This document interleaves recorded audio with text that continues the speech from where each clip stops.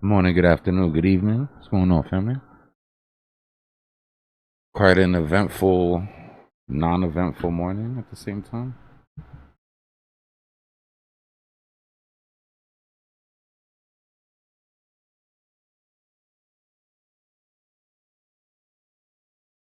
That's good. They almost had me at 10 in the morning. For 1 second, they almost had me out of bed early. And then I saw that whipsaw and I was like, you know what?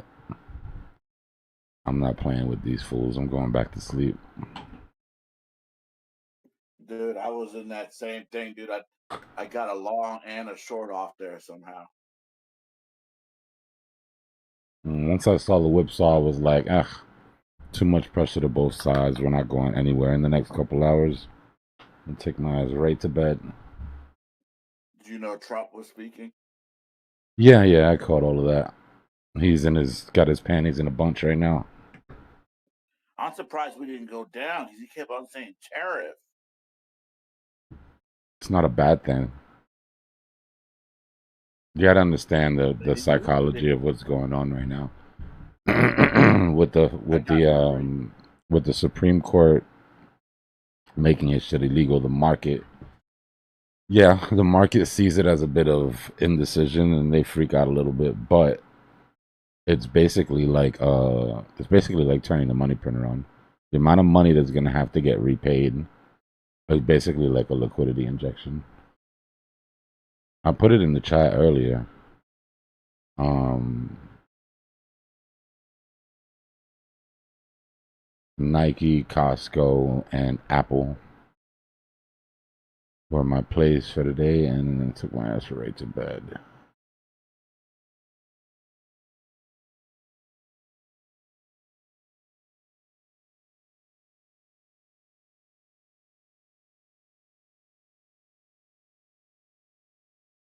Just because those are the companies that we have that have been hit the hardest by the tariffs, right? Which means that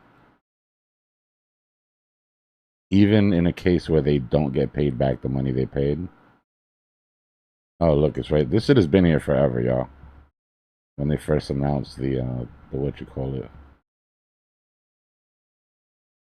we were still waiting for the verdict at that point.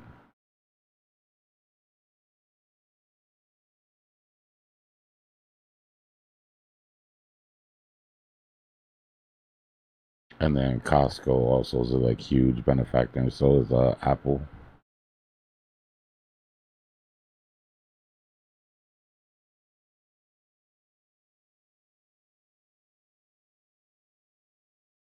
Bro, I have never seen a Class A tantrum like what we saw this morning from my guy. He said, illegal? You're illegal. You know what? 10% global tariff for everybody. You guys want to play with me? you you want to play with me? 10% for everybody. You get 10%. You get 10%. I was like, yo, you know what? I can't do this on no sleep, bro. I need to go take a nap or this shit is gonna get crazy.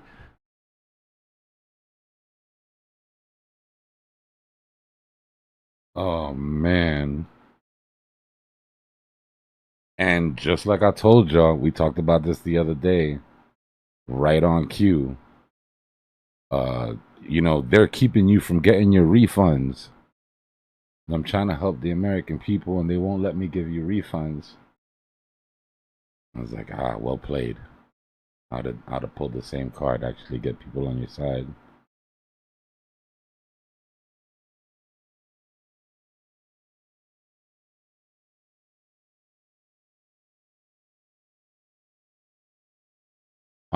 What it did was counterbalance some of the bad news that we had today, data wise. Right? Oracle took a tumble, and I told y'all where Oracle goes, the market goes. And right as Oracle took a tumble and shit got crazy, they announced the decision. And remember, it's seen by smarter people, right? At least, not I'm gonna say smarter people, less reactionary people. It's seen as a positive thing. So it sort of counterbalanced the drop, and then now we're just like back in limbo. You know, this was the Oracle drop right here. And then the announcement.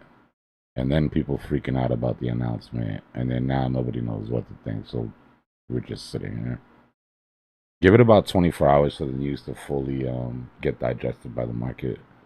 Usually what you have to do, at least a couple hours, half a day.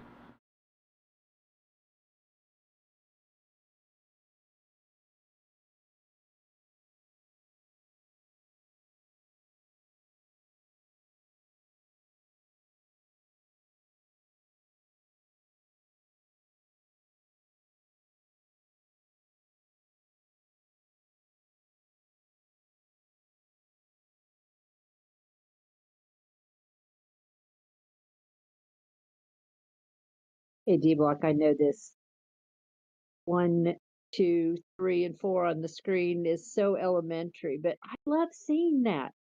It helps form that pattern in my mind where I was uncertain about like the 3, 4, and the 5 kind of situation. But thanks for putting those up. Like I said, I know they're elementary, but those just things like that help. That's good. I just want people, I mean, these are our, these are people who are trading with us. So it's important to sort of keep track of what's going on with them. Like type 3s and type 4s, they got wiped. But if you're type 1 or type 2 and you still had your stop loss, 1 ATR underneath, then you're still alive on this trade. Yeah, and I think it helps a person decide what type of trader they really want to be, because I used to be 1 all the time, and now I'm like, I'm leaning more towards 2. It looks a little comfier, It's right? a little less Yeah. stressful on me, the 2 is, so it's good stuff. And then remembering that these will continue to fractal over and over and over. Yeah. Right? Like right now, this trip down here is the same as that move there. Right? Because we're putting in Oh, larger structure. So now this here would have been a type 2 entry on something like the 30-minute.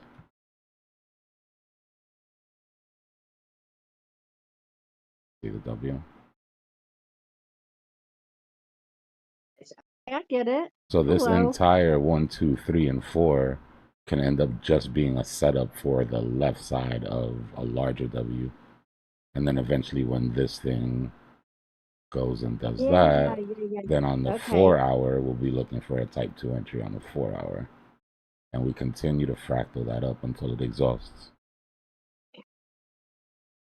That sounds so easy, but it's just got to be repetitive in my mind to be able to look at that. It's like what you said with your dishes yesterday. That's hilarious.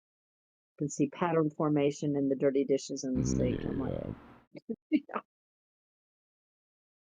gotta have, I can't have the dirty dishes in the sink. I have to have that structure, and it has to be exactly like I need it to be. And that's what these patterns are starting to do. They're starting to get set in cement in there so I can recognize. Yeah, that's good. And then they have action that's attached to it, right? So now you're not just looking at a chart with random candles. You're like, oh, this I should be doing something here, right? This is my setup. Yeah, just like when you were um uh you drew out that wedge, and both of the last night, both of the EMAs were just like coming into where they were getting ready to meet. You said it's going to go at this time, around this time, it's got to go up or down. Hmm. It never even occurred to me. No, I've heard that 100 times. It never even occurred to me when those EMAs, they've got to expand and you've got to go one way or the other. And sure enough, obviously that happened and we went up. Hmm. But seeing that in the middle of that 1, 2, 3, 4 structure just kind of made it come alive again. So, That's super cool. and then you throw in the green and the vector candles, and it's all coming together. So good stuff. Thanks. I love Good when job, it Bob. starts to click for people. Yeah, That's yeah. exciting.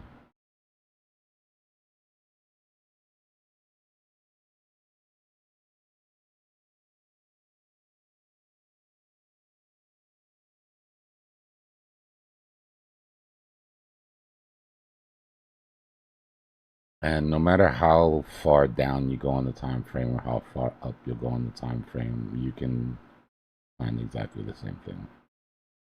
It just repeats over and over and over.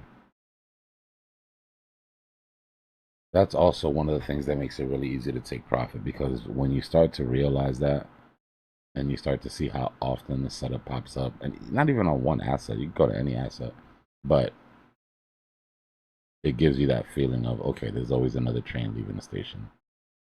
Right? Taking profit doesn't mean it's the end of my trading day. I'm just locking in some gains. Just patiently wait for the next setup.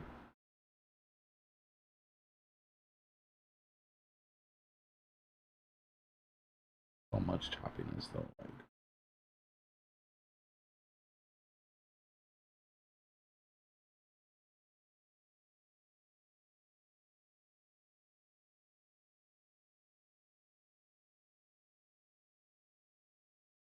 Shit, I'm happy to have a couple profitable trades this morning. nice. Golly, torture. You definitely worked for him. This did not come. It was not a set and forget type of trade, that's for sure. You Bro. needed to react in real time to this shit. Like, yeah, like the time I have in between to make decisions is like no time. Yeah. Yeah. That's why it's amazing to have plans set. If you sit there when things are boring and you think of every possible scenario and you come up with plans when shit actually happens, your brain goes into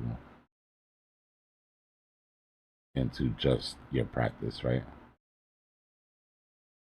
It's like why people train with firearms. Under super stressful situations, you need to rely on your training because you're reacting emotionally and you don't have a lot of time to do it. So you train and you train and you train and you train and you train and you train, and then when something finally happens, your plan kicks in, or it should.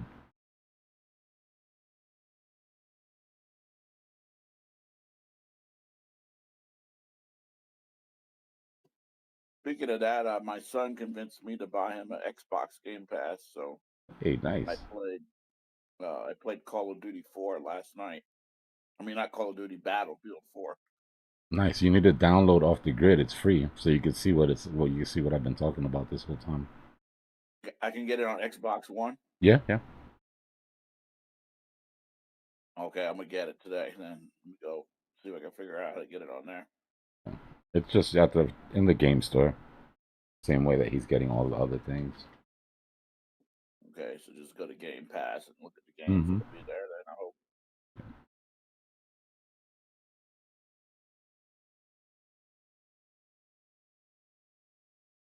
Go check on Soul.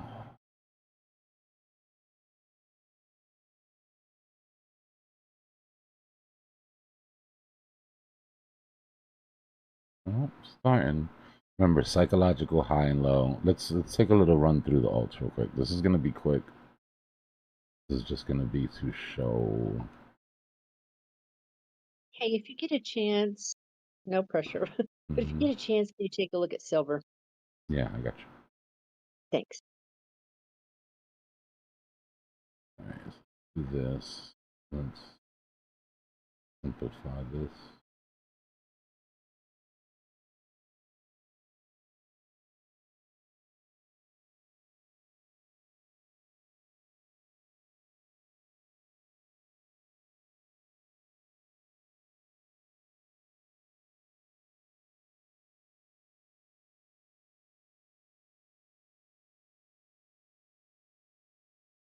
Shut all off.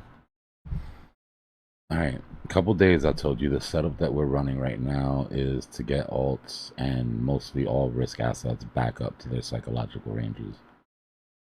right? Not only is this psychological range, but this is a huge order block from this breaker structure where things sort of went left, right? So you have market maker motivation and you have institutional order blocks that are being hunted here.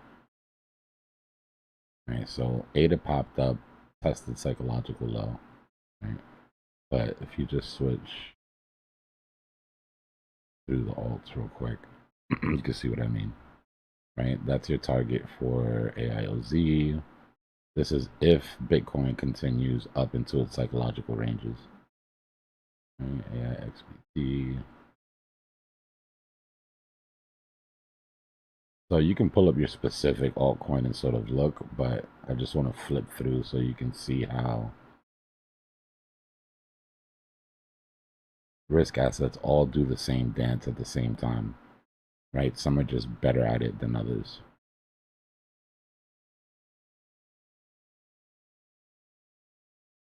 BCH is just a BCH has been sitting in its psychological range, consolidating this entire time while everything else has been panicking. It's nuts.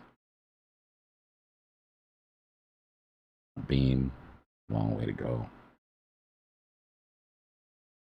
BNB is already in its range.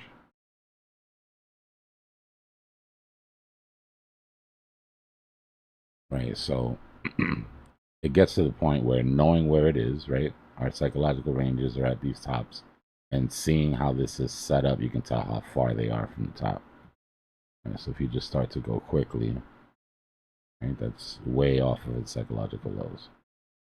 Copper is up into its range. BRV, Doge. Right, there's plenty of meat left on some of these if Bitcoin does its thing. Right, but if you go to, right, ETH still has some go. Guns is above its psychological ranges. In these cases, when the asset's pumped above its range, you have the opposite scenario, right? You flip the chart, looks like everything else. Same target, except this is to the downside.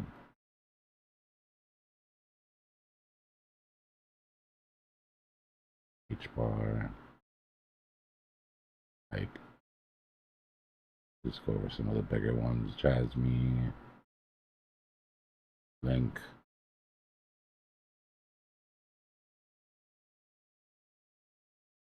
Let me see something.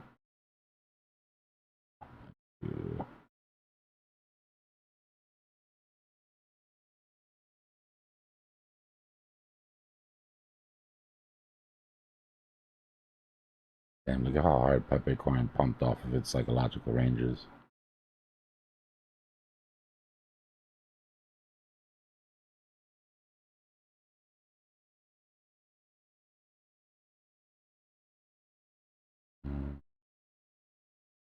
Oh.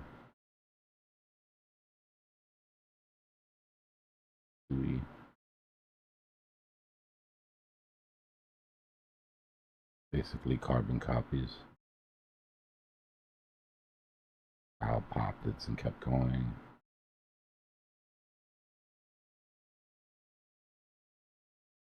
So these are the longer term moves, right, that we're looking at. Let me look at silver real quick. Look at silver. It's up 8% and pumping. Pump, pump, pump.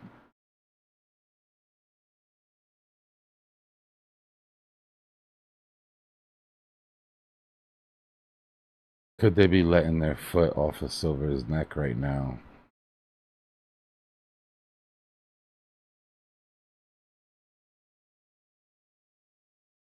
That's exactly what I'm wondering, is are they gonna lift the foot off the neck, let it breathe a little bit, get up into the mid-90s, and then decide what we're gonna do from there?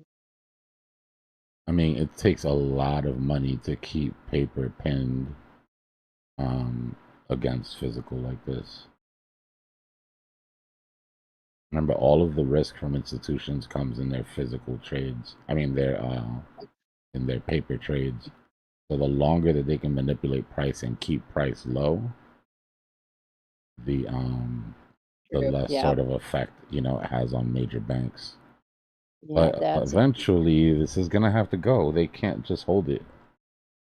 that's what I was saying the same thing to somebody last night. I'm like, but I just don't know when entry again, you know, and it's Yeah. already starting to take off, and I'm feeling like I've already missed a good entry on it. So I mean, this liquidity sweep was really, if you wanted to get back in, this I wick know down was, and then your type 2 would have been here. we're Right? right there. Yeah, Yeah, so you're I was just looking kind of at type 3 or been type traveling. 4 entries at this point. Okay. Oh, that's good. Yes, that's what I need. Yeah, I'd been traveling and I wasn't able to pay as much attention for the last week or so. And sure enough, I get back and I'm like, oh, dang it. I think I've missed everything here. Took a couple Always of going to steps. be a pullback, right? So, and remember, like we said, these things continue to fractal. So just because you missed a type 2 doesn't mean that you're not, you're not preparing for a type 2 on a larger time frame. I'll show you what I mean. Hold on. Okay, what time frame is that on? Like I'm on my phone, I can't I'm see. on the 1 hour right now. So Okay, we're like zoomed out a little bit. What you want to do okay, is you want to check, but even if you're scalping on the 5 minute, you want to come to the hour and you want to see what the trend is, what your macro trend is, right? Because if okay, you're downtrending on the hour and you got a nice bullish setup on the 5 minute, it's not that you don't take it, it's that yeah, you know that you can take profits sooner because your macro trend is still negative, right? right, You're counter trading. But here yeah, everything right. looks bullish. It's popping up. It's doing its thing. So when we go to smaller time frames, then you're basically just looking for setups. Right? This probably won't go in one fell swoop. Right? Which means you'll come up to that order block and then you'll try to find some sort of equilibrium here before continuing to move off. Okay. You think this the move in it has to do with the tariffs? Yeah, Gold and silver move? some of Okay. it does. Yeah, some of it does.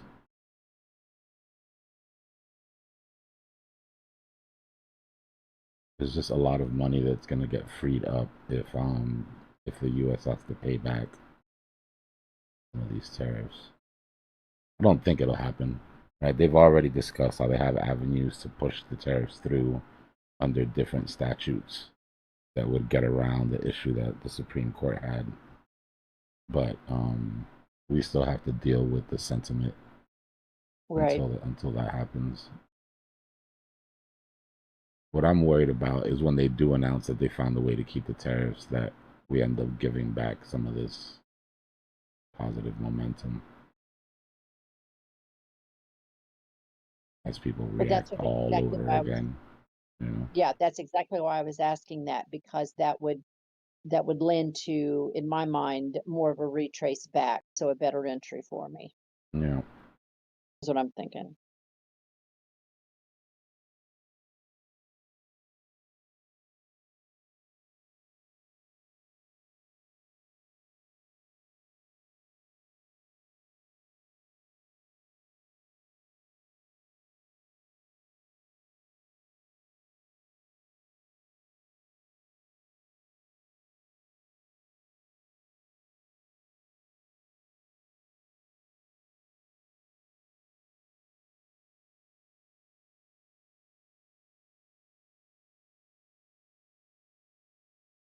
If we end up making this push,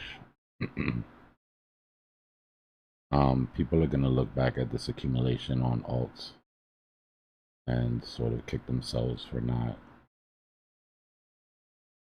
taking advantage. It's not that the chances of it playing out are increased. It's that your risk reward is as low as it's possibly going to get for taking this type of trade. Right? The bottom of this range is basically, if it holds, the lowest your risk reward can get.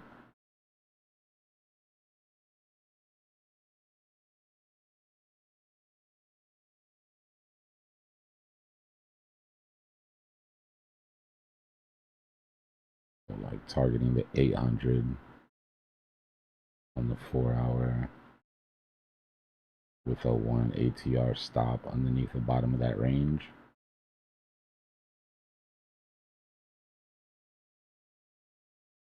Puts you at about a 2.5% risk, but on a 40 to 1.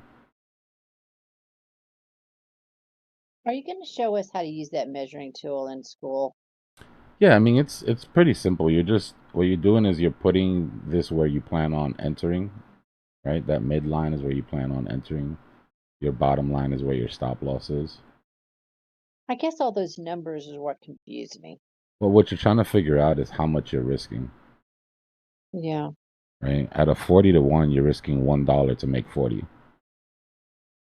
Right? At a 9 to 1, you're risking $1 to make 9.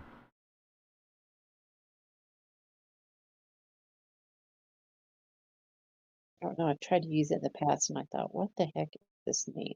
I don't know. So What I just winked.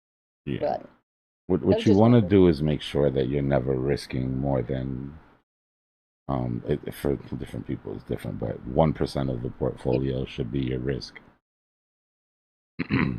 But the sizing comes in with the risk. We're gonna go into a whole thing on sizing. Okay. Right? Knowing how big your trade should be according to how much risk you're taking to keep you underneath that threshold of how much you can risk per trade on your portfolio. Right? That's what Now, are you allows you to lose. That's what gives you the freedom to lose 6 times out of 10 and still be profitable. and are you going to do this with spot trading as well as with leverage, Yeah, or it's are both. you It's okay? both. I have a little section in there for people who are trading spot and considering switching over to leverage too on certain things to watch for if you're like transitioning over. But Right. yeah, you know me, there'll be plenty of warnings in there as well. Sure.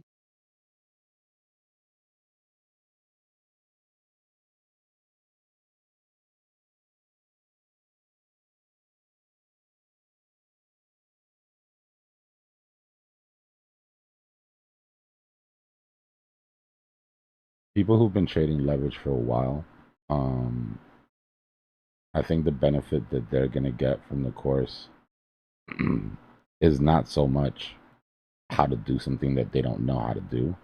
Because if you've been trading leverage for a while, then you've already figured out the pitfalls, right? But hopefully, Right. what it does is help you see things in a way that you haven't seen it before. Right? Maybe like give you that extra missing puzzle piece that explains why things work the way they do.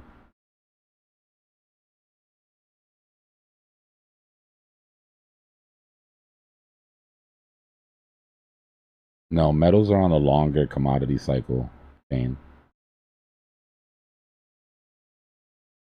Like a 30-year cycle with 15-year half-life.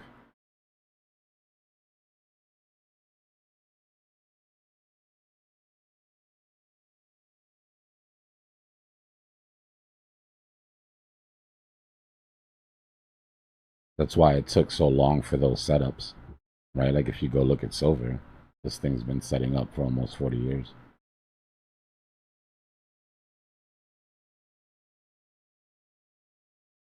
This metal super cycle we're in right now, you typically get to experience it about twice in your life.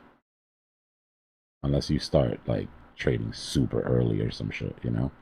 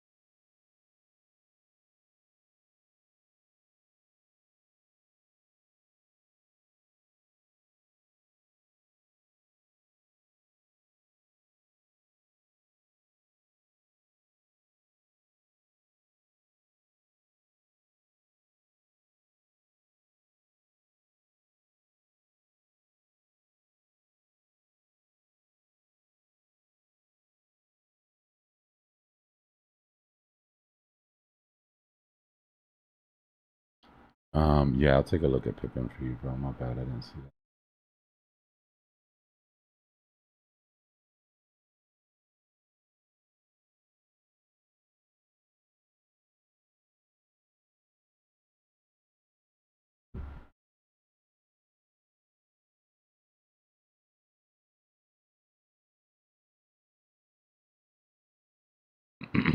Well, if we look at what we were looking at before with the psychological ranges, right? It's sitting right at the 2618.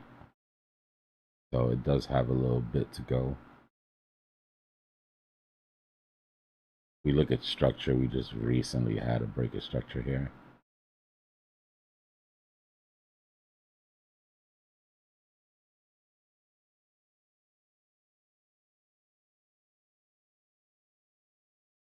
Right? That would be a break of structure.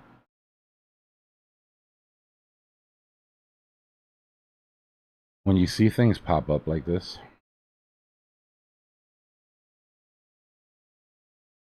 right? These are institutional order blocks.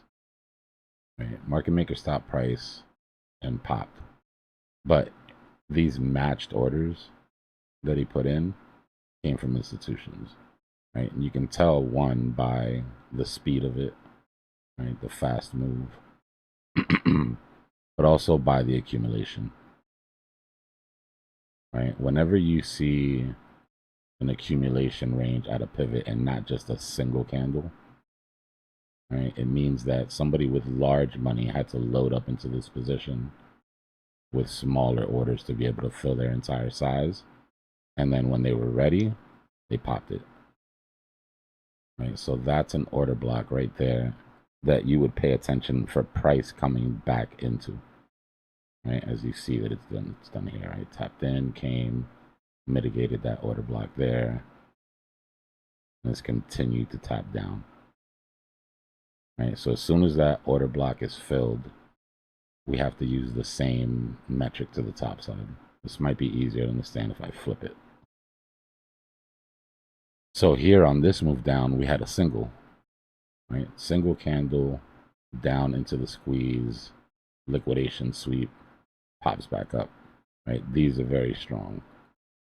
So in this case, you take that candle, which is right here, right? The one that made a difference, and you pull your order block. Actually, your order block would be from here, but we'll take the whole thing.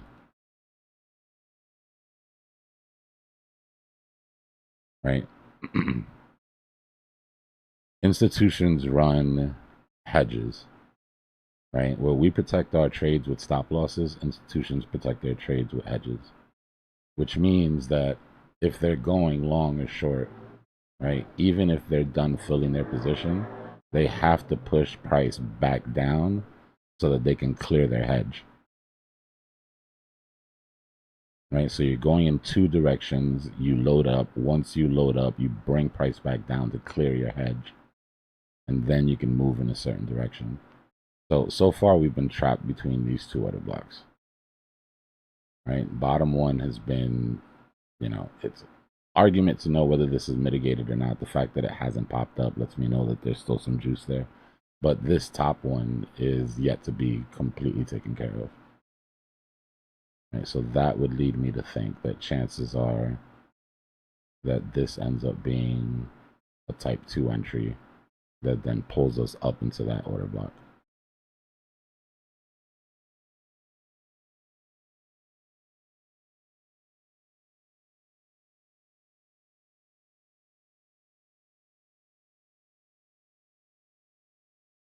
But all that does is get you to the 800.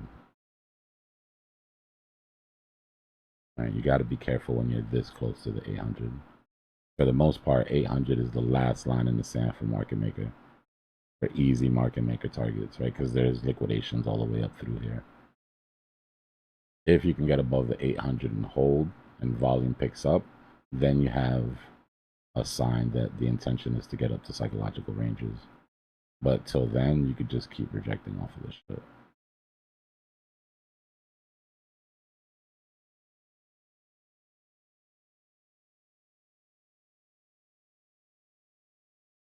order blocks all the way up here. The one we were looking at is right here.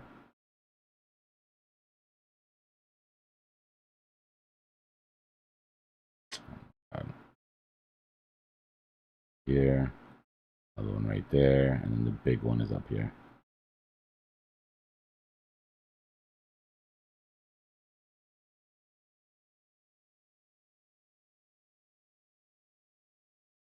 If you turn on your Lux algo, you can see your large blocks there.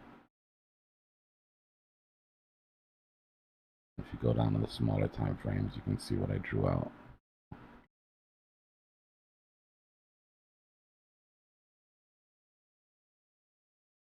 Right? Tons of liquidity down here that they're tapping into still.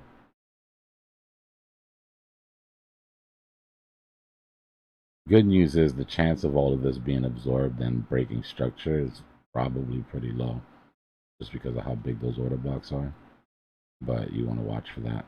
You want something simple to watch. Just grab your trend line, and focus on your uptrend. Hey, Dbloc, what did you say you turn on your Lux algo what to see those order blocks? This is a smart money concepts that has the order block set. I want to teach you to spot these without having to use the indicator, because sometimes the indicator just mass prints. But I'm just yeah. thinking that as an exercise, going in, on back charts and trying to map it out myself, and then if I have tool to turn it on to see if I'm right, that would be helpful. So you're saying that's algo what? Smart money concepts. Smart money concepts. Yeah, SMC is probably the most common strategy that that people sort of sell right now or show. To me, it's just market structure, right? Repackaged and fancy names and sent forward, like auction theory. But the reason that I use it is just like anything. Tools have a time. When market makers in control, we trade vectors, we trade market maker motivations. When there's choppiness or there's no clear direction, we have to watch the way institutional players play. And this is what institutional players do. Okay. Right? They make quick orders, they come in and out. These order blocks tend to have like a life expectancy of like 2 to 4 hours. Okay, I was just getting ready to ask, is there a certain time frame, or is it just on all time frames? No, I trade them on the 5 and the 15, right? But those order blocks tend not to last for more than 2 to 4 hours. You got to think these are hedge funds that are trading, right? So they're setting up plays. They don't have 2 business days to do this, right? This is like quick scalping in and out for them. Oh, God, I've never heard that before. That's good stuff. Okay, so when you're trading on the 5 and the 15, which I'm doing myself, then if I'm looking at these order blocks, and then I can have a lot of confidence in it, it sounds like. The way we use them is, we look for our stopping volume candles and we look for our setups, we look for our retracements, right? Order blocks are going to be those targets when there are no market maker targets, or they're going to be the targets when market makers aren't in control, right? Sometimes you're like, well, if market maker isn't in control, then why did they sweep those licks? Whales don't make money if they sweep licks, but they do make money if they sweep licks into an order block. Okay. So at the times when market makers in control, we trade the market maker pattern. We trade the Cypher theory. When whales are in control, we trade structure and momentum. And this is how they trade. So it's like following the fingerprint of whoever's in charge. Okay, so if you were going to use, or if you're going to go with that theory, then would after US session, where it's more the bots trading, I'm assuming it still holds, I'm going to butcher this, sorry, because I'm thinking 15 different things in my mind right now, because if it's after the US market closes and you're going into where the bots are trading, but you're into other sessions like, I don't know, Sydney and the other ones, is it less likely that those will come into play or more likely with the bots than if we're in an actual session, or does that even make any difference? No, it makes complete sense. New York Okay. open, New York close are going to be your most sort of effective times. But UK and New York session, when institutions are really up and at their computers and active, is when you're going to see Right. is when you're going to see it play out the most. Gotcha. Okay. All right, good. I'm thinking right then. All right. That's good stuff. Thank you. Like, look at this case right here, right? We're on the 15-minute. We had a drop Yeah. down. We have a bunch of order blocks above. We have two Right. unmitigated order blocks very close, right? Which means the orders came up into here and dropped. Remember, they can't sell everything that they want at one time, right? That's why And these this order that's why blocks this are short. exists. Okay, so those order blocks that are red above, those are basically are shorts. Sell Is that orders. right? Sell orders. That's why they're red. Okay, gotcha. Yeah. So price comes up here and institution decides, okay, we've got $2 billion that we want to sell off, but we can't do it all at once, right? So they'll sell off 500 mil and drop price. But remember, they're in a hedge, Yeah. right? That's So this is adding to their hedge, got it. right? The long Yeah. that they're in is being protected by this short that they're setting up. God, that's so So as yeah. price comes back up here, right? Because remember, you've got two trades on the same coin going in opposite directions. So at some point, you have to unwind one of the trades, Yeah. right? So price comes up, taps in, lets them sell another 500 bill, whatever, leaving maybe only, 500 mil, leaving only like maybe 250 mil left. Then price comes down again.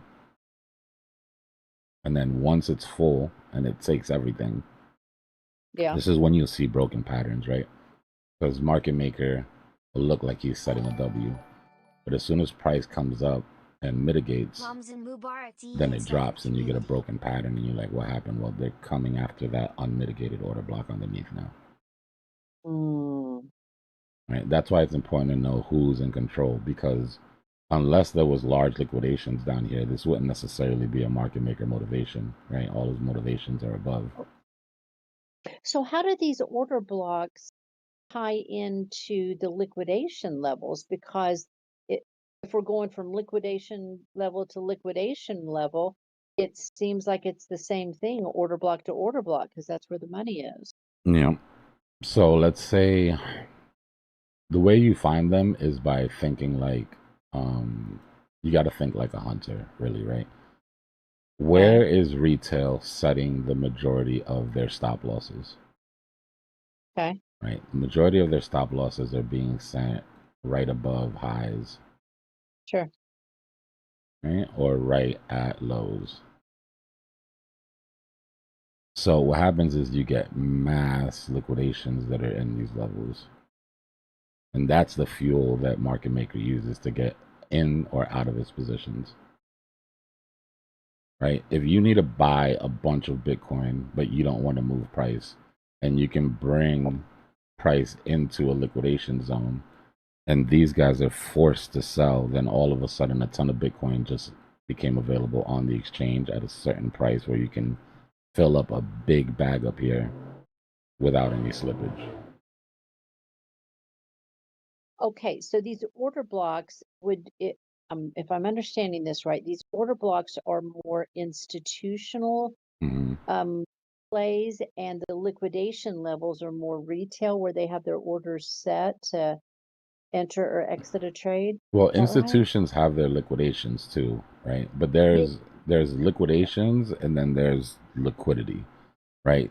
These order blocks represent money that's sitting on the order book.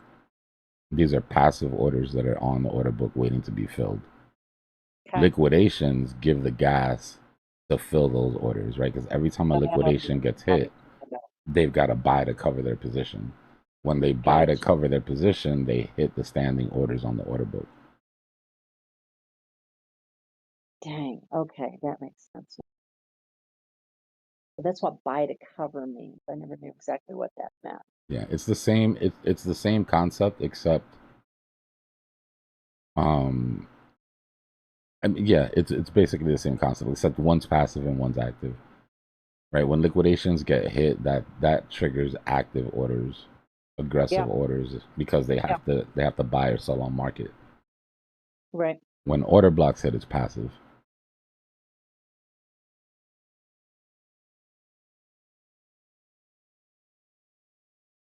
But it is a good way to see if market maker and institutions have shared interest. Right? When you see market maker targets and then you see institutional order blocks, you're like, okay, these two might play nice for a little while because, you know, it's mutually beneficial. And then when the whales come in, it just muddies the water for everybody, sounds like. Yeah. Just throws everybody off kilter. Yeah. Oh, gosh. Okay. That makes much sense. Thank you. Mm-hmm. No problem.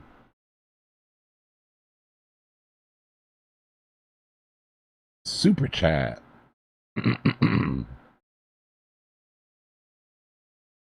Happy Ramadan, RH. Hope you're having a good day, brother. Appreciate the super chat, family.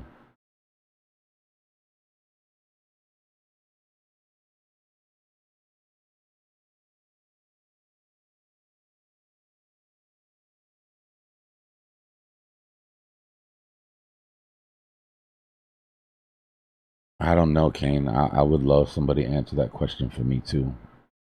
I don't see how anybody that's been here longer than 2 cycles can look at this price action and consider this anywhere near a bottom as far as a cycle bottom goes. I can't make it make sense.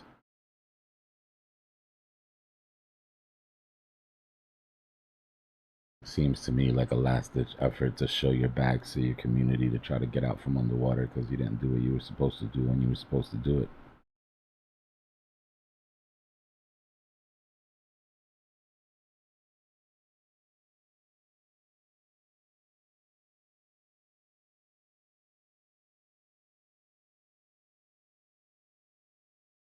With paper, that's a hard question to answer, Gambit.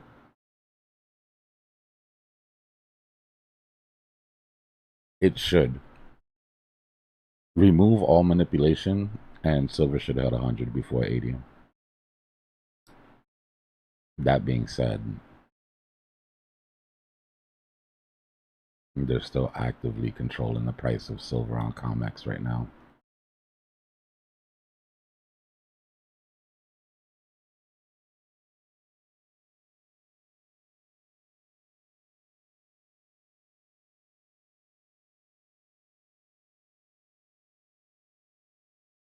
Yeah, Kane, everything's been going good so far. Been getting 3 or 4 chapters done every day. I'm almost done with the formatting part. Then I've got to go through and I've got to create any charts that I'm missing for you know, to use for examples. That's going to be fun. That's going to be like intense week of charting. And then we should be good to go.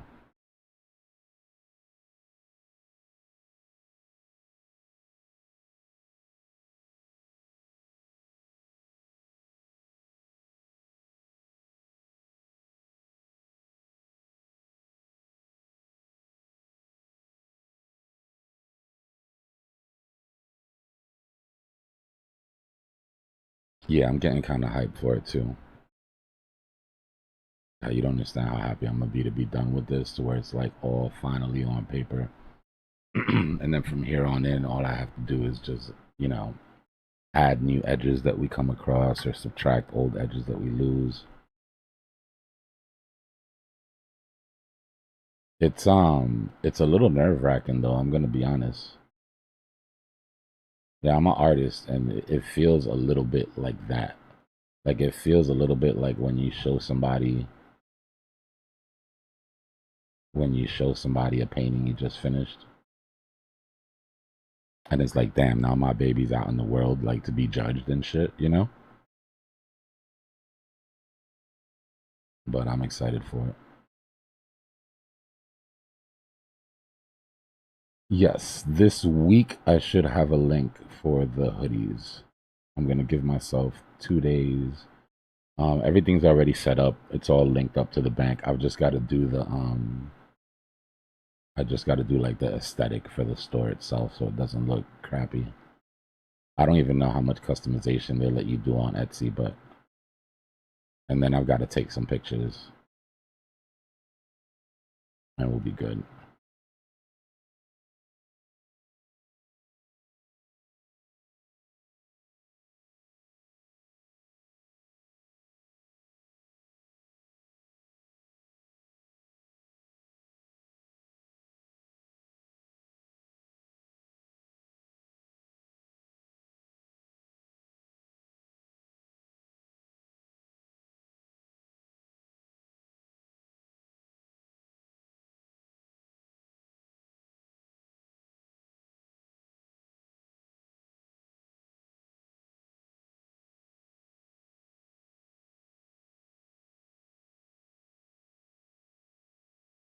Yeah, son.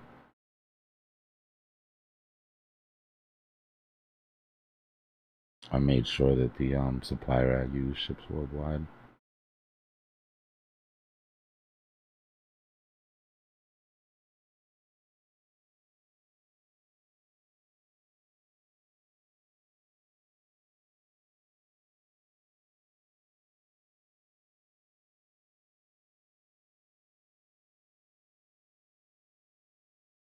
There's a chance we already set the trap shorts, but we'll have to see how the rest of the day plays out. Pop up through these liquidations, trap longs. But we don't have a lot of time.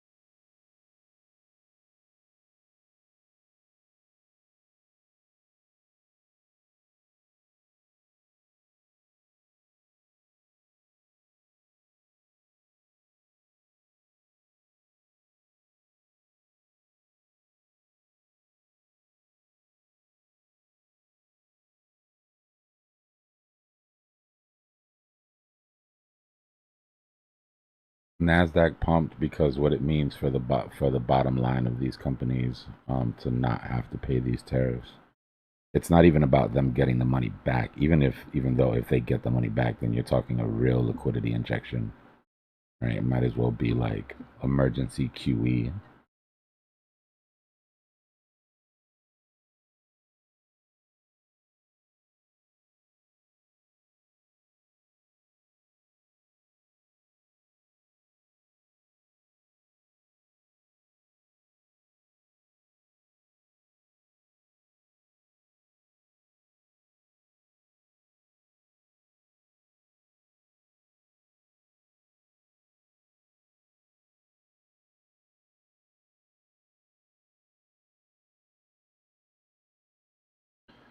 I don't know, man. I'm as disillusioned as anybody else.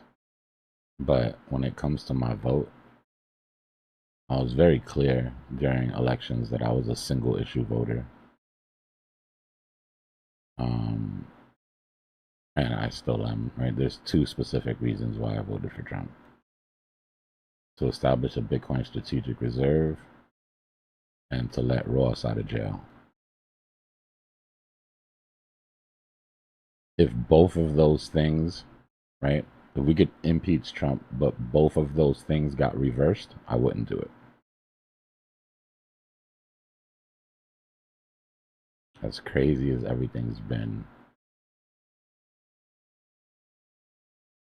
I wouldn't shut down the Bitcoin strategic reserve or send Ross back to jail just to get Trump out of there.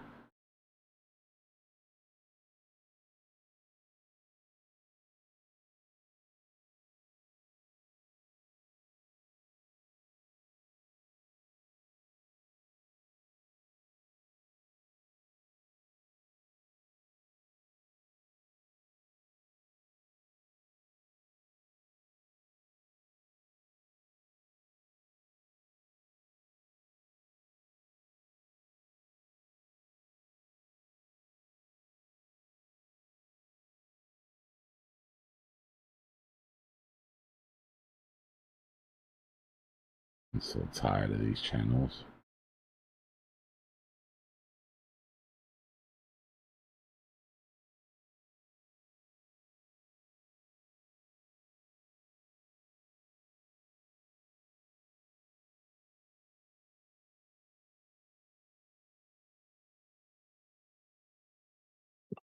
My guy's hungry.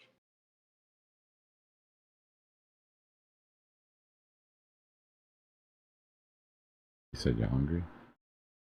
No, I said my guy's hungry. No, she said you're hungry. Good one, Tim.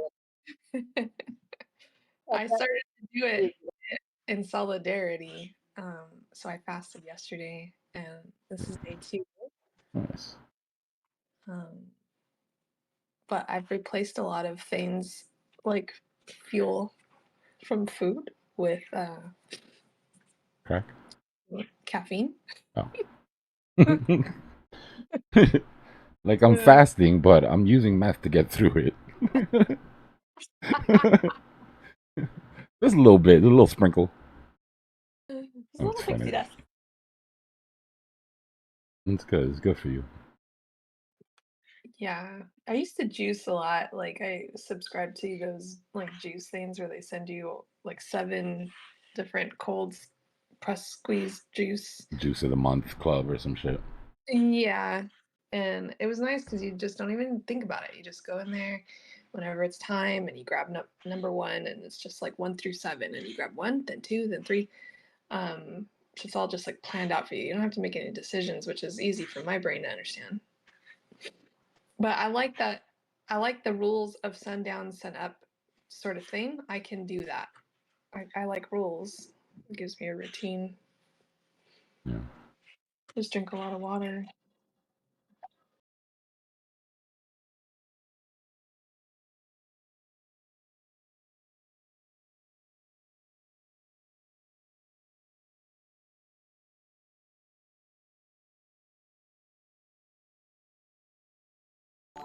And well, then what I did was I started preparing this big batch of soup like 2 hours before sundown. And then that way it could keep me busy. It was like I was preparing to eat, and that sort of helped me. And soup takes a long time to simmer and, cook, so. That's just day 1 though. Now, not day 2. I don't know.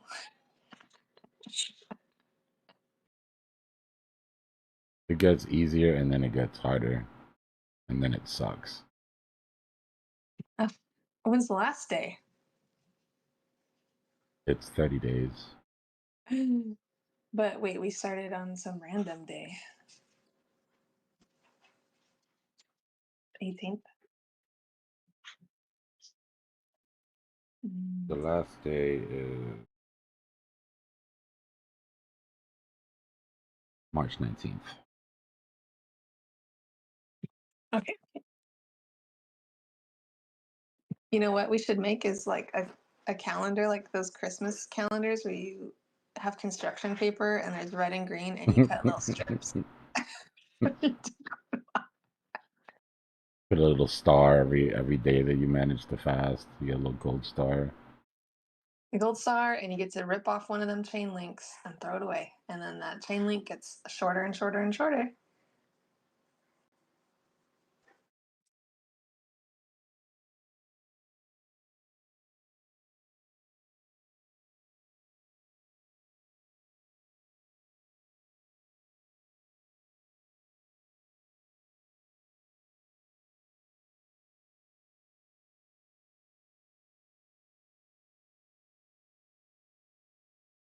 Mike, how did you accidentally take 300 milligrams of caffeine?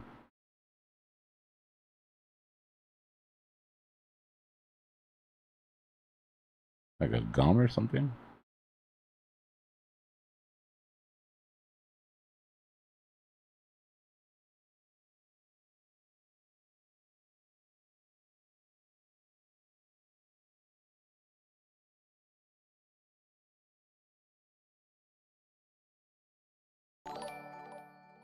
Super chat. W Gambit with the super chat. Appreciate you, bro. W support.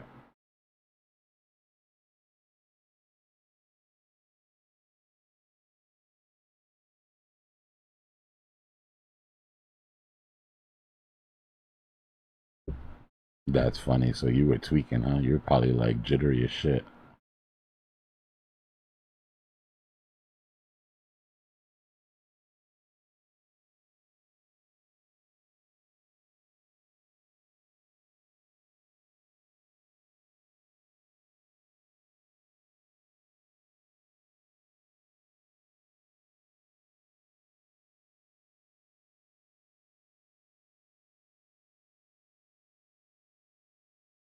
That's funny.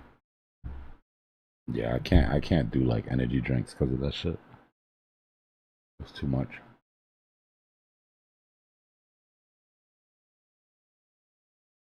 I asked ChatGPT a long time ago of like, what do other Redditors and public forums say about, you know, ADHD brains, and either energy drinks or whatever that they use. And the one that I kept seeing was the Bucked pre-workout. So I got that on eBay. eBay has some pretty cheap prices, and I like it. And then I asked it, what's everyone's favorite flavor? Because there's like 30 flavors, and they have one that's like Rocket Pop, like those ice creams, Rocket Pop. But I like that I can control how much caffeine it, like, even though there's a serving size, I just do a half a scoop instead of a whole scoop, and then I do like double the water.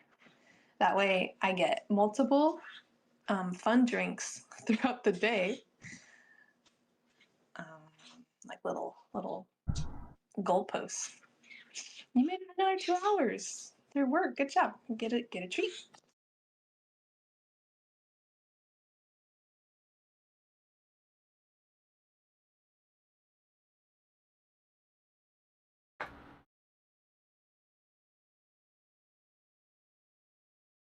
Give me 1 second. There's some delivery outside. Be right back.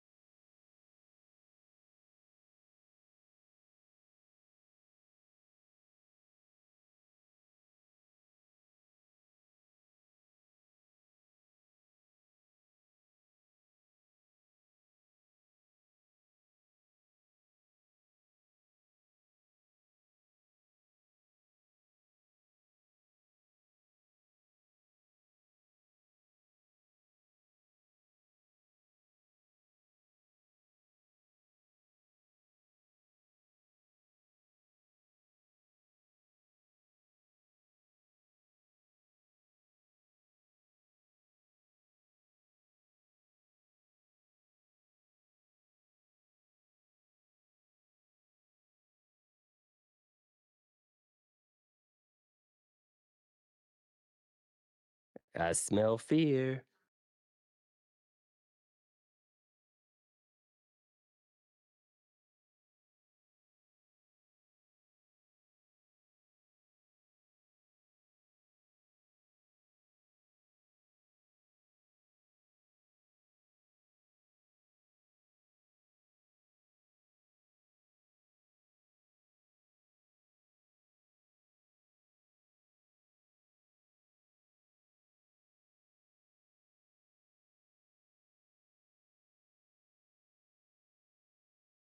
I'm not afraid today.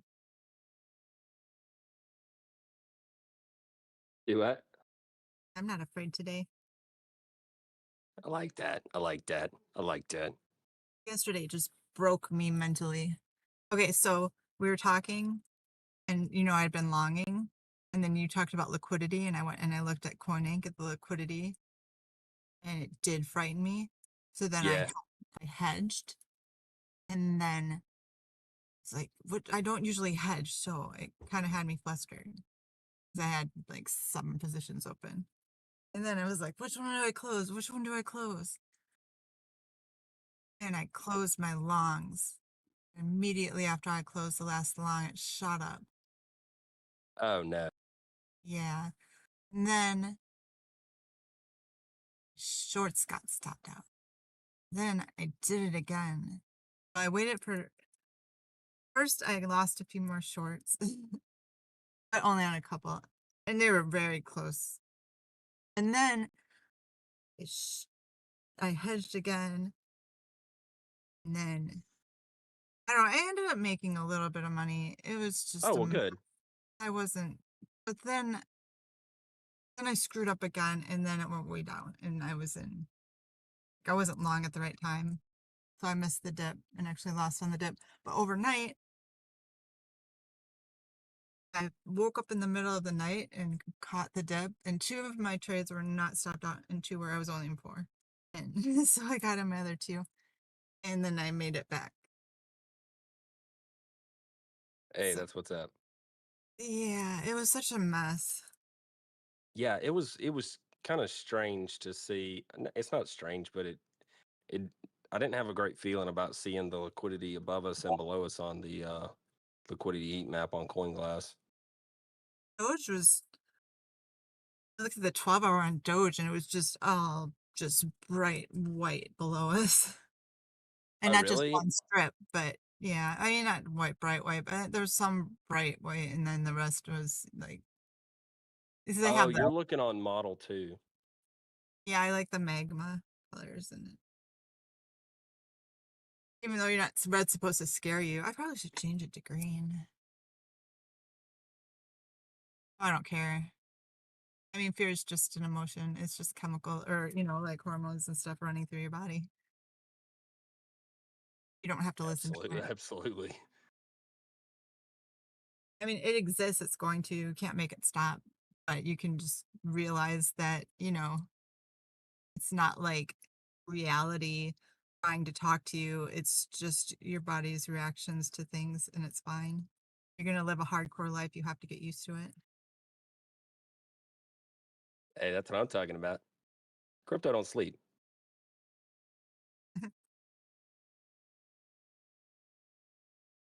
I really would love to see us push up right here before 5. Yeah, but Me too. I don't know though. I keep seeing the down. Also, I see up and I see down. oh yeah. I'm not hedging this time.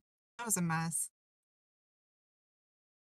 I obviously did not know what I was doing. Yeah, I did that one time and then I just didn't do it after that because I was like, you know what? I got enough going on. Right? One direction. One direction is fine. If I'm wrong, I'm wrong. Seriously. It's stopped out.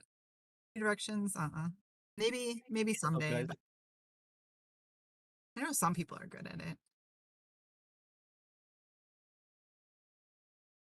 All right, I'm gonna get back to work. I just want to tell you that little story of No, that is good. Yeah, no, liquidity. It's crazy, dude. Liquidity is crazy. It is crazy.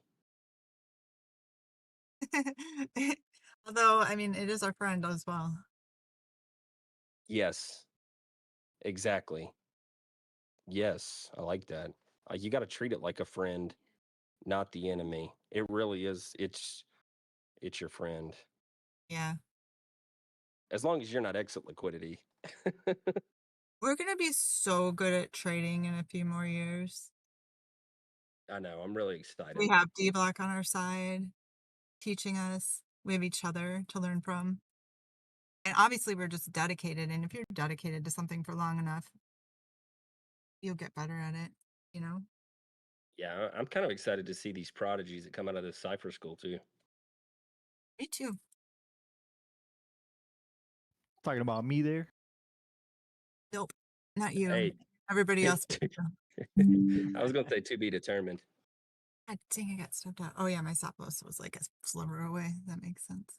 Okay, I have to get back to work. I'll talk to you later. Bye. See ya. What's going on, Crazy Train? Hey, what's cooking?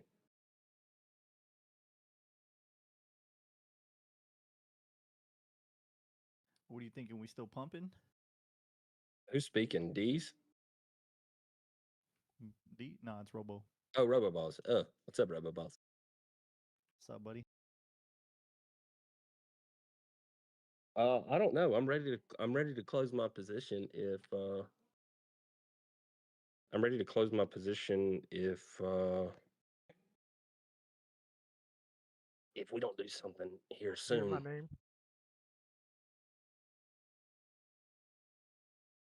I mean, gosh, I want to shoot up through this trap shorts, trap longs. I mean, if we could do that right now, that'd be dope. Super dope.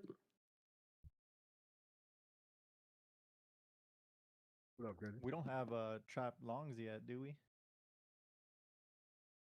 I guess we're gonna find out.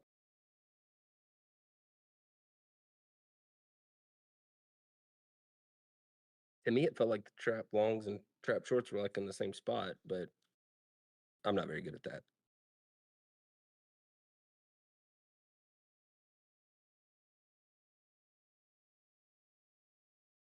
What up, bro?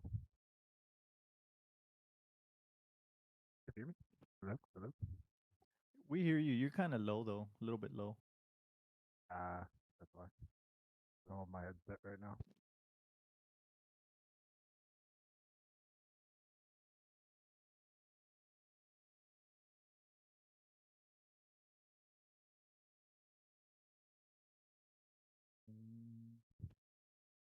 How about now? About the same. Unless those 2 wicks from this morning were trap longs and shorts.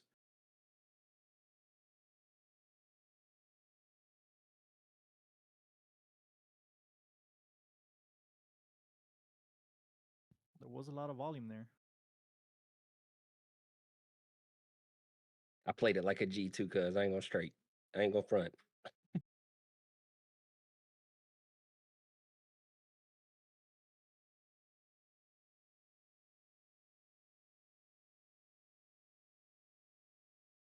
About now. Still the same, bro. What? Oh, it did reset itself on.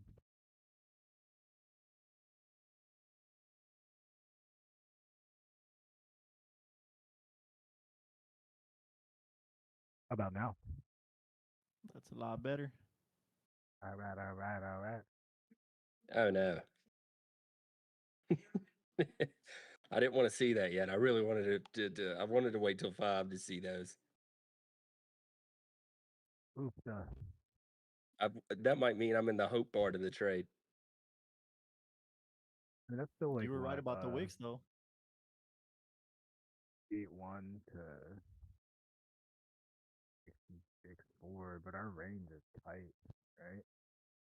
Our range is You got like a nice little buy there. 67.5 to 67.90. I don't love it.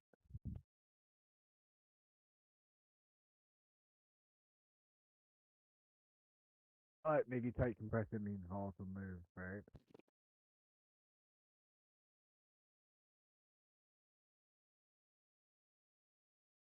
I hear my name now. I heard my name. I thought I'm like I got like 3 monitors going right now with different media. Yeah, we were just talking smack about you. That's it. I'll bet. Yeah, I know I'm cute. What's up about it? What do they say if you don't got haters, right?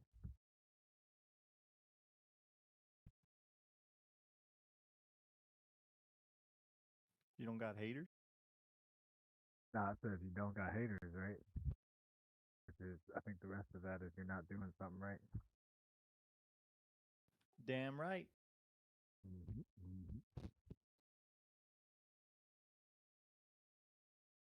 I thrive on the tears of my haters.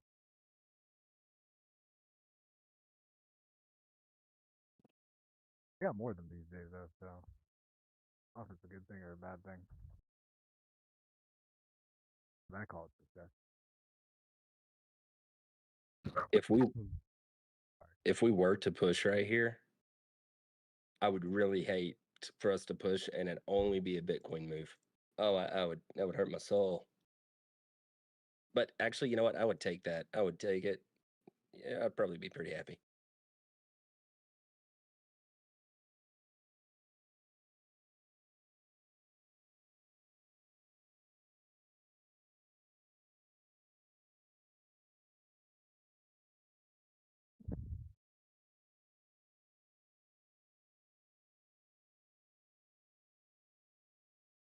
Another big buy.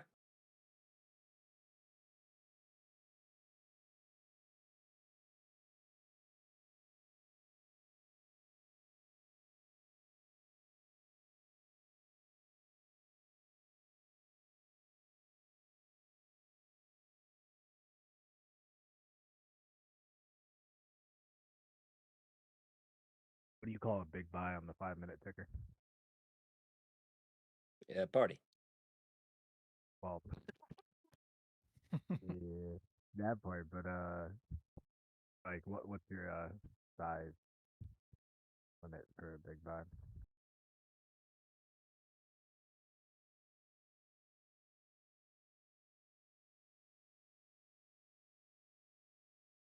I guess it just depends on what the price is and what depends on like what's being traded currently at the time because you know Yeah, so you're just looking at volume spikes. So like here's like maybe 5 and up. So like 10 lot size 5 right there.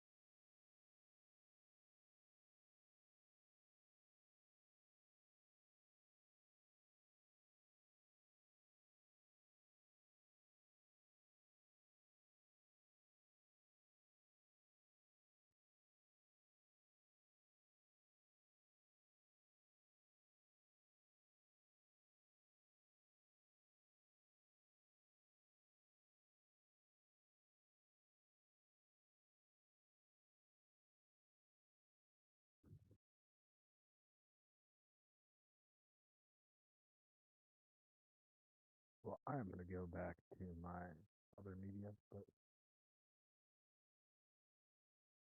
safe trading or patiently watching the trap build.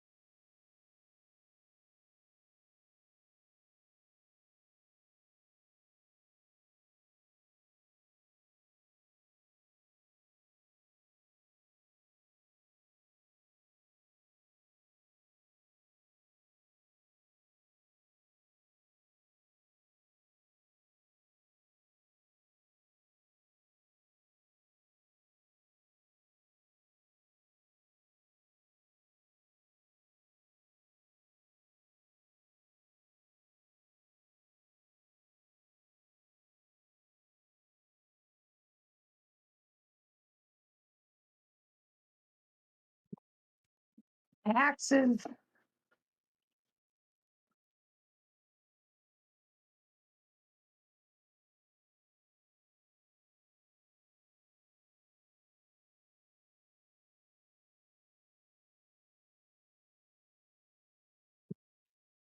That can be like the daily reminder of taxes.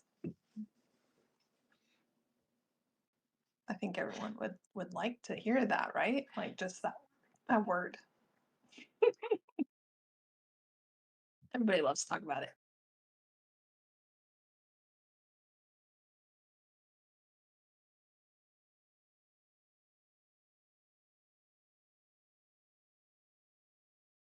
No.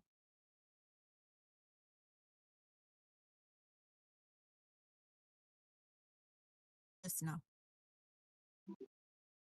No, just no. Oh. I heard no, but I'm gonna do it anyway. No, but just no. Nope, nope, nope. No, not today. No, not today. No. Or tomorrow. What about once a week? My heart can handle once a week. Okay, but I was Once a month. okay, but Once a month. no, it'll be April before you know it. Mm. I was up till 2 a.m. trying to figure out something, and it still didn't work. But I think I'm close. Well, next year will be easier because you know what you're doing. Yeah, and so since it's February and I haven't really been doing much, I feel like it's already better. But it's like every time I was pulling crypto out of liquidity pools and then like using that as a swap, like say your coin's going up and you put your stuff in a liquidity pool and it goes up. When you take it out, it's like it was like I was selling it, and and I'd swap it, and every time I did that, it just created so many transactions. So my Coinly report is just wild. So I literally started over, and I asked ChatGPT. I was like, "What do you think?" And it was like, "You need to start over," because it sounds like it's easier to just clear it out and then do one wallet at a time, and then like see your tax report as it's going. Like it gives you a free tax summary of 2025. So I'm trying, like, I know how much I lost, and so I'm trying to have it reflect that loss. And I want this Coinly report to reflect it correctly in case of an audit. So it's not, I don't know. I'm getting close. So that's good. It also told me you don't need to put every single nitty-gritty wallet. You just want to put where most of your trading of capital gains or losses happened. Like that, you want that one in there.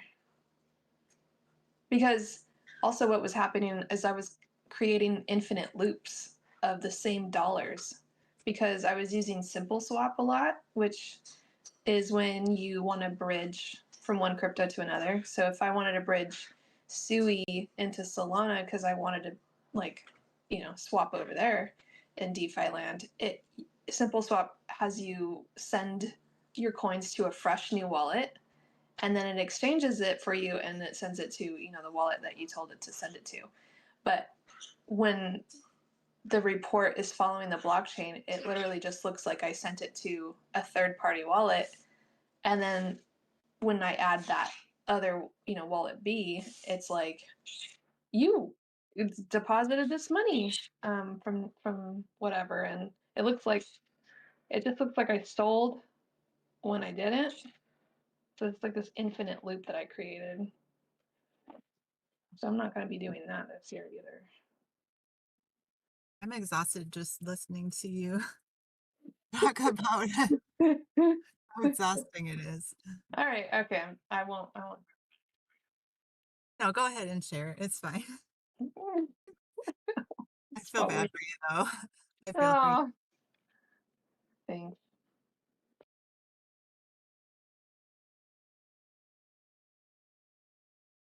I'll be right back.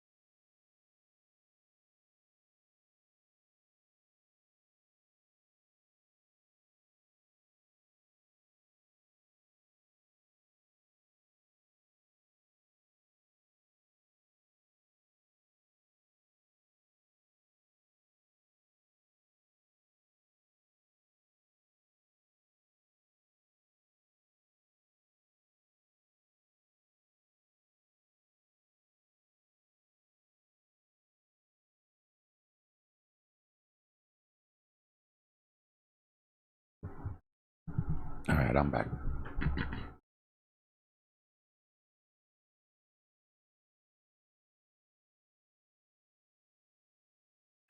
Well, last week on the trap, we came all the way back up and like did another long trap. Mm-hmm.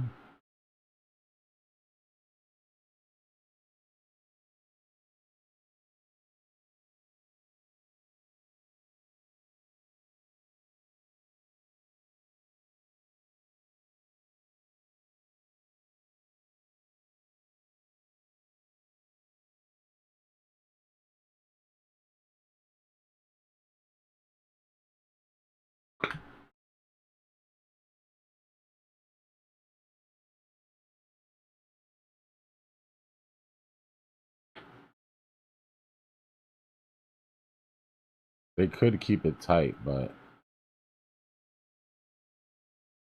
it'll be interesting to see if we get a wide weekend range here that gives us something that we can actually trade.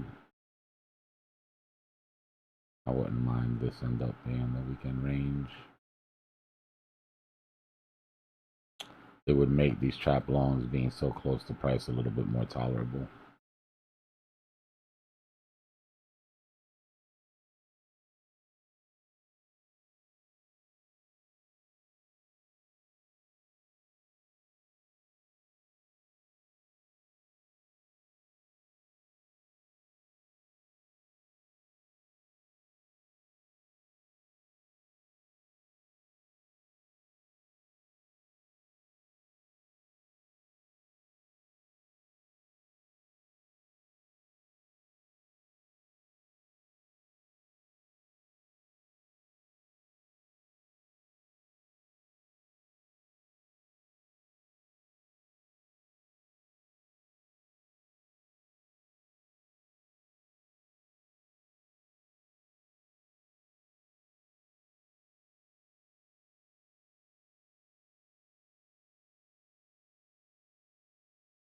The type 2 trap.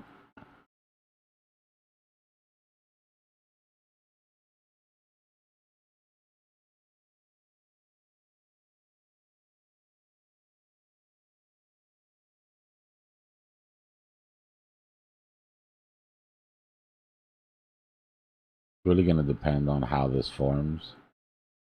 If this entire thing becomes the weekend trap, then it's just a type 1 trap, just very short on both sides. But if it stays this lopsided, right, this asymmetric, then we're looking at a type 2.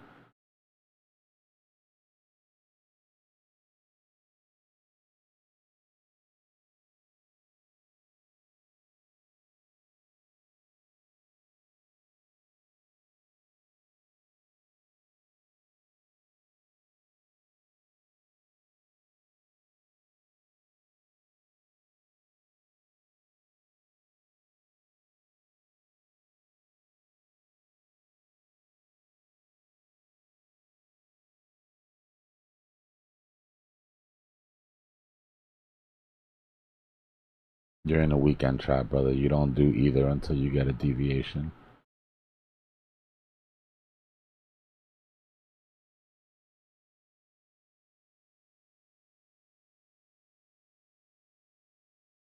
Weekend traps, you want to counter trend deviations, right? Or if you have a heavy enough trap, a long enough trap, you want to accumulate the lows and sell the highs. This actually wouldn't be nice. Wouldn't be bad if it came all the way down 1.5% range.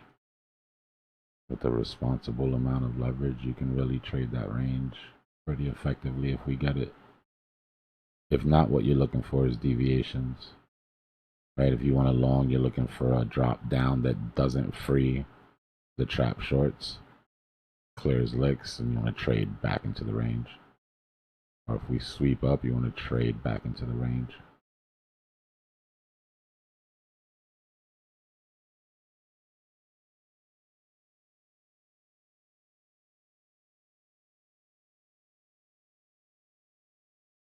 The main thing to remember is that market maker algos have a heavy set magnet right here at CME close. right? The algo wants to suck price right into this line, which means any move that we get away from it, right? You bet into that magnet, that mean reversion.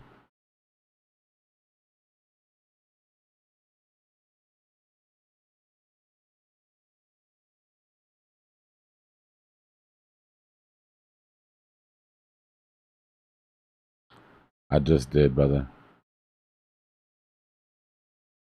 You're gonna have to join up and stick around for a bit.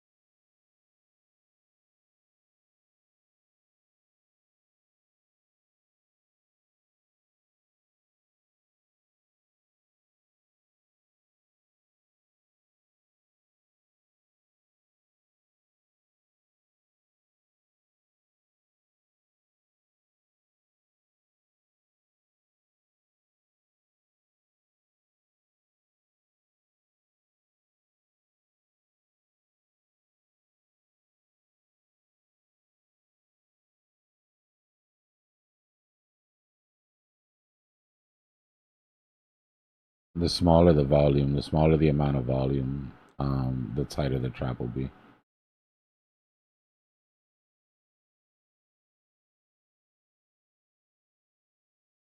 Pretty decent job of taking both longs and shorts out of the game here. I mean, to say the least. Anybody degenerate enough to trade emotionally longed this green wick.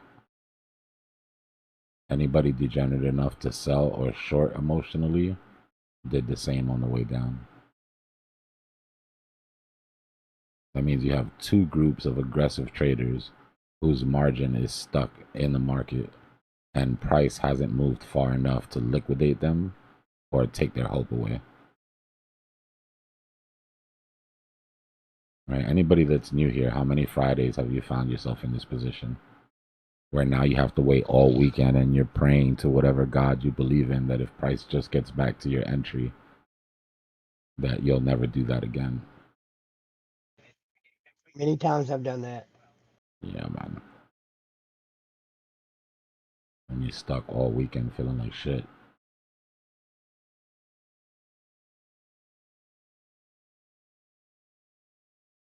I'll forget it's Friday.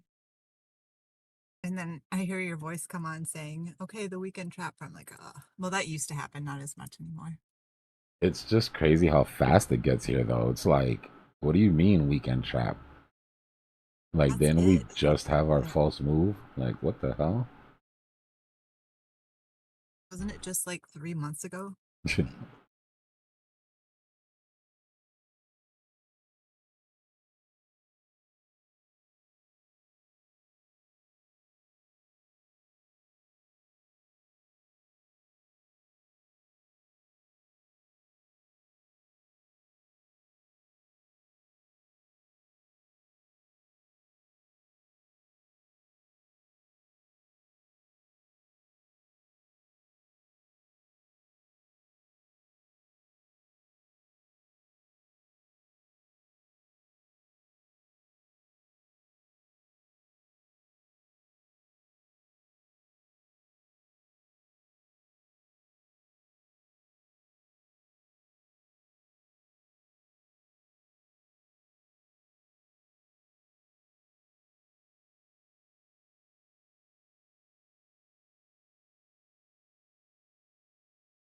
right? They're going after this order block above 557 Bitcoin, sitting at 679.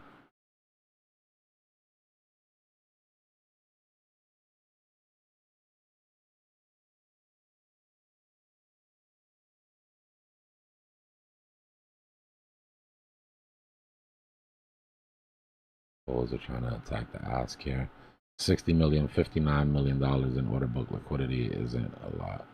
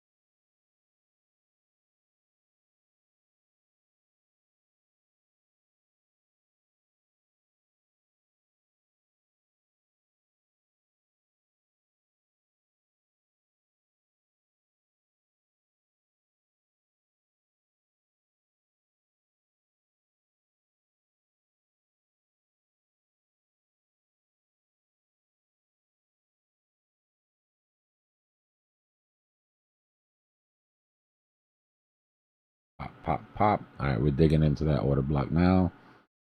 Absorbed about 100.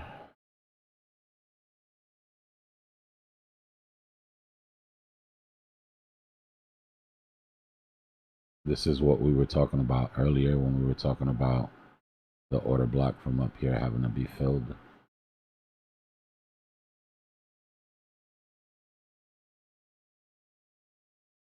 Lots of bearish pressure on the order book.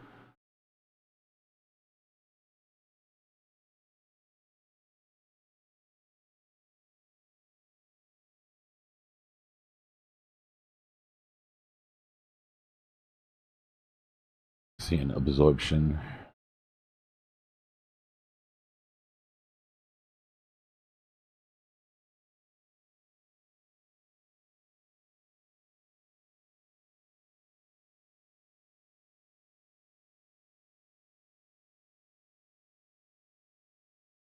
Very impressive market maker.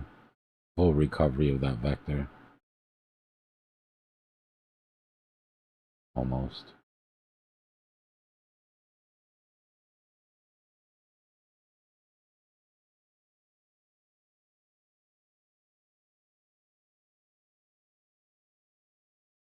Only 435 Bitcoin left to absorb with that order block.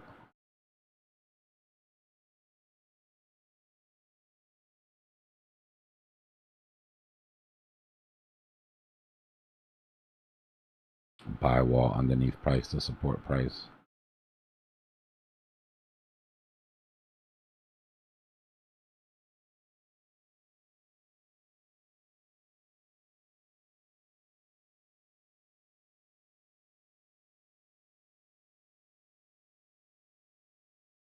You're seeing the fight at the order block now. This is when we're watching for absorption. Right? Are they refilling the order block faster than the bulls can absorb price? 400 Bitcoin. They just added another 30. Just added another 20.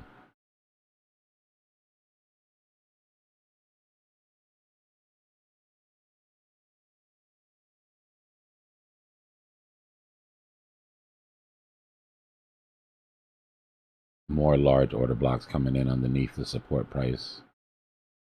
Bulls are trying to walk this up. Yeah, so what I was gonna say, what's that do? Just keep pushing it up to come Yeah, get it?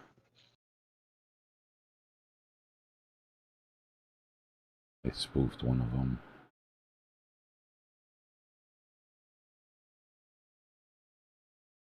Typically done because a long was taken, and they want to defend that long position.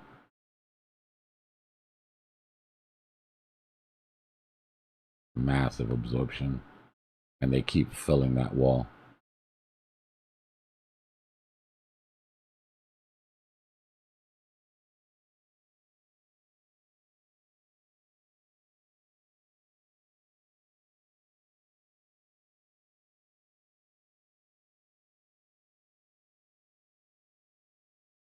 Look at all the high volume orders inside of that order block. Tons of absorption.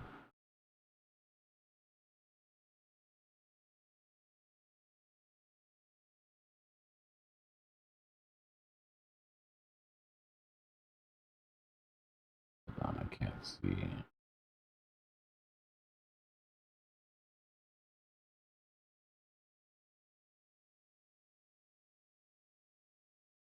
See how every time we pop up into that order book, you see how different the profile is? Yep. They did the same thing last night, I think. All right, we got our first bearish imbalance. If bulls can't get above that, we'll retrace and come back into these bullish imbalances.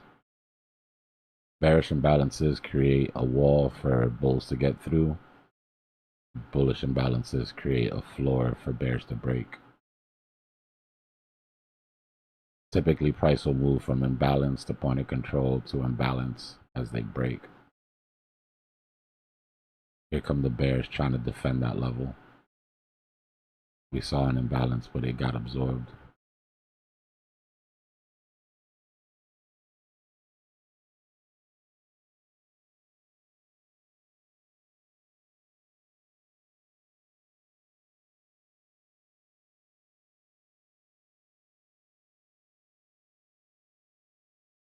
No, the South Park character thing shows how many transactions are in line to be filled. There goes the break. Bulls trying to defend. It's literally a war in real time. Bearish imbalances, bullish imbalances, same level.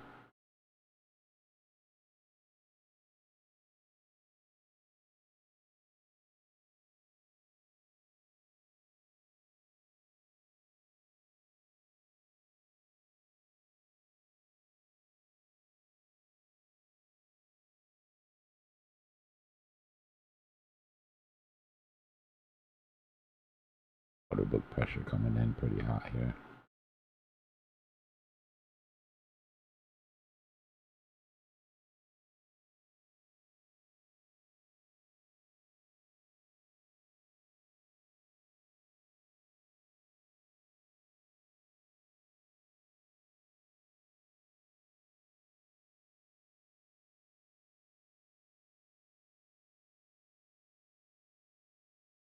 Pop, pop, pop.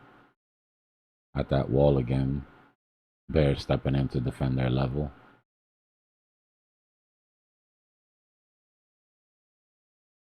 Absorbed one of them.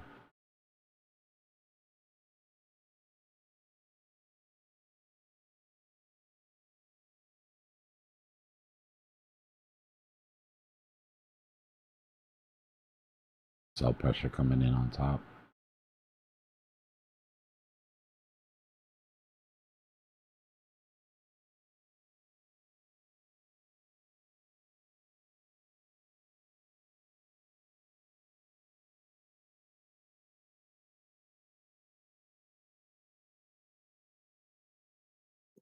You think we're going to create a higher trap long? It's possible, but until we break, can't really call it. But it's early enough in the day.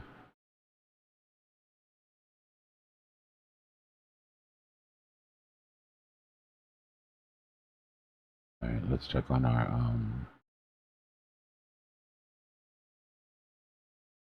let's check on that wall. Back up to 430. Getting some absorption now. 360, 340, 317. Pop, pop, pop. All right, it's gone. Tons of bullish imbalances protecting the top of that range. The point of control is the point in the candle where the most transactions occurred.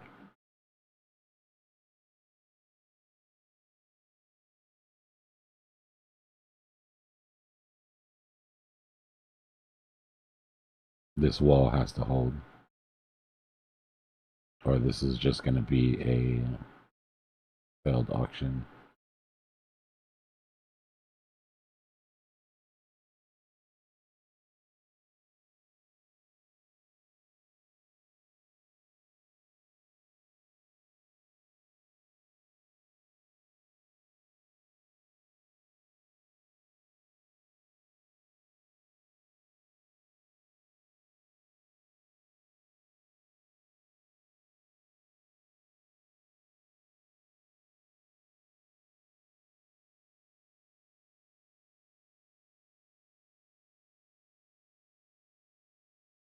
There we go. Now we're showing some oomph.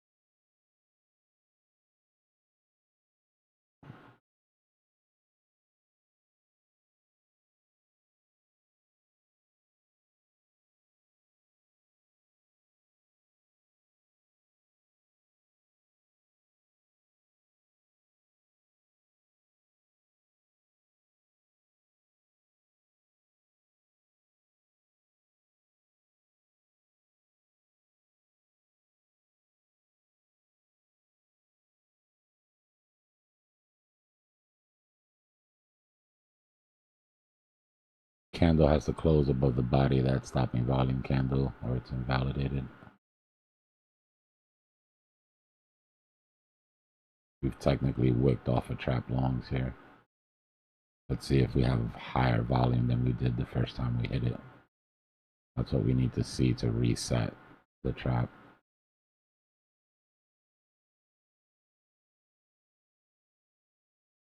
Nope. Way higher volume on our trap long, meaning more amount of traders trapped.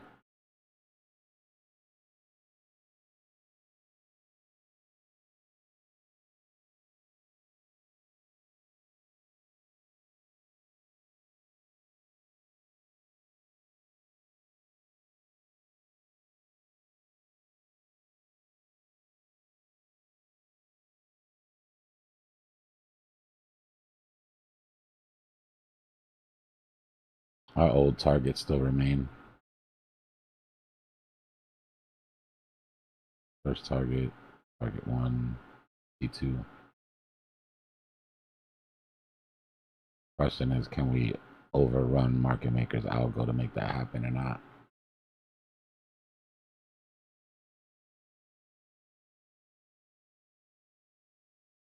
W pattern here, but it drops us within our measured move, so it's not even worth drawing. If you want to see exactly where the measured move is for this specific W, it would be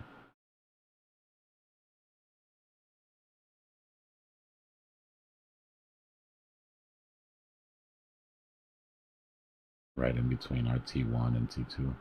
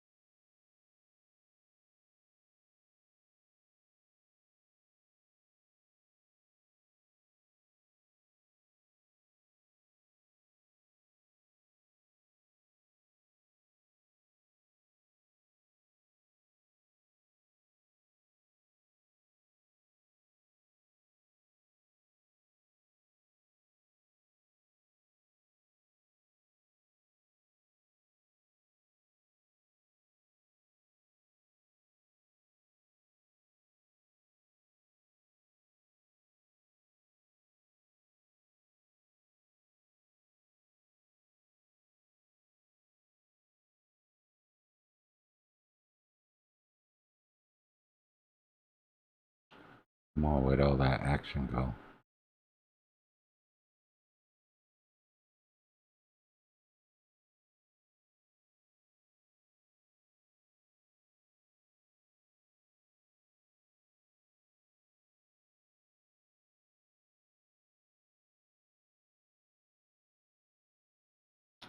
Get more and more like a failed auction, a little stop loss hunt.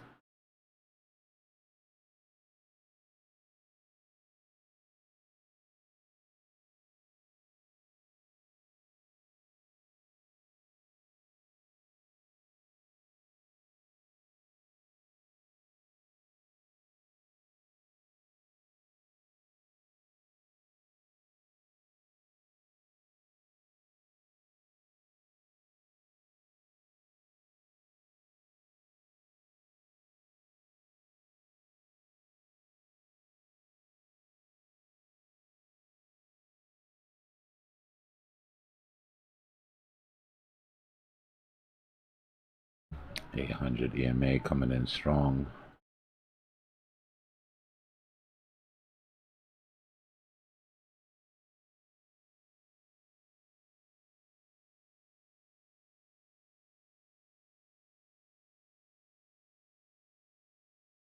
Not gonna lie, that was a nasty little trap. The reason that you get this type of volatility is because of market makers protocol during big news events. Remember, it's a business, right? They don't put themselves in the position to get chopped up. So what happens during FOMC days or unemployment data days or any of these days where you see this really big sort of chopping whipsaw action is that as news drops, they remove all their orders from the order book. Right? That's basically market makers sitting on the sidelines to let the news sort of hit, right? So as they remove the order from the order books, all the emotional trades come in and push price all the way through the books, right? Because there's no market maker orders there to catch. And then eventually they fill the book back up once the initial sort of the initial emotional reaction phase of the news is over.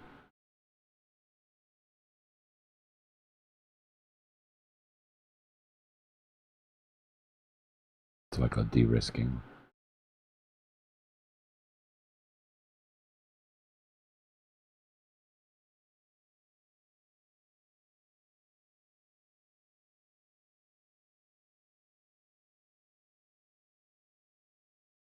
Yeah. 800 EMA for the most part is the final boss on each time frame. Right? We have our dynamic magnets for market maker, and we have our static ones. Right? Our static magnets are daily open, psychological high and low. Right? Once those are set, they're set in stone for the whole day or the whole week. But your EMAs are dynamic. Right? Out of the EMAs, out of all your dynamic support and resistance, the 800 EMA is the final boss. Right? If you trade from down here and you're underneath the 50, underneath the 200, underneath the 800, right? You're trading into those EMAs. So at this point, there needs to be a reset. Once you calm down and reset, then it'll stretch out for the 800 EMA if it's still bullish on higher time frames.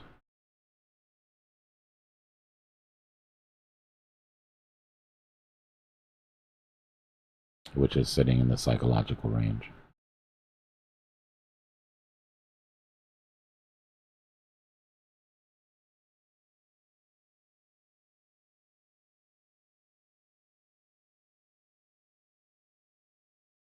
But that's the swing. That's the move.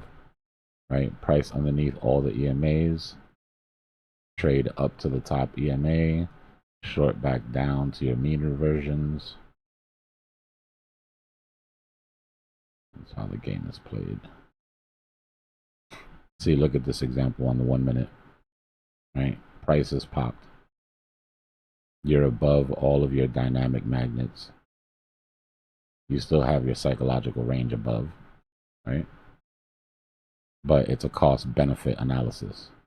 How much is it going to cost to get market maker up to psychological high or low versus how much is it going to cost to mean revert? Right? Remember, each one of these, your main mean reversion is the 50 EMA.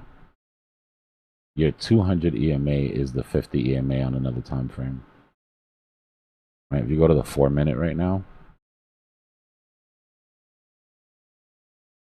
you see where your 50 is? Back to the 1 minute. Yeah, that's your 200. Right? So once the mean reversion to the 50 EMA on the 1 minute is over, then you're playing the mean reversion to the 50 on the 4 minute, but without leaving the 1 minute. Right? These are representations of where the 50 EMA is sitting on higher time frames. Once you get to that 800 EMA, then you've completely mean reverted, right, on that small time frame, and you need to move up to higher time frames to follow it up. The same way we do with the 50. You know, we're down here and we test the 50 and we get above and we get momentum, and then we go up one time frame to watch the next fight. It's the same thing.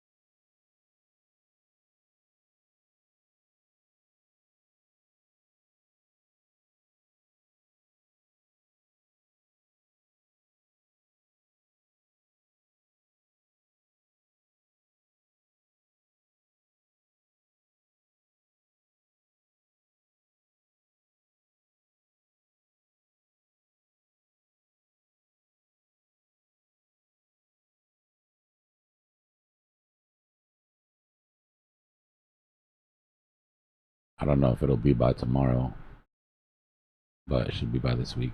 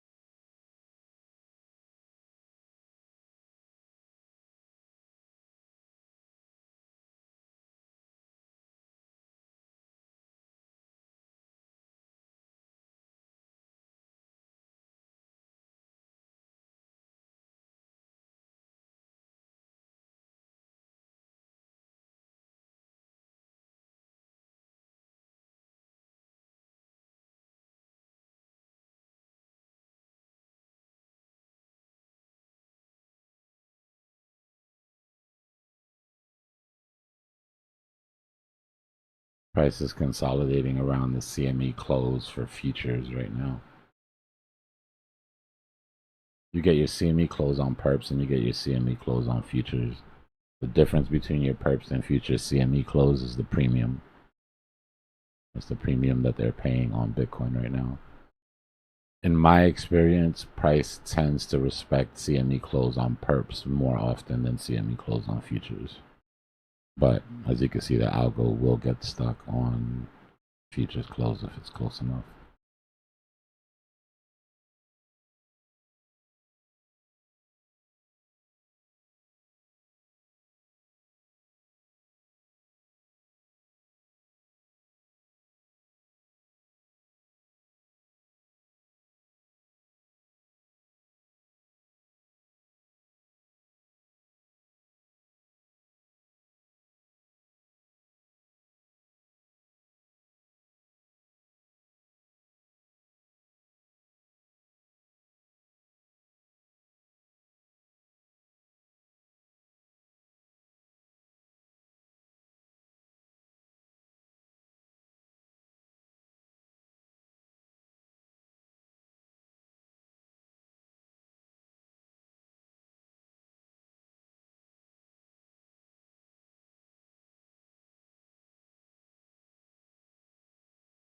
What's going on, Brandy? What happened?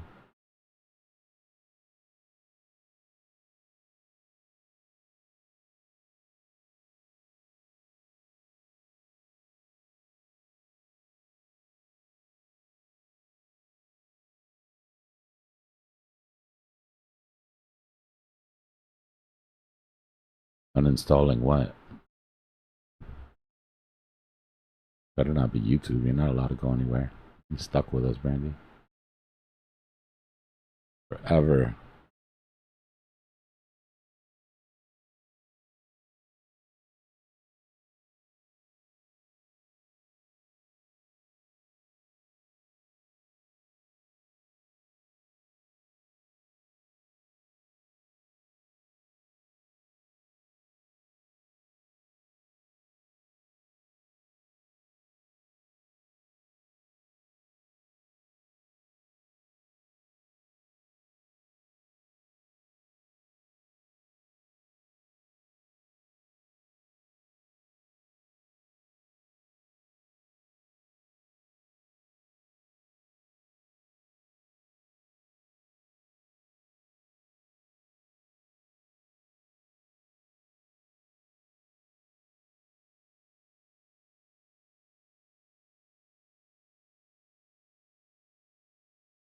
Yeah, it looks like they might set a new. I mean, I'm still waiting for volume confirmation, but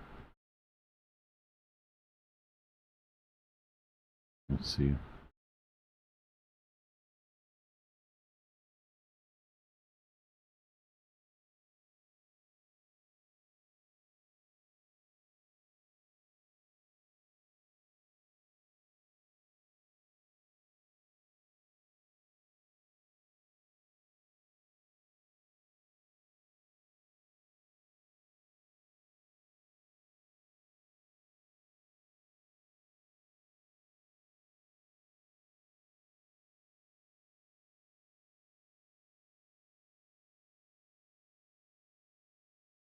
Oh, damn, I didn't even hear about that. That's a pretty big outage.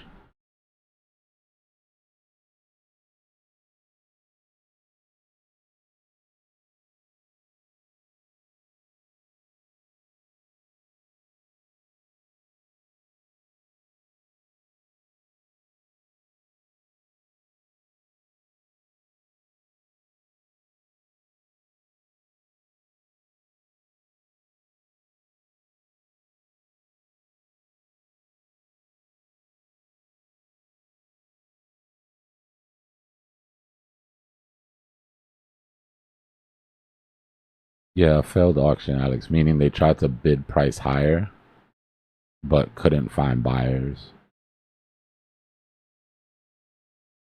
But we have to get accepted back into the range for that. We're still holding. We're still holding the top of the range, so.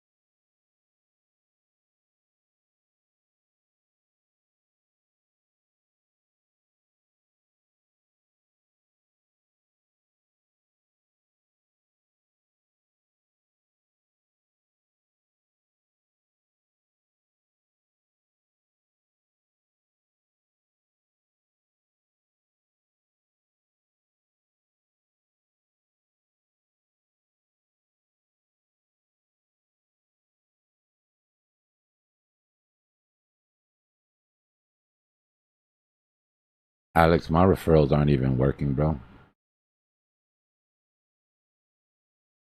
I know for a fact I've had more than 10 people take the referral. And when I look at it, oh shit, it actually popped in. Or maybe I will get it then. Maybe it just takes time. I'm 7 out of 10 now. If anybody else hasn't used Kiyotaka and would like to use my referral to give me those 3 extra ones so I could level up, that would be great. No pressure though. It's free. You don't have to pay anything.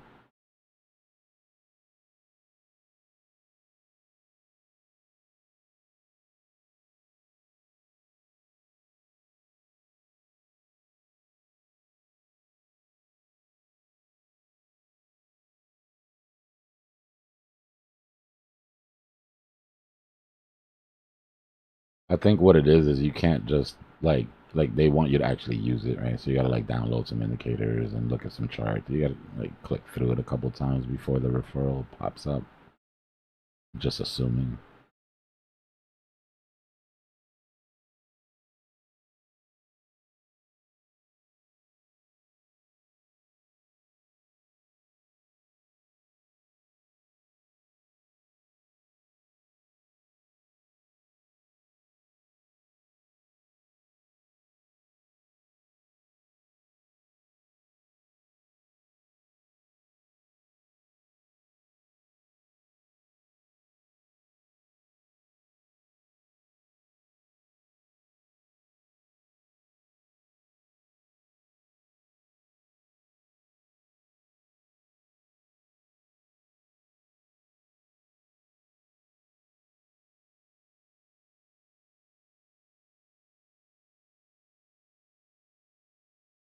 Oh really?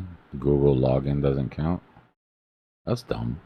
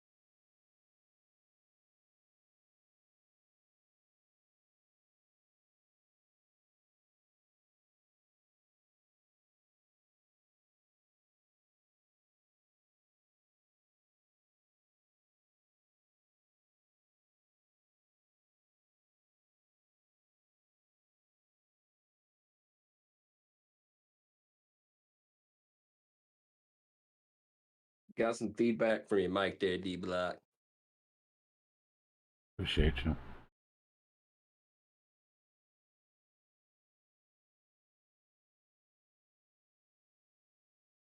Anytime, coach.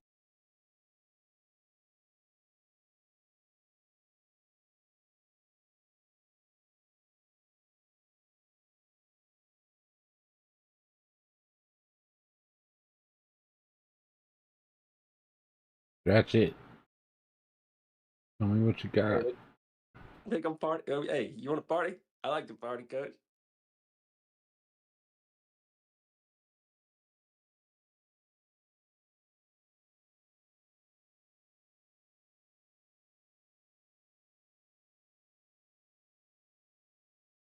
Yo, why do you think they didn't grab that earlier today? Like, you think it's just because of like price suppression kind of thing? Like, Couldn't just not enough buyers in the market. yeah, that I always forget that because I'm always buying. Gotta remember where we are, man. Most people have left and are not looking back anytime soon. Yeah, for sure.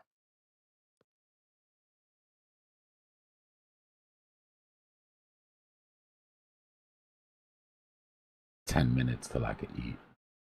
So hungry right now. Oh, nice.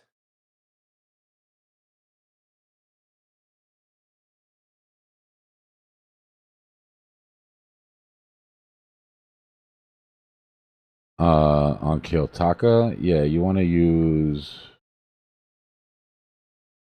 your volume footprint. You want your aggregated order book heat map.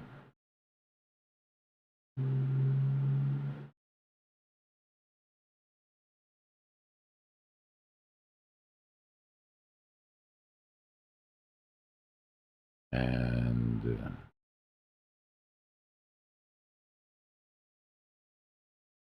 trying to think of what are the most important for you to have.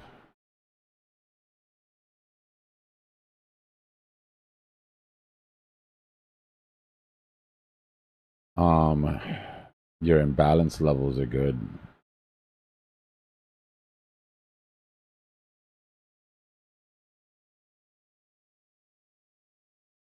And then I add my crossover and I switch it to the 1350. Right, so I can watch momentum.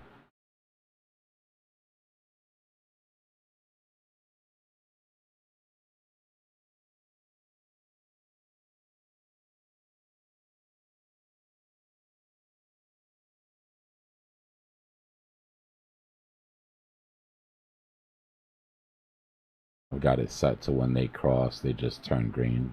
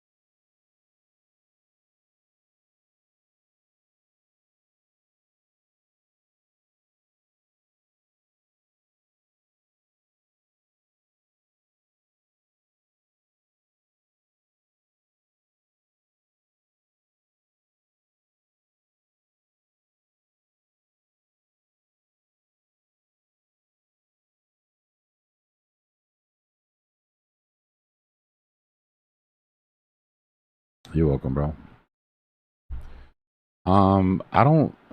I haven't noticed it. Sometimes, yeah, I'm doing a lot, but it's not like Bookmap. Like Bookmap completely destroys my shit.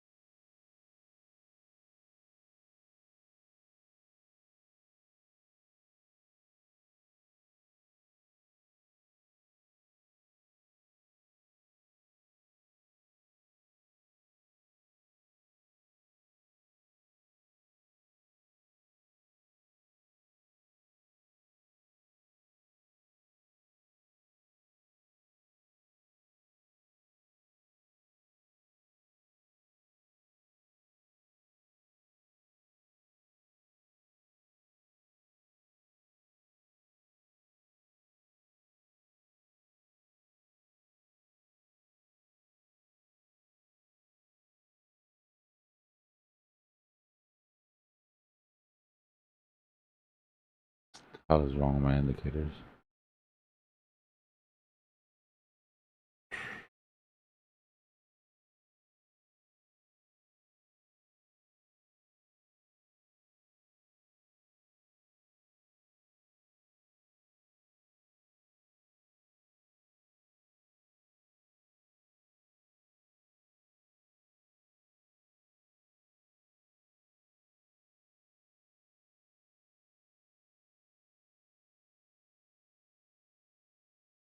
How you just gonna start the guppy there? What is going on with this shit? That does nothing to help me.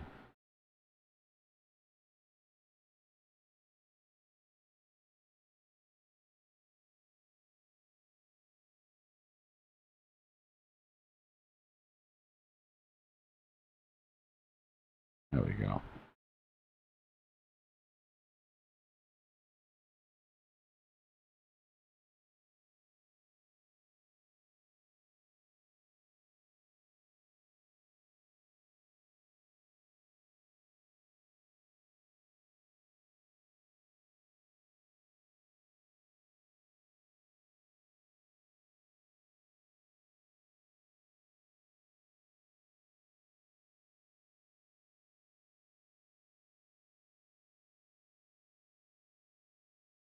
One second, I think my delivery's early. I'll be right back.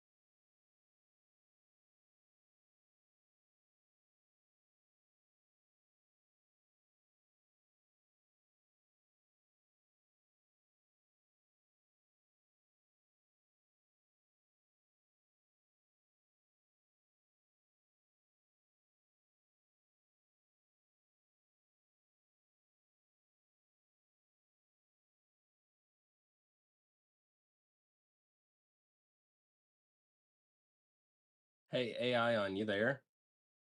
Are you there? Are you there? TikTok.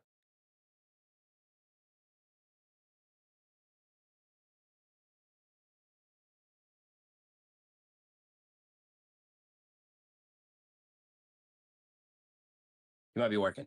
I'm sure you're always working. If you can hear me, I did not realize that in the liquidity heat map you could click symbol because you were like, I looked at Doge's liquidity or whatever.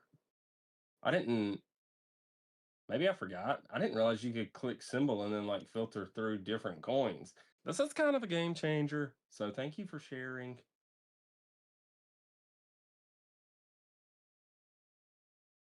That's all I wanted to say was thanks for sharing.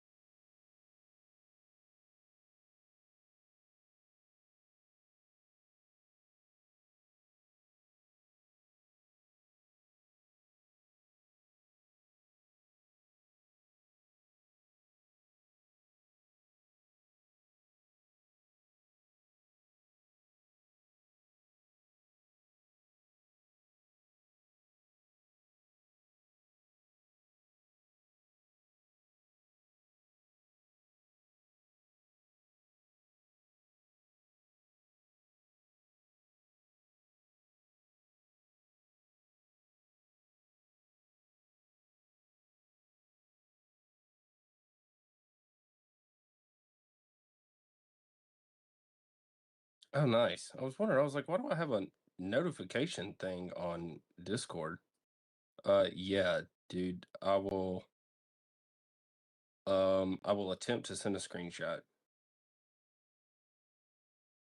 I do all the stuff on my computer, so let me just see if I got it on my iPad.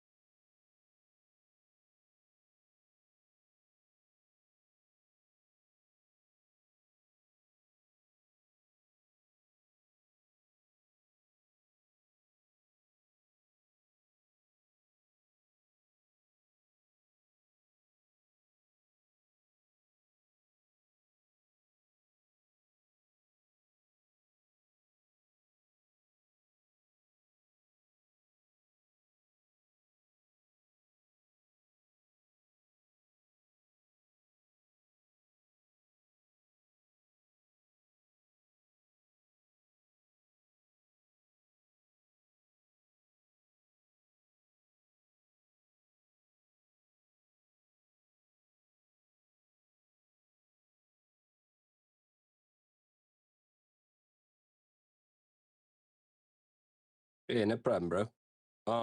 Just for the record there, Infinity, that second screenshot where I circled that Bitcoin BTC heat map part, it's not very intuitive because it's not like dark right there. It gives you absolutely zero inclination that if you click on it, it'll give you like all these tickers you can scroll through.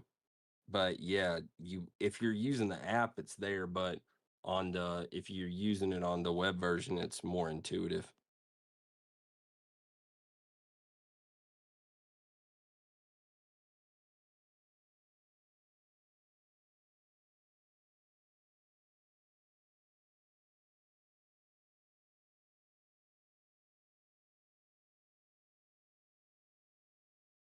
You can actually do the same thing for the order book, not just the liquidation heat map.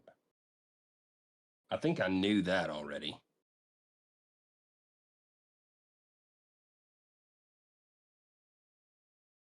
I don't know. I don't know how long that feature's been there because I felt like the only options were before, like there were options for liquidation for the liquidation heat map, but I feel like you could only look at it in pairs.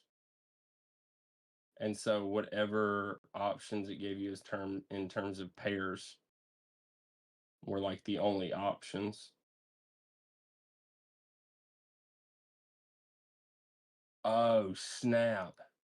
And then if you click on okay, oh my gosh, it starts out on pair. If you click on symbol, change the symbol, and then change back to pair.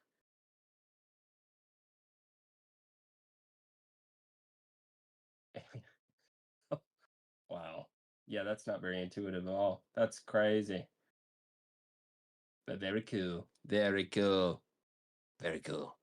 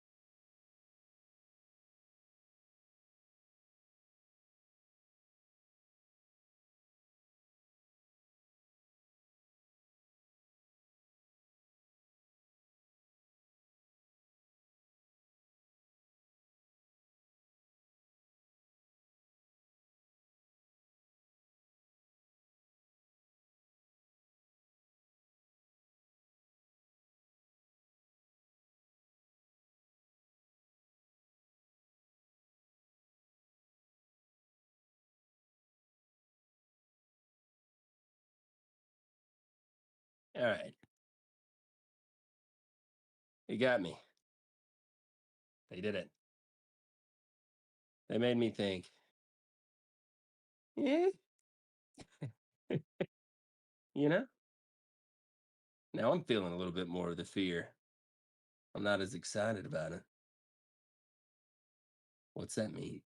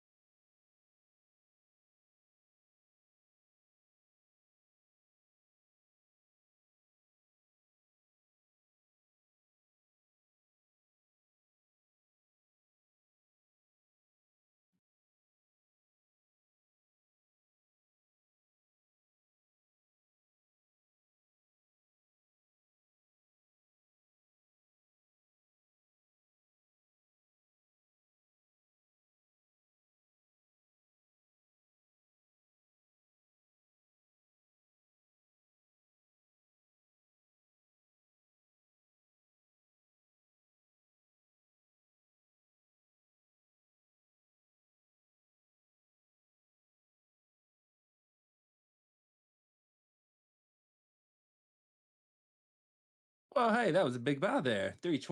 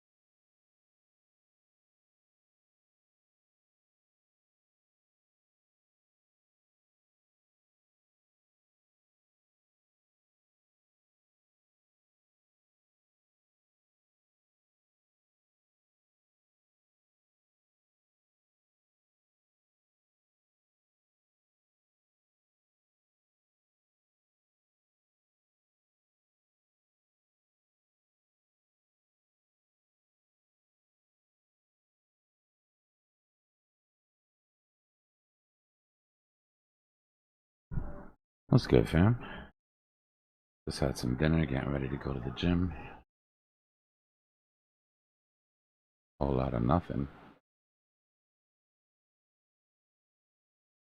Hey, what's up, D? Have a good workout, bro. Bro. What'd you get for supper or whatever? Call it supper. Sorry. I had. You're good, bro. I haven't heard that in a while, but yeah. Sorry, I'm interrupt you. I just had some burgers, no big deal. You know, was it the wasabi burger or the wagyu? No. No, I can't go too crazy on that shit. It's too rich. Isn't Wagyu beef sort of a little too... It's sort of a waste, isn't it? To grind it up like that and cook it in burger form? It is, but it's one of those things that, like, you do it because you can. But yeah, I'm sure the purists would just have a fit. You know, I've never even had a Wagyu before, as much beef as I eat. Never. It's completely different, bro. You have to. I'm sure it is. Yeah, you've gotta spoil yourself just for the experience. I probably shouldn't do it now that you say that. Yeah, it could end up being pretty expensive. Yeah, if you create a habit. But that shit literally just melts in your mouth, bro. It's like steak cotton candy. Don't say that. Yeah, so like 3 bites and it just liquefies. Amazing. I'm not really a foodie, but that sounds pretty good. If I like it that much, I'm gonna end up just eating steak again every day instead of like. That's what I did at first. The first year, I ate steak every day. I didn't eat hamburger. Now I eat more hamburger than steak. It's just easier. It is like self-limiting though, because I promise you, you're not gonna get through a whole 16-ounce steak. There's too much fat, right? The fat content fills you really quick. I think you'd be shocked how much fat I can eat. I mean, I'm sure you could put a dent in some, but you'll hit a point where your body's like, okay, that's too much good. I hear you. Yeah, I heard that. The way my calories balance out, I would say that 80% of my calories are from fat. And I might be undershooting it.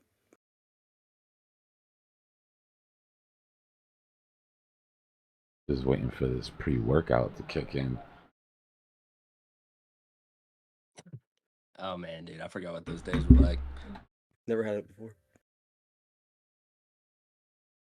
It used to make my head tingle. Of course, I had hair then. I wonder if it make my head tingle now. Maybe it'll grow my hair back. I'll let you know.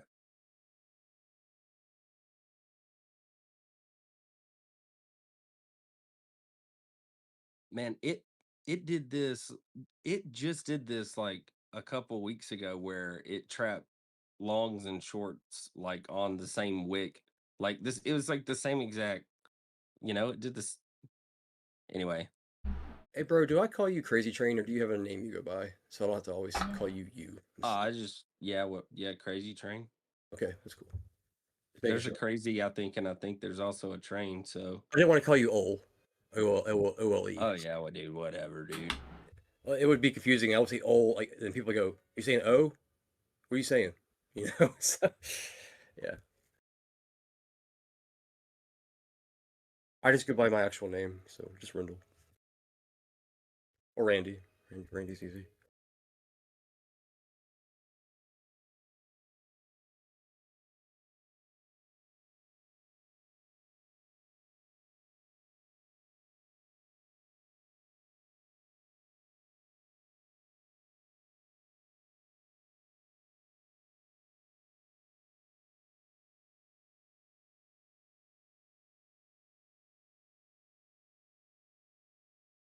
When's like the timeline on that Oracle move? Like, are we just waiting for it at this point? Waiting for them to not collapse. Do I know? Are you away from your microphone, Dbloc? No, I just have my head Never mind. turned. You're good. You're good. Yeah. Completely different now. that was a big change really quick.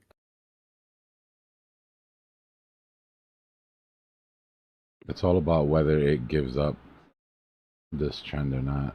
Right? We had the big gap down here that we were worried about. We've already broken visible range, came down into the gap. I imagine we'll probably gap down into that on Monday.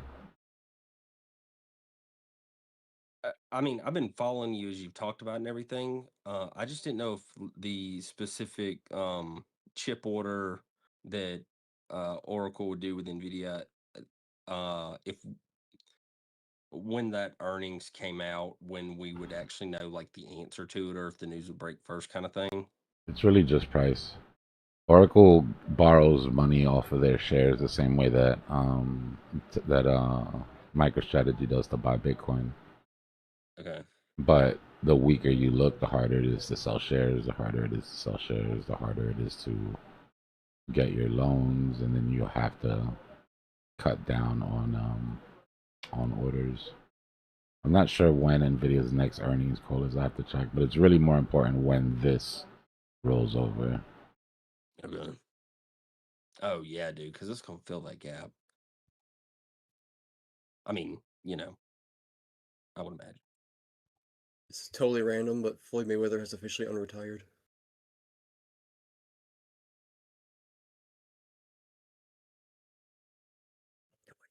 My We also Floyd got Ronda Rousey Mayweather, fighting, thin hat conspiracy is that he's broke as shit. That's actually why I'm bringing this up. I was like, maybe we should just short whatever companies he invests in the future, because That whole money making Mayweather shit, like that shit is a front. that's a shame, because like, as far as his fighting career went, he really made more money like off the actual sport itself than any other person in sports history. Mm-hmm. Not counting endorsements and whatnot, just the sport itself. Yeah. And he's robbed a lot of people. What do you mean? He's ripped them off. Like he didn't pay. Oh yeah. That's because he's Yeah, going he broke. didn't pay people like Mike Tyson. What's the YouTuber that fights Jake Paul? I think it may have been his brother though, Logan. There's several people he's done that to. Say pay him for a fight, and then once the fight's over, he didn't pay him. Yeah, I always say like ignore everything people say and just watch how they move. Yep. And the way he moves is if he needs money. Some of the exhibitions that he's taken, some of you know what I mean, like some of the endorsements that he's done, it's like this ain't an exhibition now. He has the Mike exhibition coming up, but he's going pro after that again. And that's the thing. It's like, dude, you're 49 years old.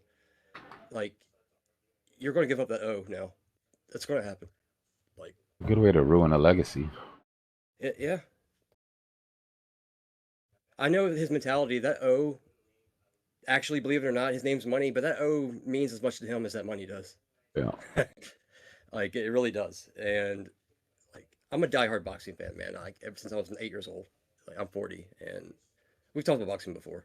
Actually, but anyways, yeah. I feel bad for the guy. I probably shouldn't, but I don't know the details, of course. But that sucks. That sucks. That was supposed to be his kid's money. Yeah. I mean, he'll always have money. Through it. He blows through it to keep looking like he has it. Is the problem. I hear you. Because when you have like that a shit 50,000 a costs, day gambling bro. habit, when you gamble 50,000 every day on fucking oh, I'm so sorry, dude. My language, my bad. On college basketball games, that's gonna, man. Like, Yeah. Sorry again for cursing, man. Nah, you're good. Well, sometimes you got to keep getting punched in the face, I guess. You know, back to plan A. Or maybe it's too late. Maybe he's been punched in the face too many times. Although he didn't get hit that much. When he comes back, he's not just gonna fight. He's gonna make the biggest fight he can for the most money. Yeah. And that's what's more dangerous about it. Like, he's not just gonna fight like some walk in the park bum. It's because everybody wants to see him get wrecked. So the biggest money is gonna be on somebody who's able to do it. You know. And it's gonna be a shame watching him lose to somebody that never could touch him in his prime. In his prime, he was probably the best I've ever seen. And I'm like you, I've been watching boxing forever. There's not many people you can name better. Skill wise, like style wise, yeah, he is technically the best of his generation. You could say in the past 20 years, like the best fighter I ever saw in my own eyes in my lifetime, Roy Jones Jr. No question, not even close. Yep, hands down. Yep. Bar for bar, pound for pound. craziness. Is he a technical superior fighter than Floyd, like on like technical ability? No.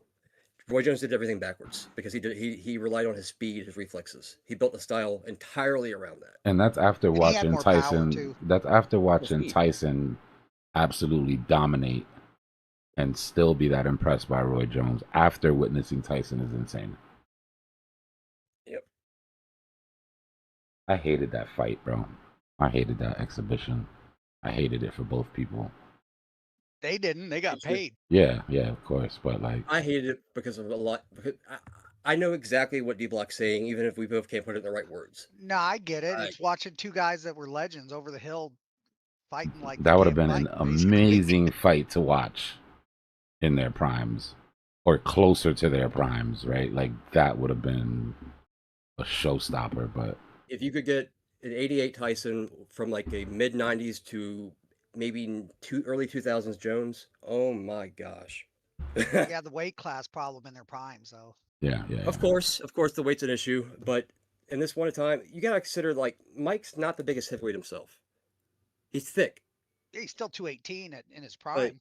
yeah, he's still small for a What heavyweight. Jones started out at what 160 or maybe lower than Technically that. 154, actually. His first championship was at 160, but he started at 154. Yeah. Little known secret. Actually, I'm kind of impressed. You know that. I think that Tyson would have got the best of that, in my opinion, because I think Tyson could have slimmed down and kept his power, but Roy couldn't have gotten bigger and kept his speed. I think it would have affected his speed. Depends. In the one heavyweight fight he had with Ruiz, the speed was there, but Ruiz, of course, can't put that intense pressure on the way he would, the way Mike would. So your point stands, Dbloc. Regardless. Unfortunately, we'll never know. We'll have to jump on a video game or something and like simulate it. It almost happened in 2003 when right after Roy beat Ruiz for the WBA heavyweight title, and Mike was on the slide. He'd been on the slide by that point. This is when he got that eye tattoo, like right before his Clifford Ethien fight, and Roy actually turned it down. Still, he wanted more money. We can't cry over spilled milk. I'll be happy if we can just get both Logan brothers to beat each other up. That's the exhibition match I want in my life. I wish they would just leave the sport. Brother versus brother. Only one can stay. I always wanted to see that Mayweather Pacquiao fight in their prime. Oh yeah. They waited till Pacquiao was over the hill. Yeah. Pacquiao's fast enough to catch him. I mean, Pacquiao's still an active fighter, sort of. Just Roy Jones is. I mean, the Mayweather's just a ghost, bro. He's just so hard to hit. It's like he's there and then he's not there. That'll probably be the fight that gets made still. You'll probably end up seeing Mayweather Pacquiao too, even though nobody wants to see it. Enough casuals will watch it. It's a somewhat safer fight for Floyd. Manny just fought in October.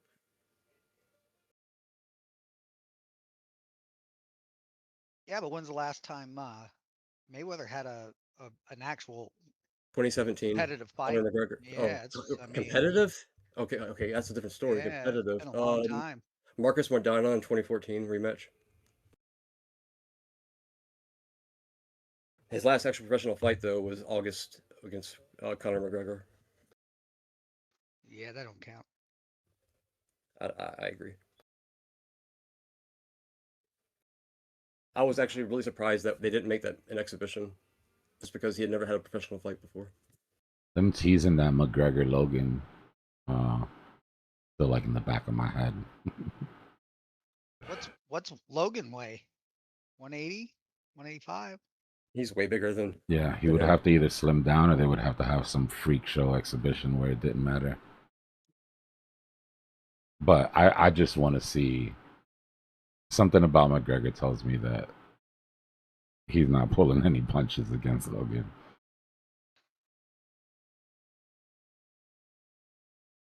I mean, even the last fight, Buddy was pulling his punches. The one punch that he didn't pull shattered his jaw. Hell, he just had to have surgery again. It's nuts, bro. It wasn't healing right, so they had to go in and do it again. I think it was the day. On Logan Paul? Is that who you're talking about? Yeah, Jake. Jake. Oh, Jake. Okay, yeah. I hope it was worth the bag. How many millions would you need to get to go through a couple jaw surgeries? What was the Well, he got payday? paid 90? 92. That might be enough, bro. Netflix. Yeah, maybe Netflix never paid. man. Wow, I can't believe they paid that for that. But whatever. That might be enough, bro. Yeah, that's enough for me. Fuck that. I was like, I would get my jaw broken, get it fixed, pop back up to dude's house, and let him break that shit again for free off the original 92. I got a pretty tough jaw, I'm gonna be honest.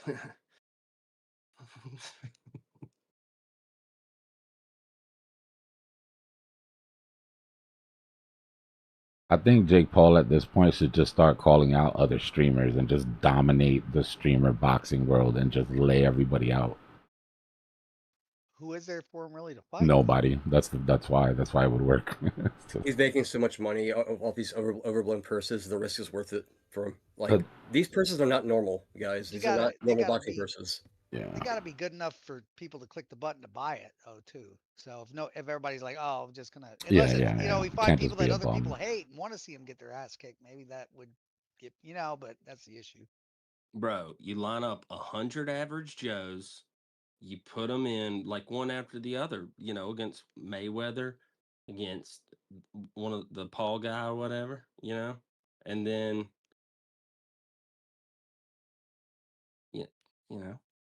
Roy Jones used to do that in Pensacola, Florida. Line 10 dudes up in a night and beat them all. If That's what I'm saying. you're in Andrew Tate's Hustler University, that's what he does on their meetups. That shit is hilarious, bro. All of these guys paying Tate to show him how to be a man or whatever. Then he has these meetups and there's a ring and he's sitting there in his Muay Thai outfit and the guys just take turns coming in the ring getting beat up. It's the funniest shit ever. Time to prove you're a man. That's what I'm saying. And then he right? just sits there, bro, and just because he is a trained fighter, bro. Like you can't. He's pretty good. Yeah, even if you're not good, if you've trained to fight and you're fighting somebody who hasn't trained to fight, you are going to destroy them. That's right, man.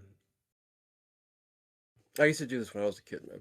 It's anyone that's been trained at a boxing gym is already ahead of anyone else that's never trained. I don't care if they fight at school and stuff like that. That's not the same thing. Yeah, dude. Yeah, boxing is complete. I mean, I don't know anything about boxing, but I can tell you this. Boxing ain't fighting. I mean, I don't mean that in like a whatever kind of way. I mean, boxing is boxing. It's like there's like a fight like in the street, and then there's It's not just boxing that. in a ring. Boxing, MMA, whatever. Anyone that's trained as a fighter, like people that do plumbing for a living, thinks they can just go fight a fighter. They don't. It's like it totally skips their brain that like they do this every day, dude. Like you go plumb every day. This is what they do every day. Every day they get up and this is what they do. Like, yeah. Yeah, they can't come pour concrete with you. That's why to me this whole YouTuber boxing thing is wild to me. From a lot like a. It's funny, boxing's been bro. my life forever. It's really funny to watch because it's like one, nobody's in any risk of being hurt. They just pillow punches and it's just funny as shit. But what's really funny is when they have real beef, right? Like two streamers have been arguing for like 3 months and then they put them in the ring and it's like, oh, it's gonna be fun. But yeah, it's just I guess exhibition. It's not anything serious. I'm sensitive when I see people in comment sections comparing YouTube boxers to real boxers, or I see these YouTubers disrespecting real boxers and talking shit to them like on Twitter and stuff as if they can actually do anything with them. Yeah. I don't know. Maybe I'm like 40 again. Like I say, like I shouldn't care about this kind of things, but I get like offended by it almost. Like, what? You're offending me for the sport I love. Hell for, like, yeah. the world I come from. Like, what are you people? What is wrong with you? Yeah. Oh, I love that energy. I love that energy. Hey man, I just had to bring up the fighting, pillow fighting, but the one with Screech from Saved by the Bell. That I think it was celebrity boxing or something, and he beat that guy up. That was a good one. Oh yeah, that guy's dead now. All right, y'all. That pre-workout is kicking. I'll be back. I'm gonna go get some gains, and then I'll come back and get some more gains if there's anything moving. All right, coach. Stay safe, y'all. Yeah, the man. Be safe. It, Kimbo Slice put was me my in the man. ring. Kimbo Slice was from down here. But that's Oh, another good example, right? Kimbo was oh, an dude, absolute Kimbo. monster on the street. Legend. But the second he had somebody put paws on him that was actually trained, things were different, you know? The Yeah, but man got knocked out by he a could take a jab. hit though. He got knocked out by a jab, dude, in a UFC ring against people that are not trained. Striking is not boxing still. They don't. They can punch, but it's not the same. I mean, he's got a puncher's chance as much as everybody else does, but good luck. Hey, I ain't fighting that. But that some of young those backyard fights, bro, epic. Some amazing, Yeah, they were awesome. amazing Oh, dude, that was fights. in the good days, man. Internet was wild back then, bro. That was when It was that was so. that was the very beginning of YouTube, basically. That's That was in Damn. the bum fight era Yes. where people were paying like homeless people to fight and record it. Like it was just wild times, bro. I don't agree with it, but I mean, if it does happen, I would record it. dude. My dad and For his brothers used to do that by the river, James River in Virginia. Right, I'm in Richmond. Before I was even born, like they would actually pay bums to fight each other. No, allegedly. I mean that's what they told me growing up.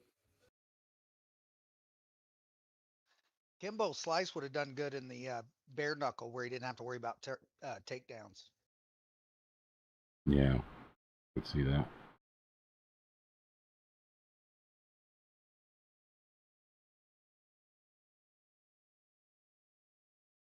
All right, I'm done.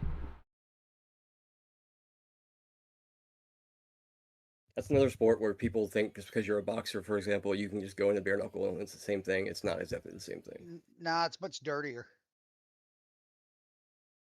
Boxing is different. I mean, it's so different. Like I feel like just like the average person, right? Like in a cage fight or like any other style, kind of almost stands a chance. But in just because some people are like country strong or like whatever. They might be able to take more of a beating, but That's what I'm saying. That's what I'm saying. Like there's like some people, there would just be a higher percentage of people that would like stand a chance is literally my only point. I And don't know, man. You throw in jujitsu and wrestling on people that they're just off the street. That's just as big as a thing as boxing. I mean, to somebody that's a dude, I novice. think to me boxing would be so much more difficult it is more because difficult. There's a reason why people in MMA don't go make more money in boxing because they make a it's lot more money in boxing. it's like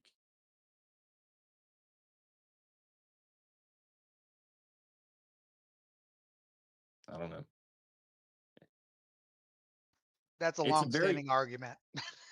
Yeah, no, I mean, I don't know anything about boxing. It's just that's like what actually intrigues me about boxing is that it like from my point of view, like I'm a big sports guy, but I don't know anything. Boxing's very It's timing based and reactionary yeah, based. like it's very technical. Like I really like that aspect. Like it feels like it's like it's a constant equation that they have to solve like, you know, That more and when you so. get hit in the head, man, it's when MMA fighters go and they go practice striking, what they call it in boxing. They might take boxing to improve their striking. They don't enjoy the sparring that much always because when they get out, just a couple rounds now, I've seen many MMA fighters complain about feeling drunk after. They don't usually feel that way because when you're MMA, you're not forced to constantly be and stand in front of each other and exchange. You're not constantly getting hit in the head, and so you're And you taking a lot more head trauma, a lot more. in MMA, if you really throw punches where you're shifting a lot of your weight, you're going to get taken down. So if you Yeah, watch a lot of MMA, it's more arm punching, not necessarily. I mean, they get in on it, but yeah, you're right. You're right. I've been watching more MMA lately, I um, think and yeah, I think a big part that people miss about like so bare knuckle looks on the surface like it's a much bloodier sport, and in some sense it is, right? Because you are dealing with knuckles versus. You're gonna have more cuts and stuff on the skin. But the reality is, like, the boxing glove adds a lot of weight. It adds weight, and So- the fighters are actually hitting each other harder with the gloves on. Yep. So, Even if so they're not you, thinking about it, when you don't have when you have gloves on, you're subconsciously you don't hesitate anymore in your shots. You don't worry about hurting your hands. right, and like, um, so MMA gloves are somewhere in between. It's a little bit less weight. Yeah. A little higher impact though. Um, but I mean, like, so either one though, I think you still look at like a really high risk of internal bleeding, and that's where a lot of like that's why they don't let you hit people in the back of the head. That's why, I mean, there's a lot of reasons. Rabbit It's one punches of the are super reasons why. illegal in boxing. Super illegal. Yeah. Yep. It's pretty simple math. If you take volume times speed, and if you're a professional fighter that can get your arm to go full speed, whether you're wearing a 4-ounce glove or what do they box with usually, like 12 ounce and or It's 8 16? ounces. 147 and down is 8 ounces, and 147 up is 10-ounce gloves. I wouldn't be surprised, by the way, if a lot of these bare knuckle boxers or bare knuckle fighters, if they don't train with like weighted, with gloves on, because it You have to might protect your be. hands. Yeah. Huh? They have to because they would take the risk of hurting their hands. Yeah, before- and then plus to add the weight, so it'd be like taking off the training weights, right? When you go to fight. So I'm not saying it's not dangerous.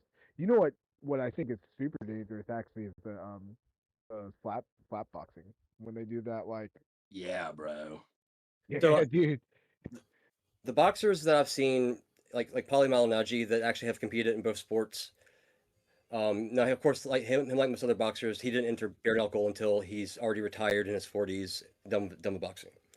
Um, his shock was that boxing hurts way more than bare knuckle. Than bare knuckle. Yeah. Because the punches are way harder and the fighters do not hesitate to throw properly. In their mind, always, even if they're not really thinking about it up front, they're somewhat scared in the back of their head of breaking their hands or fingers. Yeah, I mean, I do wonder, like, so then you watch Muay Thai, right? And like I do wonder, and like kickboxing, and I do wonder what the danger level is in comparison, because like I can only imagine like a shin to the face. Well, You know what I mean? you don't Like, hear too many deaths in the other sports, and okay, there's more deaths in boxing than any other sport in the world. yeah. So that goes to tell you right there. I will say, Is that I because of the feel, sheer number of times you get hit? Because they Yes. really trade. Yes. Yes. That's what I'm Yeah. saying. Being forced to stand right in front of each other constantly, you don't go to the ground. You have to exchange shots, and it's always to the not always. There's body shots, but the vast majority are to the skull. yeah, I don't remember if you remember the guy that ended up dying, but like it was, I remember like uh seeing like videos of him after he got like rocked really hard, and it was kind of sad to watch. Like it was really painful because like he just lost all. Each one, like there's about 12 to 20 deaths a year in boxing. I want to say this is a Brazilian guy, because he survived for a while, but Okay. his career was ended, and then I think he died like a year or two after, something The like that. last high profile death I can remember was a lightweight fight in 2005. I want to say between a guy named Diego Chavez and Levander Johnson. Johnson collapsed in his dressing room after the fight, and he died later on. Now, there's been deaths since 2005, obviously, but that's the last very high profile one I can think of. All I remember was it was a big deal because the guy hit him after the bell rung, and Oh like, no. yeah, it was a cheap shot that Let me ended look this up really his quick. career and probably his life. You just triggered a memory. I can't remember who that is. Yeah, I think he was a Brazilian guy.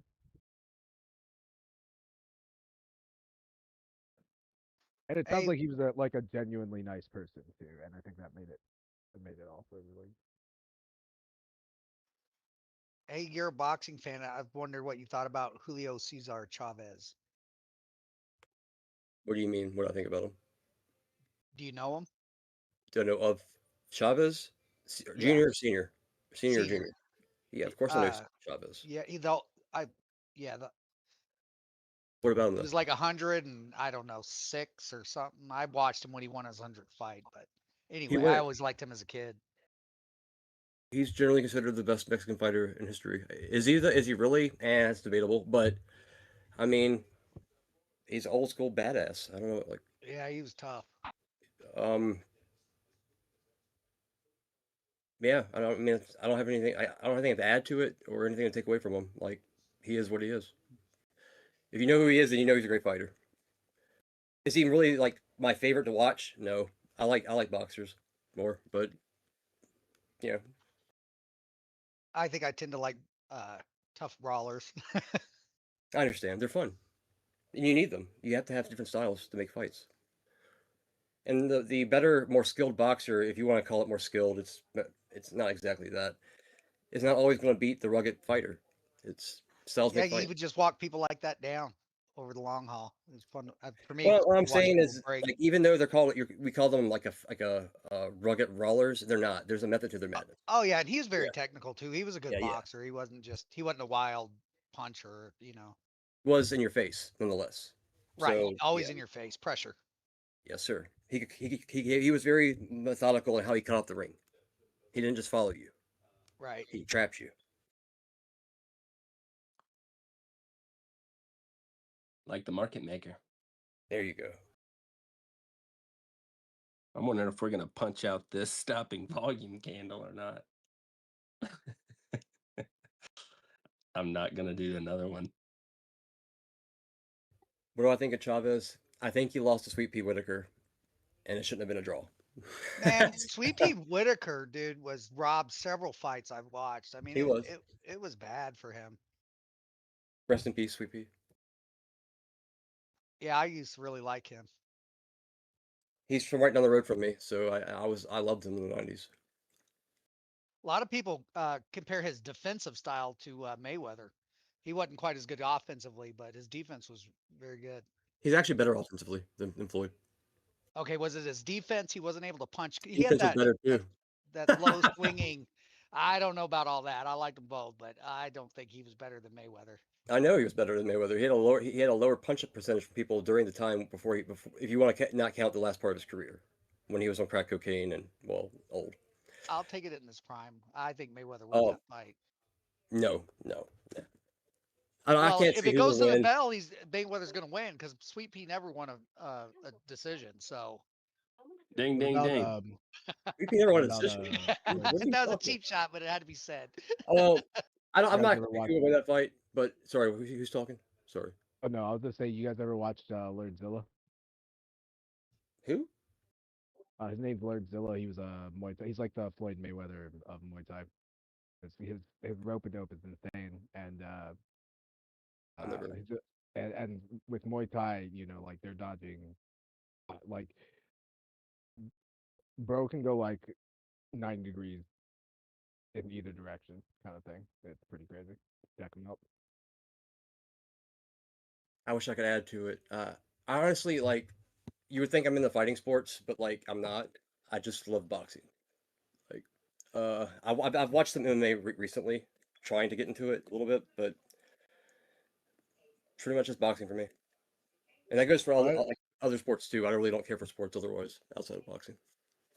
I had a friend who was MMA fighter, and when he was younger, and had a bunch of promise. He actually he trained the trainer in Never Back Down.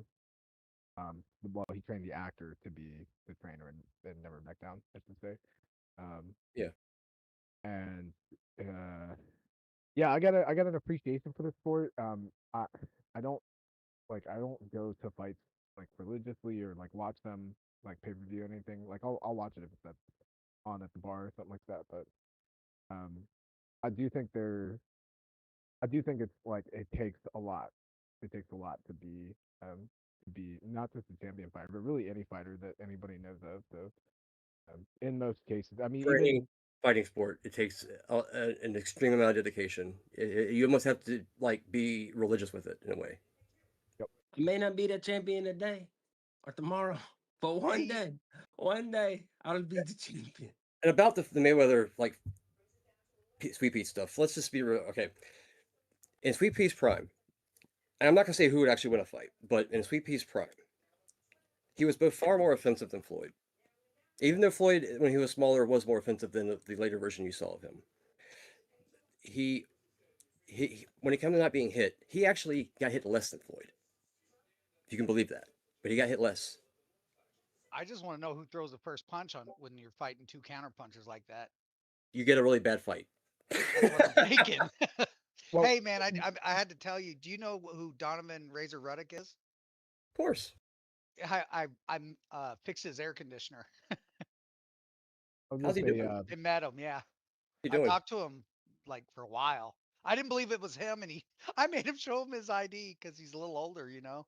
He's been Uh, doing exhibitions lately. yeah, he was still running and working out, and this was probably 5 years ago, and he's still running every day. And but yeah, I didn't quite. I mean, it looked like him, but I couldn't tell because he's aged. Last time I seen him, it was 20 years or so before that. And yeah, anyway, it was He's pretty an cool. example. I'll use him as an example of how much harder it was to be a fighter back then than it is now. He's a tough son of a gun, dude. You have all those names, but you had big names like him back then, who was a big name, who never ever was a champion. And he could really punch too. He could punch, he could fight. He had a reputation before he was known in the amateurs. Like he was going to be something, and he was. But back in that day, there were so many good boxers that even back by the '90s, there were so many good boxers that you could make a name for yourself and be a big star without ever being a champion. Yeah. That won't Well, he happen fought today. Tyson twice, you know. I Yeah, mean, he did. and did well. Yeah, he did. Especially the first fight. That's why there was a second one, right? Yeah. That's right. yeah, I was gonna say, I do think like what is a technically good fight is not always an entertaining fight, and what is an entertaining fight is not always a technically good fight. That's right. Right. A lot of times, the But best fights come with less people that are not quite as elite. yep. Um, Well, and I think that's two part, right? Because it's they've got something to prove, but it's yep. also so, like even if they just last however many rounds for a lot of them, that's I'm gonna give you two fights to think about with this. Okay, you have the obviously, and actually the two obvious fights. You have the Mayweather. You have the Gotti War trilogy. We can just go with the first fight, just because. And then you have, and that's two. One was a world champion a couple times in his career, but you can be a world champion and not be elite. Still, not be like what I call great. It's circumstantial. Gotti had a big name, and he was fun and good enough. So you have them two in their legendary fight. I don't know if you've seen it or not. If not, go watch it. Go watch it right now. Um, and then you have Castillo and Corrales in 2007. The other fight was 2003, and that is a high octane fight, like the other fight I just mentioned, but with a higher skill level. And I don't know what's a better fight actually, and that's why I'm bringing it up. Like I'd actually have to watch both fights to know what's a better fight. If you haven't seen both of those fights, you're in for a treat. Go watch them. It doesn't matter how old they are. Go watch them. Man, I watch all the old fights. I love it.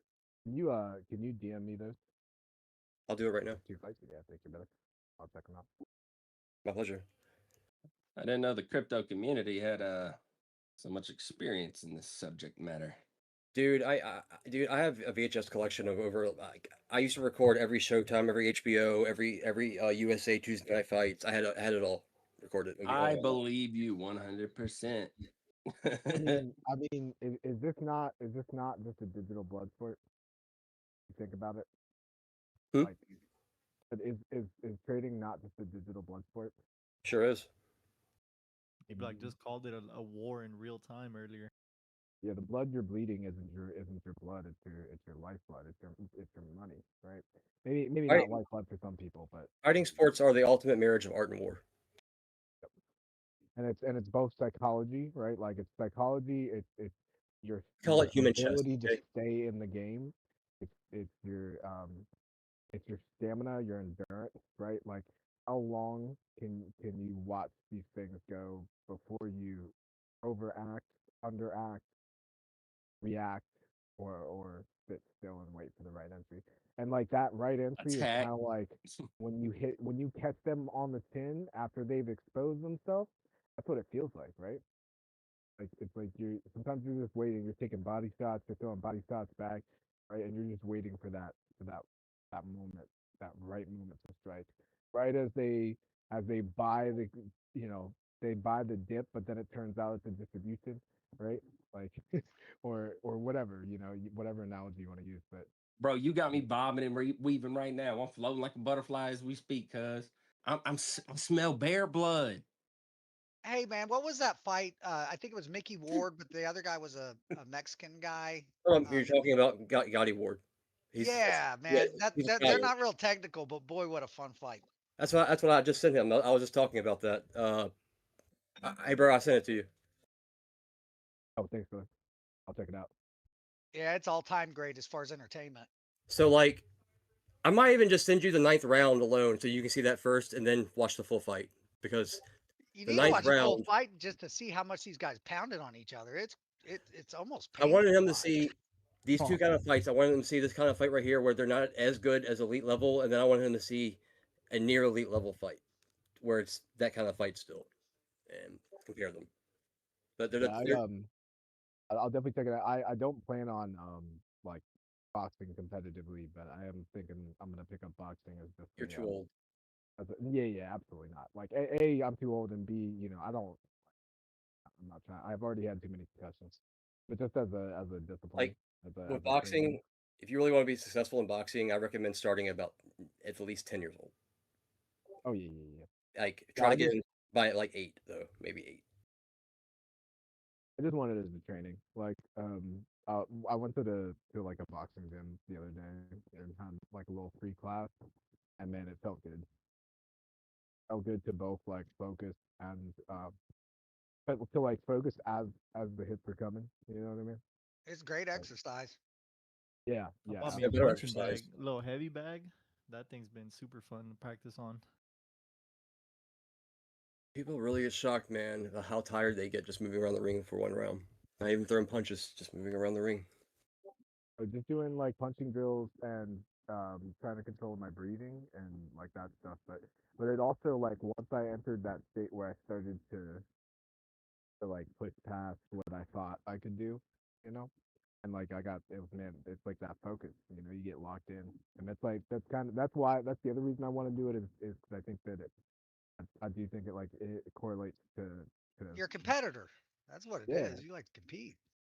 Yeah, well, and I'm also like, you know, I'm getting older, so like I'm not trying to compete, but I But do, still, yeah, I do love it. that's what it's touching rubbing up against. Yeah, exactly, and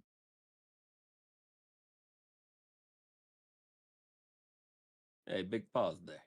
Think we lost you there, buddy. It might have been the yeah, session in the rubbing. like for like for real world, like I'm a bigger fan of like Brazilian Jiu-Jitsu, Krav Maga, or Muay Thai, but um, you know, like I'm not speaking. I'm pretty de-escalatory in reality. Like I'm not a big fan of violence. But you know, sometimes duty But calls, catch right? you in the street. Oh, shit. It's not the violence, believe it or not, of boxing that attracts me. It's something about the intelligence it takes in there to do it. The Well, time, and then a lot of things, the heart. the persistence, the intelligence, the endurance, and the focus amidst the violence, right? Because there is something to be said for like the amount of focus that it takes to be like taking hits to the head. Let me tell you something. Like Mickey Ward and Gotti, the first fight I sent you, these guys, by the time they were done with their third fight, they were best friends. Gain a whole new respect after They were best friends studying the after faith that, that to the many point that they times. became the godfather of each other's children. That Mickey Ward retired after their trilogy. Mickey Ward was there for every fight Gotti had after that. He was in his dressing room. He walked him to the ring. By the very end of Gotti's career, guess who his trainer was? Mickey Ward was his corner man for the last fight of his career. Mm. Yeah, After those two gave each other part of their soul, man. If you watch it, it's just amazing. they there was no one else they respected in the world more than each other after that trilogy. A person that when you fight somebody, you learn things about them. You know things about them that their wife doesn't know. You learn who they are. Everyone like people learn who they are in a fight like that. Just about each other, but about themselves too. Yep. 'Cause it's a battle of wills. It's a battle of minds. It's a battle of physical prowess, right? Um, It's and I like they think said you in Nate. either walk away hating your enemy even more, or you walk away with respect for your enemy, and that's or your opponent, right? So that's really what it is. Muhammad Ali and Joe Frazier hated each other, but Muhammad Ali said if he was in a holy war, there's no one else he would rather have by his side in a war than Joe Frazier. But yeah, Okay. yeah. That's like there's few people I would follow in the battle. But the even fewer that I know why. Um, and out of those, one's had my back, and the other I watched get messed up by other people and stand his ground, and then the third is someone that I was at odds with, and yeah, that's kind of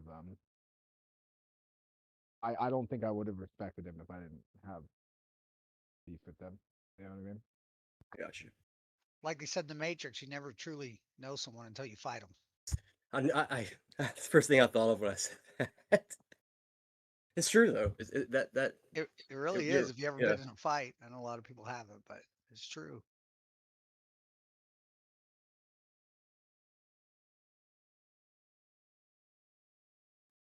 Yeah, people always respected me after I whooped them. You know what I'm talking about? Yeah. Yeah, undefeated.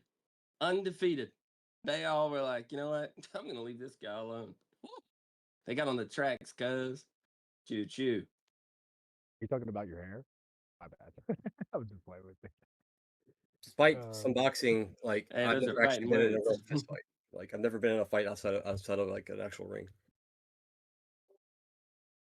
If Oh, it come makes on, you live a feel, little. if it makes you feel better, My ex used to beat crazy. my ass. It's not If gonna it make makes, me feel better, but go ahead. I was gonna say if it makes you feel better, crazy. I had to shave my head earlier this year, and I'm like, do I just give it up? Do I give up the war that I'm losing and Look, just bro, cut it I'm and not do here it? to make your decisions for you, bro. That's weird. You're going through Sounds that. like you got an internal boxing match. You need to figure it out. What's going on with your hair? Because like I cut my hair. I had long hair for 20, 21 years, something like that, and I cut my hair in 2020, or was it late 2019? Either or. Um, and I tried to grow it back several times long, and it just messed up every time. It didn't go right. I'm on my like fourth or fifth I've attempt got now. a patch on my head that where the hair just doesn't go in because I had staples there, and then I'm sorry, bro. it's just when my hair is long, I love it, but like I get the worst like dandruff ever, and it's possible it's not dandruff. It could be psoriasis. It could be a couple things, but it's worse when my hair is longer, and it's much easier to treat when I shave my head. So I was like, kind of like the guy with the shaved head because it's easier to maintain and I look good. You know what I'm saying? But the I other got a part of little, me is like, but don't give up your hair, bro. I got a little patch missing, but that's because I took 18 staples up there, and because I'm a savage. You took 18, bro. I had like 6. 18, Jesus. cuz Jeez. 1, 2. Hey man, for that many staples, I'm glad you're still here, man. That's what's up. Shit. You got mental scars, my Bro, let guy. me I have tell a you cracked skull something, too, bro. and It's I had to have incredible. staples, but my hair came back in there. It didn't. I lost a knife fighting. Well, I took the staples out my head myself. That's a true story. My ex These damn girlfriend things. threw a beer bottle up back of my head when I was trying to leave during an argument one time. And yeah, Damn. 18 staples, I took them out myself. What'd you They find? said I Hey, couldn't do it. They said you got to come back. I said no, I don't, was and I didn't, and I was your, didn't. was your ex That's crazy. Italian, I also Hispanic, or had Russian? staples on my. I don't know like what she's white. I know that. I don't. I have no idea. Gotta be like I don't know. That sounds like my Italian ex. She was also a stagehand too, by the way. Are you saying that? Yeah, Are you saying a she woman caused these 18 staples? Yeah. Oh no, 18. No, I don't know how many I'll, staples I had. Yeah, I'll give my Italian ex her credit. She had the fire and she never once put her hands on me. But I know she thought about stabbing me a couple times. She didn't do it, and I respect that. I respect that. You know what I mean? All right, yeah, so I do I know was what you packing mean. my sorry, I was packing my bag to leave during an argument, and I just wasn't staying around to argue. And so I'm down on the ground, getting like zipping my bag up, looking down, and we're still arguing. I'm not looking at her, and we're going back and forth. And out of nowhere, she took a fuck. Excuse me. I said it again. I didn't say it all the way. Um, she took. I don't know what it was. It was probably like a Blue Moon bottle, or maybe it was Sam Adams. One of the two. It's a very thick bottle, Medium class. and it's glass, and she threw it from about. She was sitting right beside me, so it wasn't like a long away. She threw it right there, and it hit me right in the back of the head, man. Like not the back top ish area. Yeah, yeah, that was bad. Yeah. Well, Did you the know what you glass did wrong break? there? Huh, You denied her the argument, and that's the thing. It, dude? it's almost worse to not argue than it is just to argue. I stood up, like looking down still, and all of a sudden, like the blood just came over my eyes. I'm like, okay, here we go. Bro, it's like when you get like a head wound like that, it's like you remember the beginning of 007 Goldeneye? Bro, Where how like how were we? Hold on a minute. Hold on a minute, dude. I have so many questions about this story. We are not skipping over this. Okay, I'm just not gonna apologize now. But so first of all, did the glass break? Second of all, what'd you get? Stitches? They shaved No, that? it was the very bottom of that damn bottle that broke on my head, and it broke my skull. It didn't crack my bone, but it broke all the way through to it. Basically, I didn't know when I got to the hospital if it was a broke skull or not. Did the glass break? No, no. That was a thick bottle. Facts.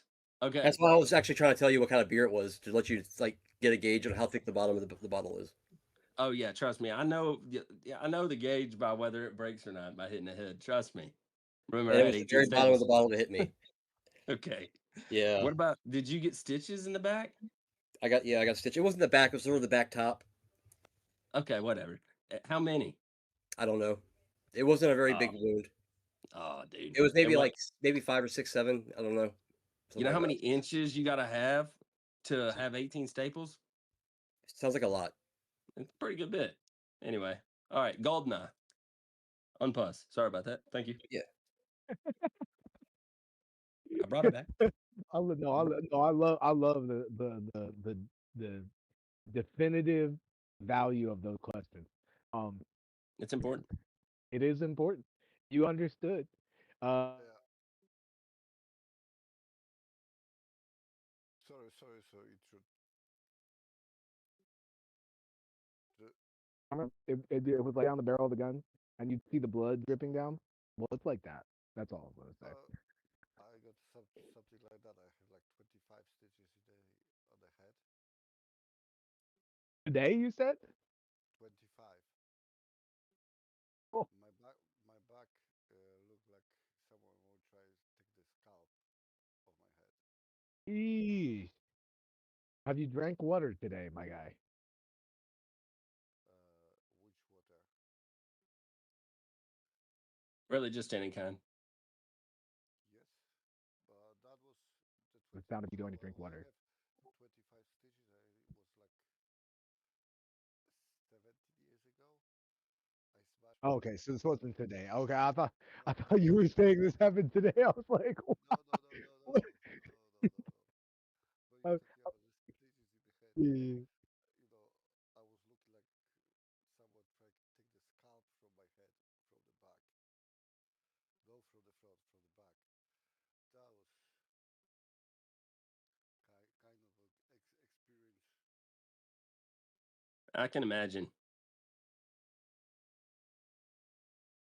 I fight with Vlad on the street.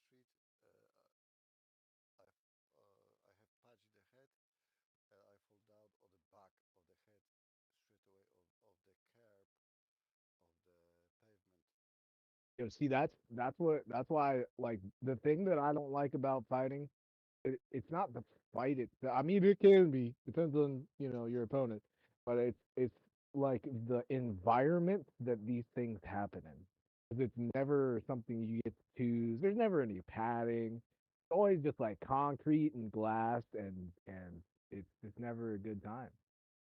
I'm a firm believer. Doesn't mean there's not a time and a place, but It is just never a good time. Yeah, I mean, you can always use it to your advantage. You can, but then you look like the crazy one. But I guess you are old crazy train, right? So Choo choo. I definitely know who I'm not fighting. Yeah, that's what I'm talking about, dude. Let me tell you something. I got some I don't have too much experience. But growing up, my sister could have I mean, she could have beat up anybody in the high school. Seriously. I mean, it's not like she Love just, that for her. I'm just saying I'm talking, grown. And it wasn't until about the 8th grade where I could take her. I mean, beat her up. And so it only took one time. And bruh, let me tell you, nobody nobody got on these tracks after that. Well, I mean, a few people did, but they got ranced over. And these wheels didn't stop. We didn't stop. We didn't say, oh no, somebody got ran over on the tracks. No, we kept chugging along. We said, choo choo.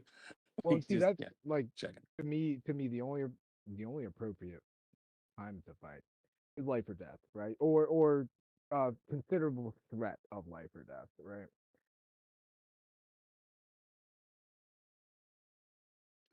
It's different. It's different. It's different how you.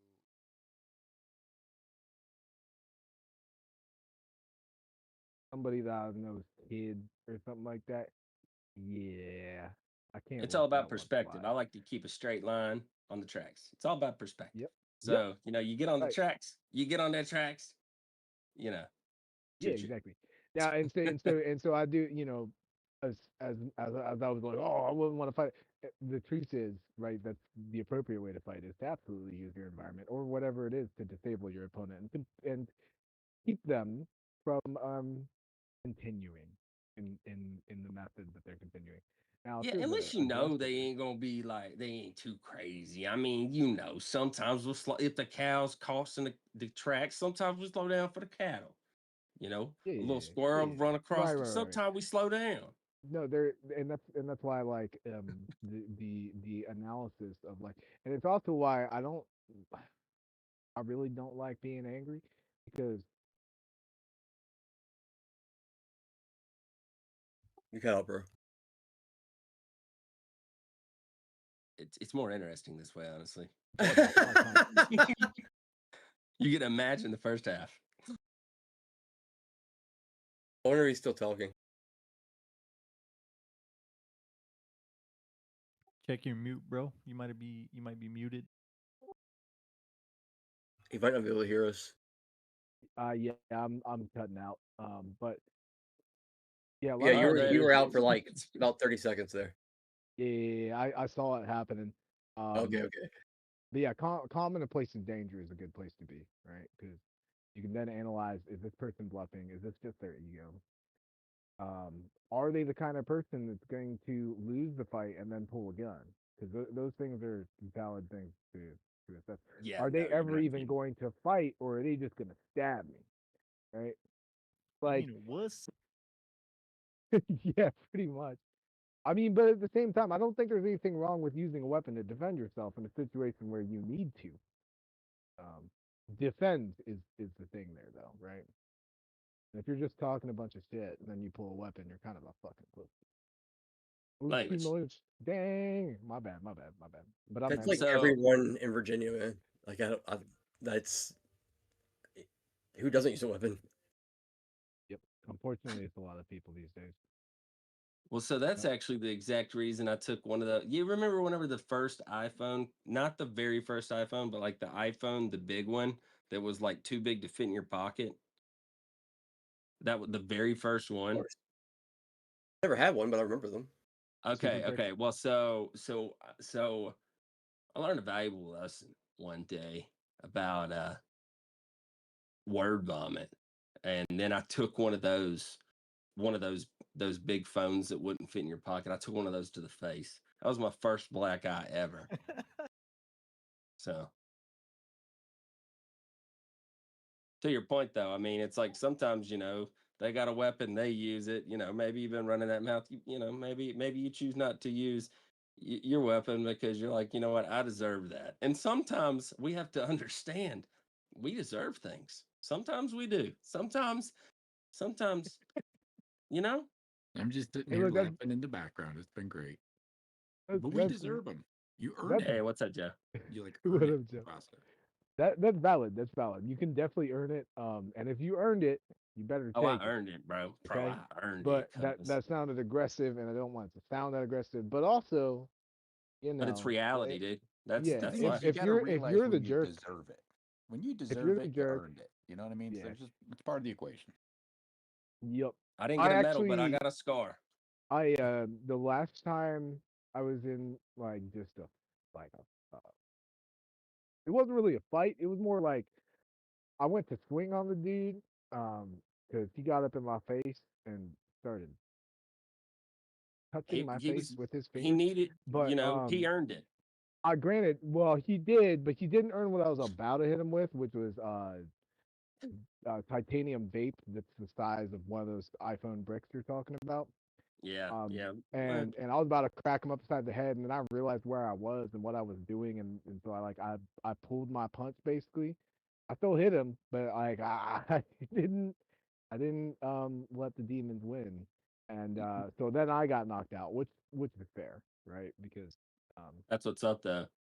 yeah, You um, learned you earned that lesson because you're like, I if you don't pause right there, dude. he If you don't did pause, earn the lesson too, but the lesson I was about to deliver was not the lesson that he earned. You know what I mean? So I was like, wait a second.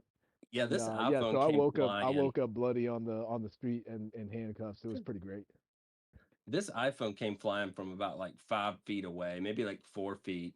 But I mean, like a missile. Came in like a missile. I mean, you would have thought this person was in the Olympics. Came in like a missile from about 4 feet away. Um, but it would have been a little bit different having a titanium vape in your hand and smashing somebody over the head with it. Completely different. Totally agree. That's how you get 18 staples. By the way, that's how you get 18 staples in the head. Or The, 18 years, you know? So like yeah, but yeah. snitches get stitches. Snitches don't get staples, cuz. Yeah, problem was I did it. It was in front of a Chipotle, like with people in it, and all they saw was him talking loudly at me, and they saw me swing first. So yeah, I definitely would have probably definitely ended up. But I think because I held my punch and I got knocked out, like You say you were at a the McDonald's? it was out front of a Chipotle. Oh yeah, Um, Chipotle gonna snitch. McDonald's ain't snitching. Chipotle, they gonna snitch. oh yeah, it was in the on the good side of the tracks too. So Does McDonald's still own Chipotle? Irony. no, they do not. They do not. Okay. It's a different company. Did they And used that was to? yeah, at the very Yeah. beginning they did. No. Yeah, so I back in didn't the know. day, when you went to Chinatown, there was a Chipotle and a McDonald's that were next door to each other, and they were actually like they had an open wall. And then as soon as Chipotle got bought out by a different company, they closed that wall. That was so there was no wall, then there was a wall. It was like Yeah, there's a yeah, yeah. great wall. It was like a McDonald's, yeah. cafeteria, and on one So side was McDonald's, and the other side was the Chipotle. that's how they Uh, expanded. It was a person that started Chipotle, and then later on McDonald's got involved, and then they put a lot of money into it and expanded out. oh wow, incredible. Okay, that's thank you for clarifying. That makes me not feel the way I felt. Okay, good. Yeah, Good. but But then, hey, then glad to know that entrepreneurs just, I mean, that's good stuff. That's the American dream. I need to research this person. yeah, well, corporate did what they did, and now it's shifted ownership several times. I think it's just it's sort of not doing that great still. It's a failing business. Yeah, Oh but yeah, I I would have will sold say, it already. I think their biggest mistake is that their most popular dishes they only do sometimes. Like, why? Like maybe because of sourcing and the time of year, and I just maybe there's a legitimate reason logistically behind it. But I'm like, bro, like just give me that brisket back. Their Like I'll ingredients go there. changing. I've seen someone else like look into it, not me look into it, but another person that they have a channel actually. It's a matter of things, man. Ingredients. They've lost touch with their customer base. Uh, they're always in freaking places where People like I gotta getting find sick. a parking spot. It was the series of people getting sick from there that hurt them a lot. Oh snap. Right. Well, Um, I think they also came along the unfortunate reality that like around when Chipotle started being successful, you started seeing a lot of brands pop up that were very similar in style. Like you had Cava came up, right? That was like the Mediterranean Chipotle. yep. You had and Pizza, which was like not the same, but I mean, I would So you're say saying like the market a started good getting value. saturated. The Yeah, market, the yeah. market started getting saturated, and like 'cause Chipotle at the beginning was super successful, right? Because it was kind of a better fast food, right? You remember like But Ozzy Osbourne sort of made it popular in the early 2000s too. He was yeah, like he got in the Osbourne's TV series, which was very popular at the time. He was getting like 3 burritos a day in like every episode of season 2 or From 3. where? Chipotle. Really? Yeah, it was a it was, if we had social media like the way we do now, it would have been like a big meme. Do you yep. want Dude, some Doritos? I remember the Yeah, first time he I ever went from had eating it. bats to Chipotle, bro. You didn't know that? They even gave him a lifetime card because of like how much he was into it and like how famous how popular like people like saying the Aussie burrito stuff. I guess you could say online. The other thing I think that killed Chipotle is when when avocado prices started skyrocketing, Sure. and then they had to start charging for guac because the moment they started charging for guac was the moment I knew everybody I knew was like, oh, I don't go to Chipotle no more, man. The guac costs extra. It's like And you know $3. the It corp is the pretty No, good though. the corporate it's heads they good. started making them shrink their stuff down too over time. They kind of like Yep, gaslighting their audience, like they weren't doing yep, it. Uh, yeah. yep. None of the Yeah. Chipotle's around like that I ever see are convenient. Like they're not convenient unless it's lunch uh on a work day. Panera Bread Otherwise, I'm not going out the way for that. Panera At Bread the is another beginning, it example of was a though. company like Chipotle that's lost their customer base. Dude, I hadn't seen a For them. Panera in a Yeah. minute. Well, you remember they had that big lawsuit about those drinks too, which like honestly, I think the drinks were fire, and then they didn't mention that they had caffeine in it, and somebody had like a heart attack or something. They had Oh, heart palpitations from it or something like Dude, that. man. Oh man. Yeah, dude, that was Dude, rough. there's a I mean, I'm private not a pizza. big Panera fan. Like, it's not for me, but I do think it was a good option for a lot of folks, right? I've never been you know? actually. I've never been. Like, I'm sure it was good. People, Oh, It's like a dude. healthier place. their It's a good their good for bread your girl rolls because really popular. Dude, they microwave their mac and cheese. I mean, give me a break, dude. I'm Oh, yeah, not paying serious? that yeah. for that garbage, dude. Dude, that place is garbage, cuz garbage. Well, it got Garbage. worse too, but Rubbish. I think Trash. like Sorry. you know why it was because it wasn't meant for us. It was meant for like girls bringing Yeah, their but Starbucks it was cups in, still and then gross. He's exactly right. That's exactly right. That's, the breads were okay. no, Like you're right. That is exactly the customer base it was designed for when it came in yep, the early 2000s. yep, I because remember it the was first Paneras paninis and opening up around soups, here. No, I paninis and remember that. soups. And You know what I mean? I remember also judging the girls I was dating that wanted to go to like Panera. Like it might have been okay if it was like once like in a blue moon, but if it was like, oh, Panera, it was like, all right, next. Bro, the last time I was in a Panera, I remember it was the weirdest thing because it was like that was where I was. That was the only food they had really around. And I can't remember what I got. I got like a bagel or something like breakfast thing. Okay, And hilarious.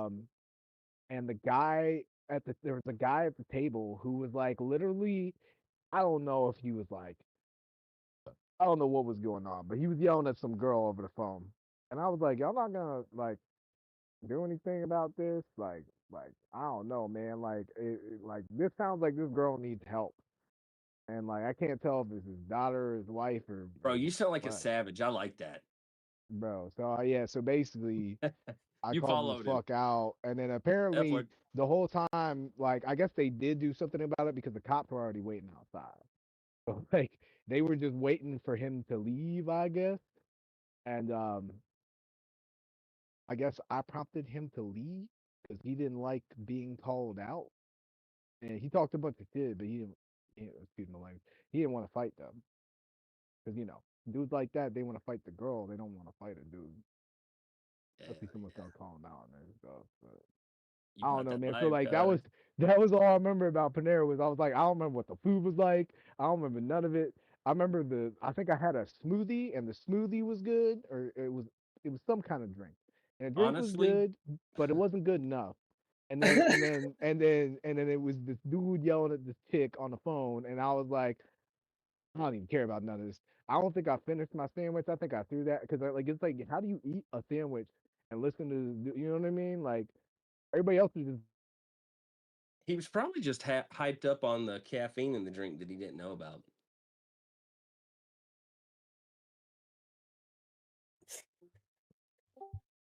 I caught that late. Hey, you're slow, but you're worth waiting for. Choo choo. hey bud. That's oh man. I can tell you've Hey, enjoyed no, more you than your fair cannot. share No, of the do not. dating pool. I worked hard for that. My guy's a man of many tastes, not necessarily good taste. I'm just playing, bro. Oh, dude, you're good. Honestly, it's hard for me to really catch anything either because I'm always looking at these charts because I see a little bit of action, Jackson. I see a little bit of what's gonna happen. That's what I see. Bro, I hope you find you a nice lady to oil your head. Hey, I appreciate that. I could use one. You know what I'm saying? I do. I do. You can rub her feet and still oil your head and like rub on it. You know what I mean? No, wait. I'm gonna probably still be looking at the charts, but I could use a nice head rub while I'm That's looking at what the I'm saying, charts. bro. That's the life. That's the life I'm trying to manifest. Is like whether I got hair or not. I just want somebody That's right. to put oils on my head while I watch the charts and make us money. You know what I'm saying? Oh yeah. Yeah, that sounds good. I've been Good killing it life lately right there. too. Right on, my guy. Proud of I you. say killing it. I'm not losing, so I'm killing it. Oh yeah. Hey, look, holding on to your wealth is still killing it. Growing it's better, but Man, dude, a lot it's of people be losing it. You know what I'm this saying? So liquidity, cuz liquidity. You be slipping through it with that baby whoa, bro. That's how it worked. Oh man, it's just so crazy. It's so crazy. So crazy. let me clarify that when I said a girl to rub oils on your hair, I didn't mean baby oil. Okay. I understand coconut oil probably. I mean, you can use um a coca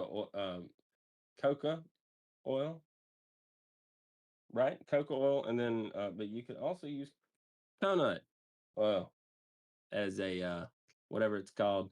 It be mixed in with the other stuff that you choose to put in there and stuff. Yeah, I tried. I tried for years. I was disciplined. No hair. Well, actually, it was working, and then crypto. Actually, crypto. Made you pull your hair out your head.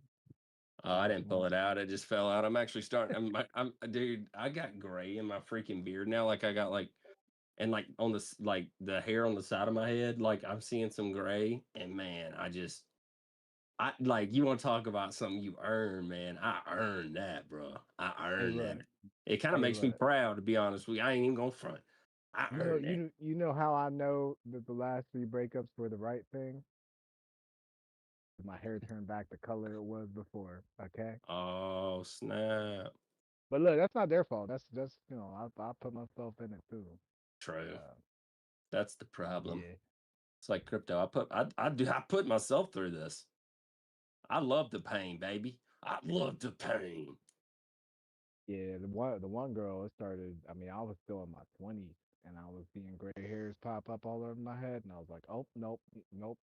My hair's telling me. That's the only thing I worry is if I don't have any hair anymore. I'd rather have gray hair than no hair, man. That's Like your only worry. Oh Lord, that's funny. What'd you say about gray hair? Something I'd about gray rather hair? have gray hair than no hair. Yeah. Hell yeah, dude. You kidding me? Ugh. Oh, I'm fine with gray Sorry. hair. I've had that If same thought. I respect I it. get, It's just hard to hear. I'm Go in ahead. my 20s and I'm getting gray hairs. That's when I started getting gray hair. I think I'm getting gray hairs just thinking about it. Not gonna lie. I get gray nose hairs now. Is that a problem? I get It's white not a hairs, problem, dude. but Like I get probably want white. to get it checked out. Nah, it's like I get as many as I get. I got a little pepper. I'm just a nice dust and a pepper. You know what I mean? Oh, well, Like salt. my hair still looks Pepper. dark brown from a distance, but if I go and like put a flashlight on my head in a mirror, it's a lot of truth comes out. It's a lot of truth. Like that If you I don't see otherwise. if you Yeah, find a truth will set you free. singular white hair, do you pluck it? Like Nope. I had one that was on my shoulder, bro. I was like, what is this? I plucked it. Bruh, I ain't even got time to trim my beard. I ain't got time to care about the color of my hair or whether it's even there. All right, because I'm always in front of these charts. All right, that's what I do. I swear, cuz like they sent out an email Southern at work the other day. They was like, "Gentlemen, please make sure you're groomed." I know you talking to me, Cassandra. I know who you talking to, but I don't care, Cassandra, because crypto don't sleep. spoken truly like a man with no hair. I'm also, man, I'm sorry, Cassandra. That I'm was sorry, like I had Dave to, the I other had to. day. Dave the other day about got it too. I wish crypto would sleep sometimes. Oh no, shoot, cuz. Then Sometimes you we'll gotta think just what set you what gotta set your stops and you gotta walk away, 'cause otherwise you don't sleep. Yeah, that's called setting a stop loss in real life, right? The stop loss in real life is you gotta sleep. That's funny. look, I gotta take a nap. That's what I gotta do. I gotta take a nap before work. That's it. See, I'm starting to understand why they call you old crazy Trey. Bruh. You gotta start sleeping more, my guy. Like actual sleep. Yeah, no, Get a rest you're and right. rejuvenation. You're right. You're But right. not at the expense of your portfolio either. I'm not saying that. Oh no, dude, the lack of sleep has caused So an expense to my generally portfolio. generally That stop loss or not, I'm not going to sleep on a trade. That's just not what I do. I treat this like a day job. And when I'm done with the day, I'm not in a trade anymore. define day. Yeah, I am As in, I get up around 4 in the morning. I try if I'm on the proper schedule, maybe 5. Oh, dude, you're that disciplined, dude. You're dude. Dude, I could just hear it, man. I love that, dude, bro. I love that. Like, you talking about VHS, like, dude, I have watched more replays of Georgia football games. You like, it's incredible like how I know what's going to happen before a play, what everything means. Like, and people are like, how do you know that? It's like, man, I'm a student of this. That's what I'm a student of, not the whole boxing thing. So I love I that fact. understand. Yeah. But so like I love that. What did you just say? Sorry. No, Is I to said I that point. understand. I didn't say anything. I don't think. No. The point you just made, I just forgot. Because I Oh, got so passionate I about get up You at get 4 in conversation. the some at 4 in morning the morning. and I Yeah, work dude. out a trade or a chart and take what trades I can until the day is over, maybe around 6 to maybe now, something like that, depending. And I eat if I eat, and then I go Hell to bed, yeah. and then I get up and do it again. Dude, see, you could be a corner man, right? Because you got that discipline whenever it comes to that kind of thing. I can't be a head coach because I ain't got the discipline. It ain't because I don't know. My It's discipline hasn't been because as good lately, bro. I've been staying up with you guys this past week or two. I've been up late. My sleep schedule's backwards right now. Like, oh, I'm doing pretty bad. for the past week, I've been doing it for the past 300 weeks, cuz. But no, I I appreciate your words. it's bad though. Yeah, no, for real. No, dude, I love that like that passion because it's so much more like it's like, oh, who cares, blah blah blah, like blah blah. And it's like it's like the sport, the technique. That's why like I like knowing are they about to run the ball, are they about to pass, they're about to like man, and like I can break it down and then sometimes it takes me like watching it 100 times and then I've seen the game 300 times, I've seen the play 1,000 times, and then it's like 7 years later I see something new on that play and it's like oh my god. But dude, that's what I love about the charts. And like last night, man, I had freaking deja vu on a flag that played, and it took me back to January 20th, and it's like crazy the fact that I know that day, but it's cuz I know, man. And it was it was literally like 6 minutes before we rolled over to 220, which I don't know, just 13 months later on the date and everything. It was like cuz January 20th was whenever when Trump was elected, uh crypto just went up. January 20th, inauguration day, that was when everything went down. You mean November 5th was when it went up, or 4th? Yeah, election day or whatever. Yeah. And then, but the inauguration day, it went down, and it was just funny to me that this memory triggered of this specific thing, and I remember that the specific day because I remember it just being so unique. But then the impact of that specific thing on that specific day, and then the overall trend turning around, like then it made me think about how there was like this perfect harmonic on the Bitcoin dominance chart, and I thought that it was still bearish, and I thought the dominance was going to keep going down, and it was literally right when it turned around and everything. And then anyway, but it's just because it's the freaking, like, that's why I do it, man. It's so like I can remember, I can like have that moment where I remember that thing and like do the right thing and everything, and then you know, and then all of a sudden it's like, man, I know what, man, it's like, dang it, man, I'm in a bad trade because I've seen this play out 1,000 times, and then having to kind of like eat that or whatever, and then yeah.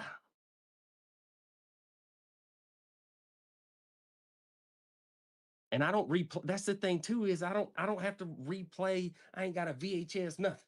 All right, I ain't got to record nothing on the chart because it's 24/7 live. I ain't got a week for it to play out. Wait a week? No, I ain't got to wait no time. I just got to sit right in front of there. I get to watch it live, son. I love that. Yeah. I haven't played a video game since I started charting 5 years ago.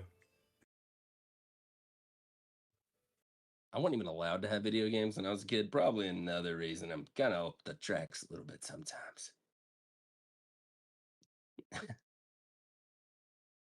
I was digging holes and moving rocks. Hey boys, I'll be back. I gotta restart my shit. Trying to decide if I'm going to go eat tonight or not.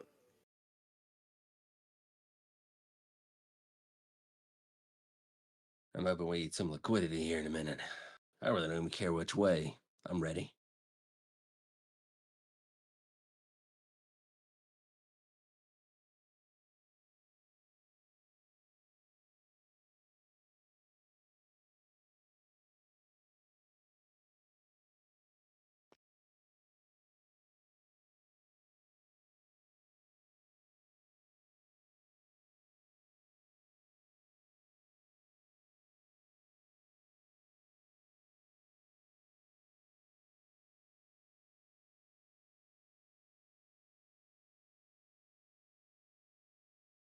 I usually just eat once a day, but for some reason in the past week, I've been kind of just doing 48-hour skips. I don't know why. It feels good. Hell yeah.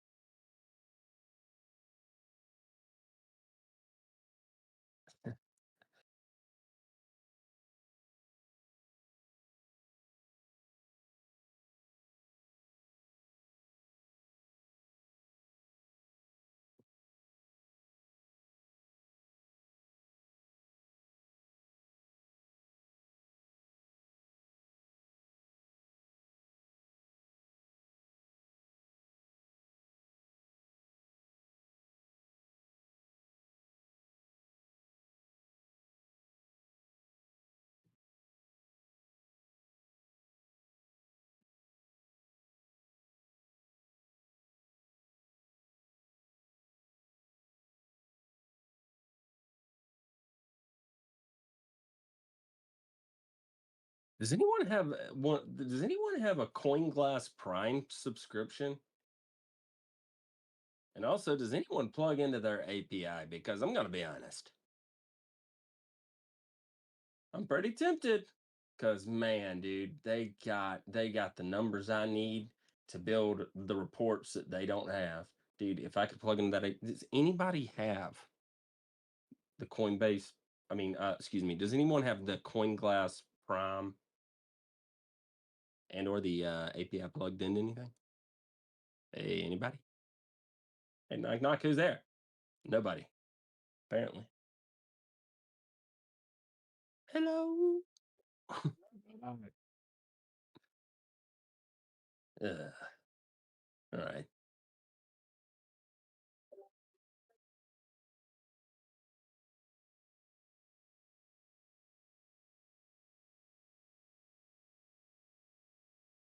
They got all the numbers. They got all the numbers I need to do.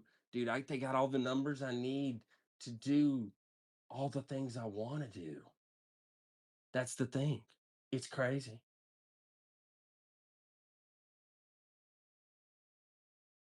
Bruh. Oh my gosh. Man, I could set up so many freaking indicators and stuff like or not like for trading view, but just for like on a website. Holy cow.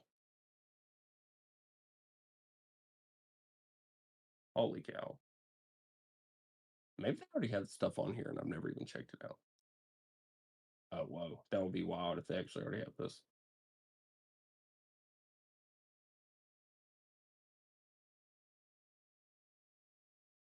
Yeah, I want to throw some respect on that RESPECT on Going Glass right now. Okay. I do. It's impressive stuff. Well, I mean, if I had access, I could do it too. So it's not that impressive. But, I appreciate the fact that somebody did it. What's up? Hey, what's up? No, what were you just saying? I missed what you said. Oh, I don't even remember. Oh, you're just rambling. Okay. Well, I was chewing.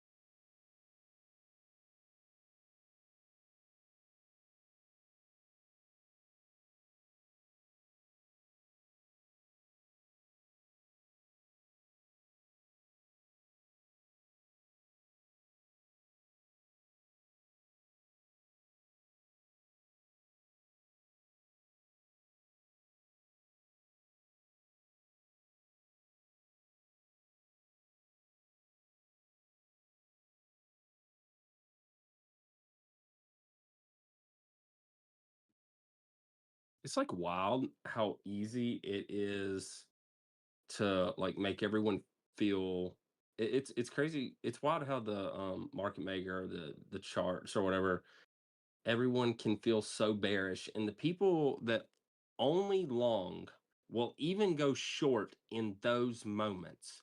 They will go short in those moments. They never short, but they'll go short in those moments. And like you can see it in the liquidity, and it is wild to watch that play out and just see that price is just chasing that thing. Cause yeah, Count I me mean, into that. I just shorted. I never short. It's gonna go up for sure. exactly.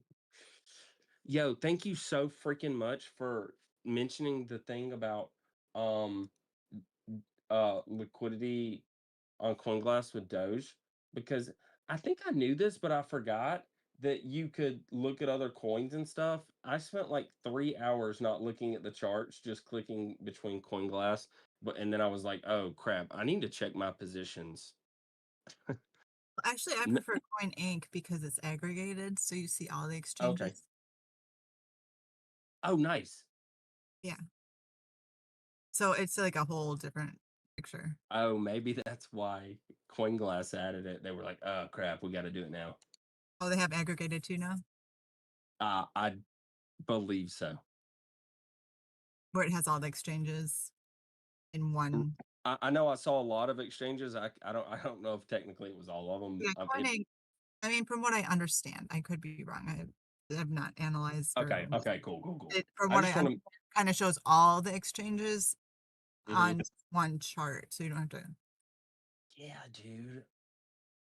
And so the chart, so the liquidations are actually fuller too, because you have all of it together. Oh, it aggregates it. Yeah. Okay. Thank you.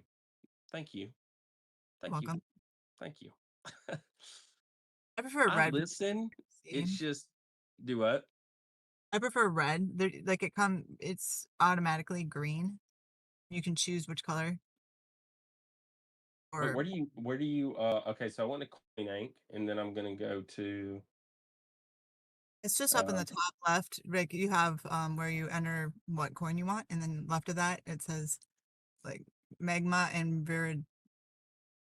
I don't know how to say that. VIRIDIS.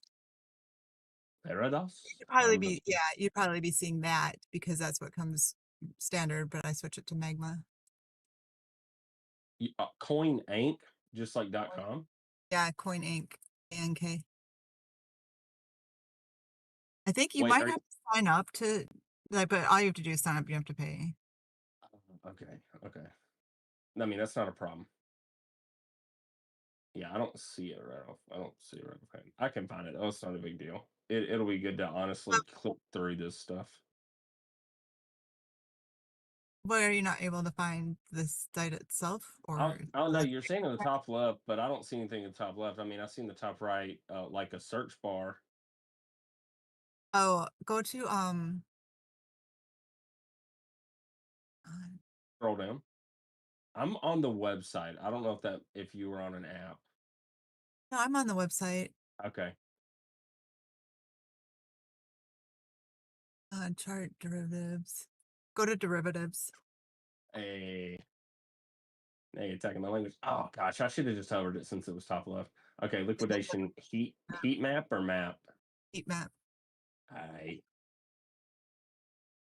Gosh, this is so cool. I knew that like okay, I'll have to create a login. But okay, I can actually see it a little bit behind. Whoa.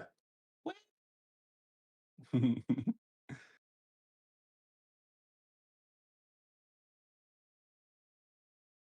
Oh my gosh. See why I prefer it?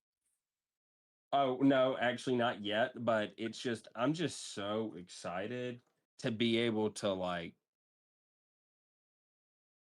I've been tracking this stuff with Bitcoin, but I'm so excited to track it with different um or I'm excited to track it with altcoins just in general and like learn how the different altcoins and like the different sectors react to it and like when it pushes away or if it pushes away is it only pushing away from liquidity not because it can't take it but because it's following Bitcoin like how's it like um how is it correlated with dominance like all that kind of stuff like just the fact that I can see it just excites me because it's like this thing that I've been thinking about that I've been wanting to see, and now I get to like I don't know. Hopefully, curiosity doesn't kill the cat.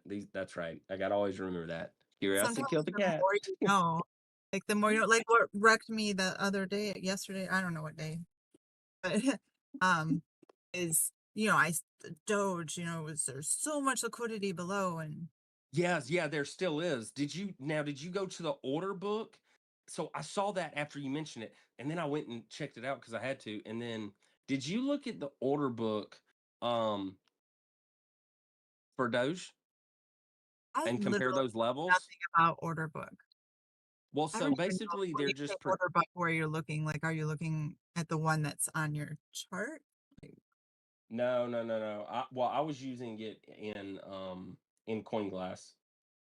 You've seen, I think, well, do you know what I'm talking about you do know what I'm talking that's about what because I'm you see it saying. on Like, your chart. I hear order book all the time, and I should know. I mean, I've been doing this for 4 years, but I just never have looked into it. So when you say I went to Oh, the order book, I don't even know how to do that I to don't do compare. that either. um, I don't look So at CoinGlass okay, either. so okay. on here they have order book. They have aggregation order book. Is that like something like what you're talking about? I'm not, let me try to map it in CoinGlass and then I'm going to try to map it in And click on CoinAid. it, see what And happens. and just for the record, this is all stuff that Dbloc has gone over and like has referenced back to and stuff like that. And I only mention that because I don't want it to act like I'm just bringing stuff that whatever. Like I stick to the things really I've learned on this channel when I think I do. Anytime I'm ever talking about stuff like this, it's stuff that's been on the channel. So it's not like Right. I'm teaching or I am doing anything other than communicating information that's been communicated. Understood. Yeah, thank you. Now back to order book. I'm searching through CoinInc right now. Okay, so Coin Inc. has an aggravated order book, but it's members only, and I'm not really wanting it. So Yeah, I CoinGlass, haven't even created a. where do you go to see your order book? Okay, so on CoinGlass, well, it's coinglass.com/liquidity heat map. Okay, so that's pretty much the same thing, right? Okay, As so the as the what? as what I've been looking at on liquidity heat map. So what you're looking at is like liquidations, I believe. Yes, you're looking at liquidations levels basically, which is liquidity. I shouldn't even speak on this, to be honest with you, because it's like this is a term that kind of has dual meanings, and I don't want to explain anything wrong. Oh, But that's cool. basically, I yeah, just know where to find it, and I can look at it. yeah. No, it's So a very fair backslash what? question. Okay, so are you coinglass.com/liquidity heat map? Heat map. Okay. Oops. I spelled it right. It didn't come up. Let me just go to CoinGlass. Okay. Where would I find it? Yeah, actually, it's set as a Liquidation map? Liquidation heat map? it's set as a bookmark. Give me 1 second. Okay. Yeah, it was Open interest. kind of a pain for me. I know it's like easy, but I always overthink it. Wait, it's probably under data. There's a whole bunch of stuff. Okay, here's what I do know. If you click on liquidation, Uh-huh. yeah, liquidation, and then liquidation. No, because liquidity is different. Hold on. Jesus. Back to data. Okay. Oh, I'm sorry. I confused the hell out of myself. Order book liquidity delta? Oh, I should have figured this out before now. I knew it was going to happen in life. I always prepare myself for these moments, and I didn't. No, Order it's book not order pressure? book liquidity delta. Order book pressure? Gosh, because that's why I have it as a bookmark, because I can't ever find it, Yana. I will find it. I love the challenge though, like the pressure right now. I I'm gonna actually really, click I'm order enjoying book this. pressure and see what happens. Okay, I can do this. I can do Yeah, this. how do I read this? Okay, so there's order book pressure.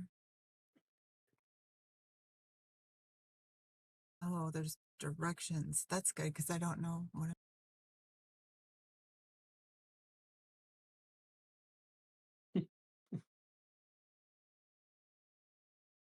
I'm actually kind of letting myself down right now, but that's okay. That builds character.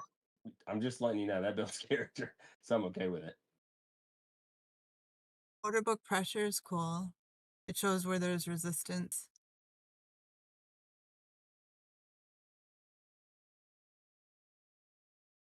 This And we just reminds have me of them right now. Antoine Dodson when it was like climbing in your windows. Anyway, it's like at the end, it's like I'm gonna find you. I'm gonna find you. Okay. I will. Maybe you don't know what I'm talking about. It was like the first ever like auto tune, like whatever. Yeah. No. I mean, I want to, but I just don't. It's okay. I just, yeah. Most people have it. Okay, so the buy pressure is way down here, and the sell pressure is right on top of us.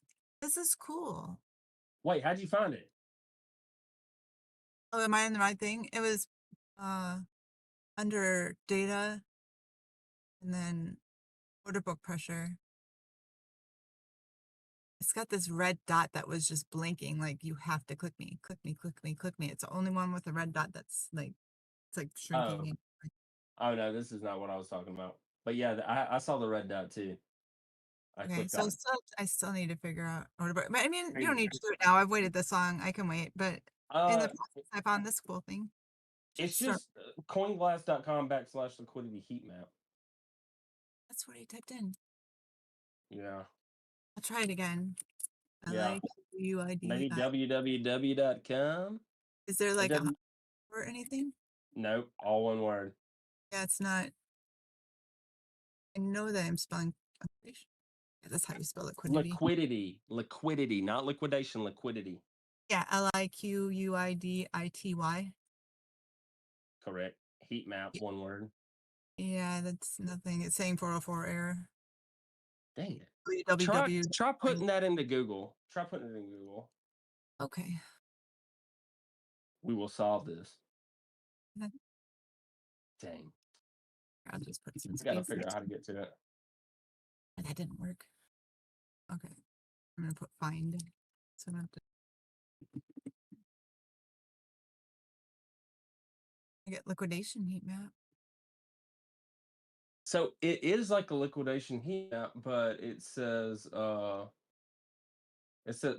BTC, whatever, liquidity heat map, and then in parentheses it says order book heat map. Wait, hold on. Can you just search it? Hold on, let me just see. Right now, I just order book heat map. Oh no. And it says pressure. Oh, wait, hold on. If you type the word order under features. I think I found it. But it says something totally different on the top.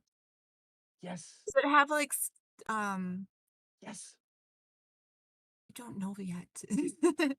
Does it have like the top's red and the bottom's green, and then there's also What's the you know, URL? right side, and it has the death chart on one side. This is like all one chart. What's the URL say? It says coinglass.com /merge v2 / or is that / I don't know, whatever / BTC-USDT. Okay, go to the search bar and type in the word liquidity. In CoinGlass? Yes, ma'am.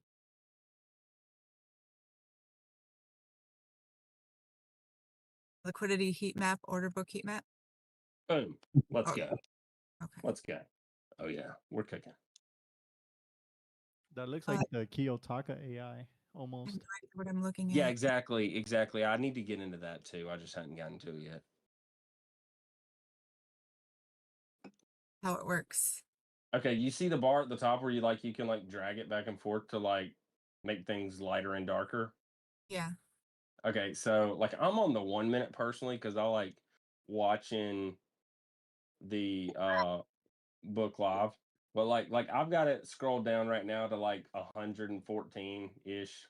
I'm just giving you kind of an example. So the deeper the yellow above means that there's sells on the book, that if price hits it, then there's shorts because this is the perpetual chart. So therefore, Are any of y'all sharing screen? no, I'll just No. I'm on my iPad too because I don't have it on my computer. I got a bunch of stuff going on.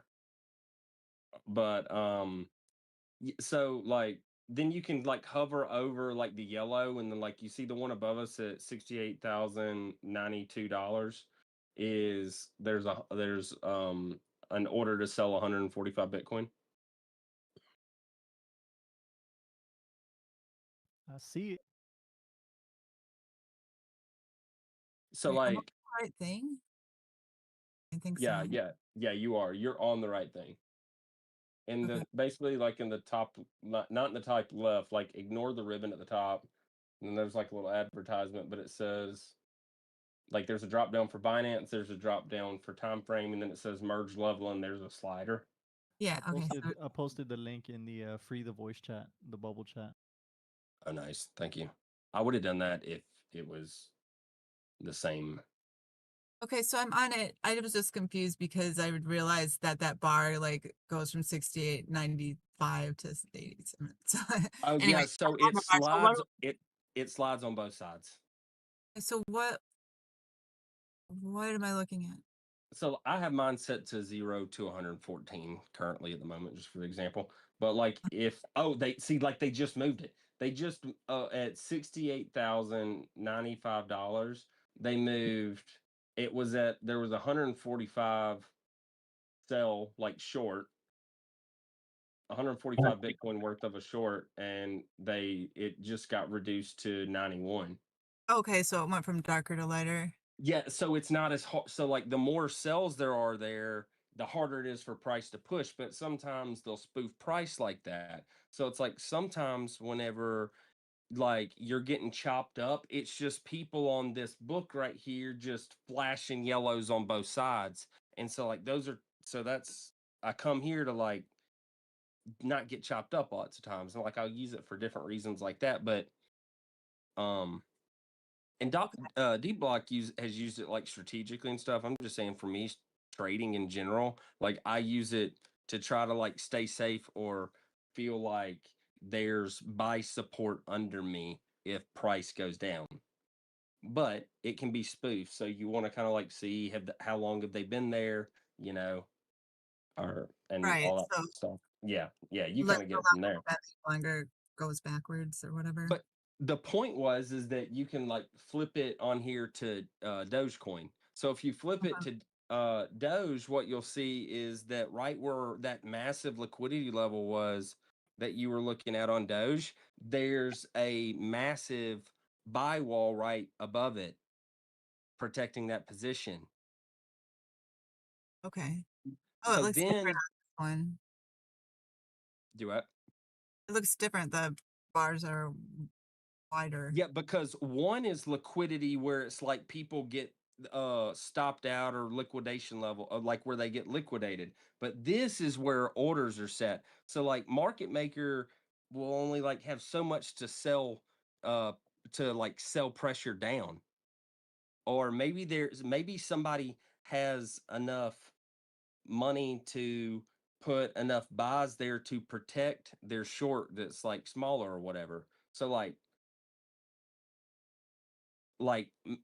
honestly, I compared these two on XLM, and man, dude, I looked at it and I saw that I got screwed because price should have gone up at this one point when there was liquidity above us, and I guess that there was, I don't know. To me, it feels like price is being suppressed right there. And it's like, wow, that was right where like I made this like critical move and everything was right. And this right here tells me that I did everything right. But it's like you feel like cheated, but it's like you won't do that again to me. So why it's like sideways. There's a couple of charts like that on it's instead of like bars being horizontal, they're Oh, whoa, interesting. Okay, yeah, I guess I see what you're saying. That's yeah. Wait, maybe I don't know if I understood that or not. the lines are vertical rather than horizontal. That had What them what time frame are you on? 1 minute. Maybe if I go to a higher time frame. No, I'm on the 1 minute. Are Weird. you zoomed in? You're zoomed all the way out of the like screen or whatever? They should be like more horizontal. Right. Wait a minute. I feel like this has happened before. It might have been with you. Isn't Wait, with me. I'm having deja vu. No, this was like a year ago. What's merge level? Basically, like how it's kind of like a block, like from like 80,000 to like 80,100 versus 80,000 to an 80,010, 8010 to 8020.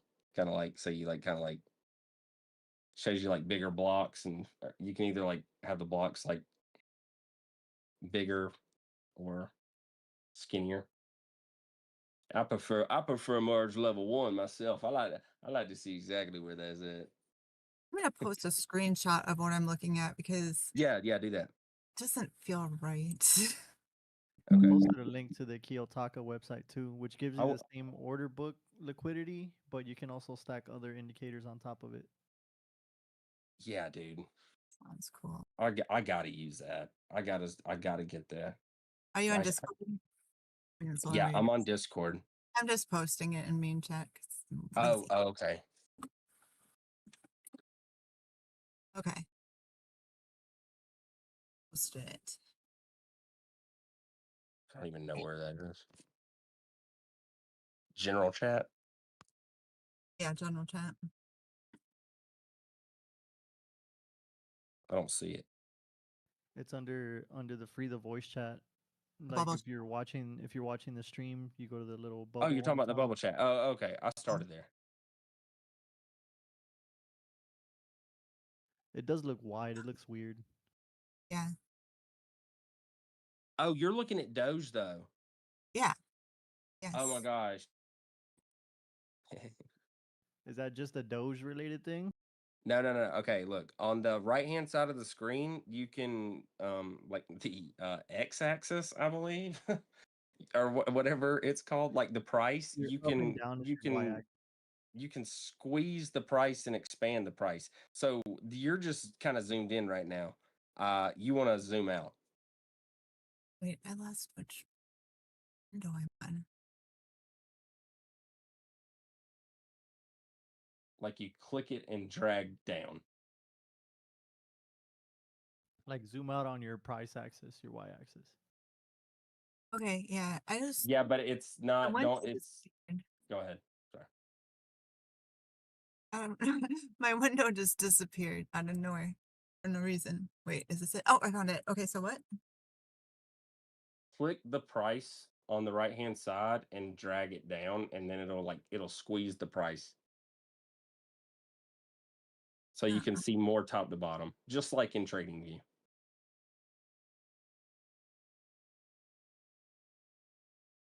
Okay. And then so what I would do, since you're looking at Doge, wouldn't make it as tight as like I would make Bitcoin. So I would probably expand it out. And then that way you're able to see that massive buy wall that was Oh yeah, down if I make there. it all the way, if I move it all the way over, Yeah. then it looks normal. Yeah, there you go. Okay, thank you. I appreciate your help. No. I'm glad that, but you see it though, because that's what I'm talking about. It's like you see all that liquidity and everything, and so you're like thinking it's got to go down, but then you see the buy wall there, and it's like, okay, maybe there's another trade. Which I wouldn't have thought that, to be honest with you, if it weren't for the fact that you said that, and I was like, what? And I had to look at it, and I'm like, what in the world? And then I went and then that actually led me to even knowing that you could look at the order book for other coins. I mean, this is all mind blowing to me. You kidding me? That's why I'm so excited, honestly, about like this adventure. That one part that I found at first, that was really interesting because it was really simple to see the buy and sell pressure. Did you look at that one? Oh, the order book pressure you clicked. I have it in a tab, I think. Yeah, that looks like something that's you can just look at a quick glance. Just I don't know. Yeah, I haven't clicked through it at all. Like literally, I've seen the two that I use are like two that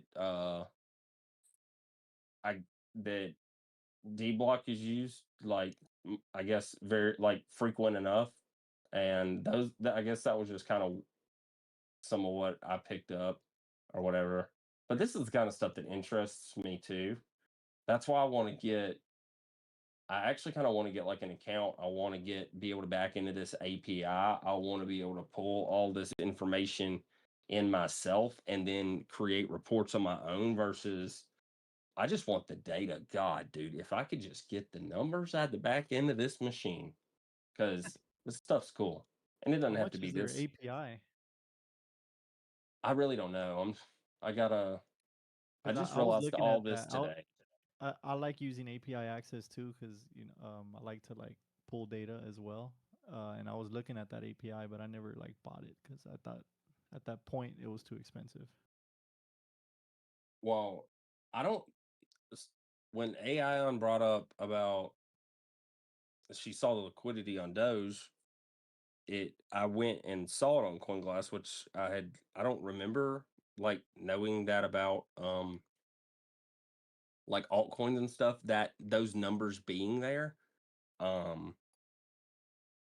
But now that I know that those numbers are there and it's not just like the you know biggest boys, it's like okay, now there's enough aggregated data for me to pull in and really do my own reporting and actually be able to like create indicators off numbers and like do some real stuff. Like that's actually kind of what like I'm pretty good at that stuff.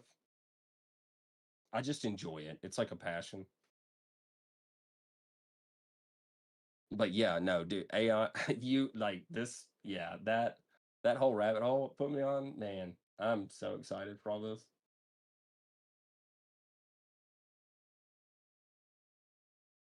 I don't know what's in store, but I'm excited to find out.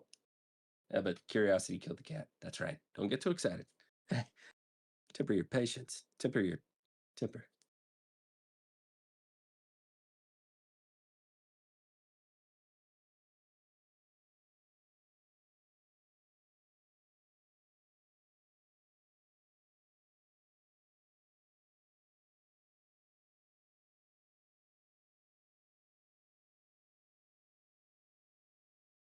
Does anyone know what the dotted line rectangle is? I know the solid line rectangle is the weekend trap range, but there's a dotted line rectangle.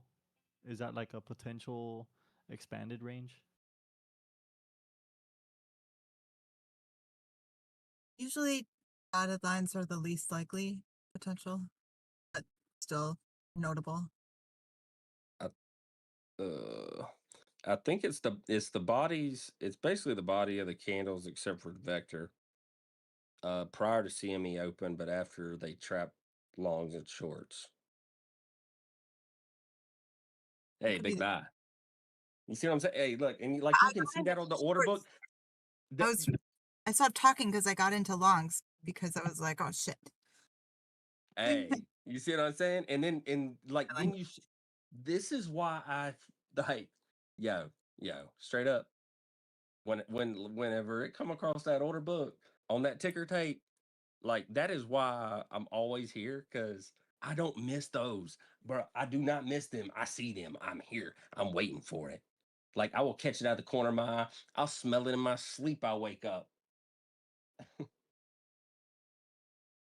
Yeah, I love that stuff. And it's like sometimes that buy gets us through that last wall and there's like not much above us.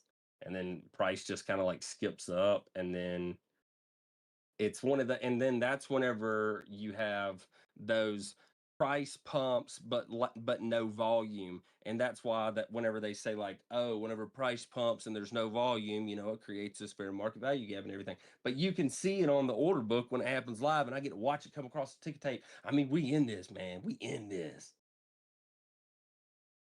Anybody else pumped up right now? It's Friday. I'm just like, how did I end up in longs and shorts again? I told myself I wasn't going to do that. Oh yeah. Oh well. That's that algorithm working you. It is. Oh, I am so suggestible lately. I'm just like whatever. I think it's because I'm trying really hard. Usually just kind of Somehow I got trapped by the weekend trap like 2 or 3 weeks ago, and I ended up losing like $300, and I was like, I'm never doing that again. So now on Friday, I kind of just I hesitate.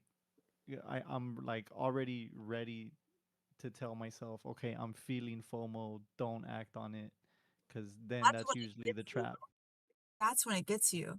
Because it's not so much when you do it and then you regret doing it. It's when you are being patient and waiting for the move or thinking, like realizing that you have to be careful and then it just rips and then you miss it. When normally you would have entered, but you were being careful and you didn't. And it rips harder than usual. And then you're left just slightly devastated because you were really trying. Hey, slightly devastated got me here. Okay, let's remember that. Man, if I didn't have that pain, I wouldn't like. Nah. It ain't even revenge trading. It's like you can win the battle, bro, but I will win this war. I'm coming for you. I wish you all the luck. Yeah, I Me know, too. right? We'll get there. We're determined. For sure. No, for sure. You actually convinced me to take a little profit there, to be honest with you. I was like, you know what? That sentiment sounds like chop. That's what it sounds like. We got a green vector candle. Good time to. I added to the position when it came to. Yeah, I'm gonna go ahead and. Yeah, I'm gonna. Yeah. So thanks. You are welcome. Cause that man, it's like I get it. It's like I finally like get it now. Like the freaking all the stuff. It works that way. Like none of it seems like it's gonna work that way, but it actually all works that way. And it's like it's crazy. Ah, it's crazy. And that's why like rules are rules, man. Golly.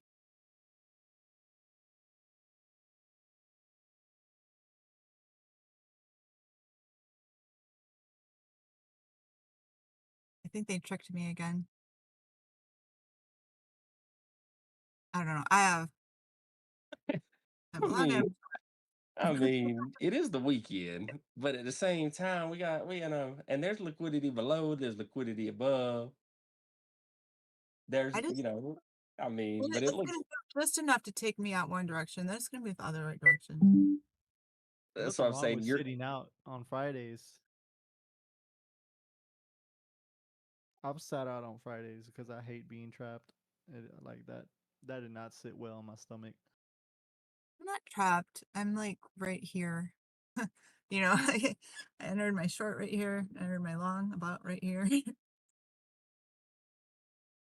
I mean, if we did push up, I mean, honestly, like if we really did, I mean, I think Link just took me out. I don't know which direction. Oh, it set some stop losses the other direction.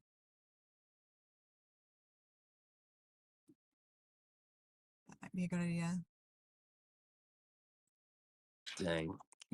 Oh man, I wish we made the move before CME. God, because the weekend, you know, it's like that. It's like that thing, right? It's like I joined the channel and the first thing CME weekend trap, all this stuff. I think I joined on a weekend. And it's like generally we range and it's like not this weekend. Now that we ranged, next weekend, not this weekend. Well, guess what? We range that weekend, and it's like, and I might be right 1 out of 20 times or whatever, but that's only because it had to happen. I mean, like you know, Yeah. it works a certain way. It's like getting in your own way, but we do have CME gap above us. I mean, let's be honest, the bull's in here, but at the same time, I know what it's like to be trapped long. I don't actually know what it's like to be trapped short. I do not know what that is like, actually. You know Yeah. what? I'm gonna have to write that down. And put on my hey, anything ever happened to Crazy Train, put on his tombstone, say this man never got trapped short. That's because you're not gonna set your stop loss like, 200% above. Oh 300%. no, it's because I'm a bull. I don't never shortcut. I'm always long in it. I'm RIP permabull. dude, Well, my common man. sense said short, and Degenerates like me says cause the long. price to go down. Sorry. Oh, Aster's pumping. Oh, Or China's active tonight. Okay. made a nice little move up. I am so mad at uni. I have been waiting for a retrace. I'm just on the 1 minute, but I mean, at 50x, it's a good move, like what it's done so far. And I was so patient and said, no, I'm not going to get in here. I'm not going to get in here, even though normally I would. And it looked like it was still going to go up, but I was just trying to be good, and then it keeps going up. It's still going up. Yeah, it's in a green block right now. But now I definitely Almost. am, because No. you're darn irresponsible.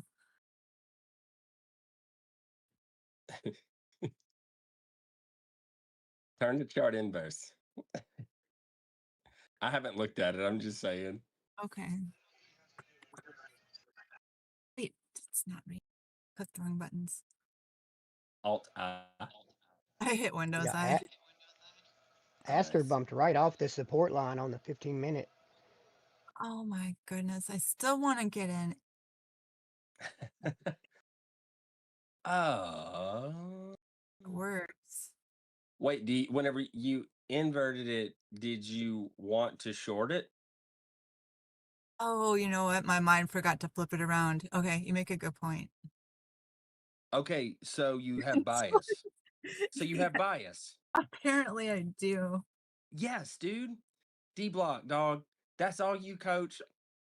He said that the other day. Oh God, dude, I love that just played out. Thank you. Wait, Man, didn't I apply this stuff, bro. There ain't nobody that sit in charts more than me, cuz straight up. I mean, oh, bro. no, my mind didn't forget to I don't know. I don't think Well, I am biased because I just inverted again to be like, what was I thinking? well, you look at the price on the right side. Does it start low and then go high, or does it, that's how you really know if it's inverted or not. But well, hey, if you don't know what the price is, look at it now and think go up or down. And if you think, now that you don't even know which way the chart's going. Well, if I zoom out and look at, back like more of the chart. Mm-hmm. Oh, wait. Are you trying to convince yourself? I'm just confusing myself. Oh gosh. I I have just no. know I just know it. Too many times I've done this. Oh my And goodness. I still don't, I well, know I I don't just really had a moment. I just had a moment of, and I don't let myself think like this, but I just had a moment of, I'm never gonna get this. I just had one of those moments where I'm like, I thought I understood this, but I don't think I understand well, it. I mean, everything just flipped upside down. I mean, you gotta understand, I like, should unflip it. is it still like right now, whenever it's flipped upside down, are you thinking you should short it or long it? It's flipped upside down. I was thinking both. Both. Okay. Definitely both.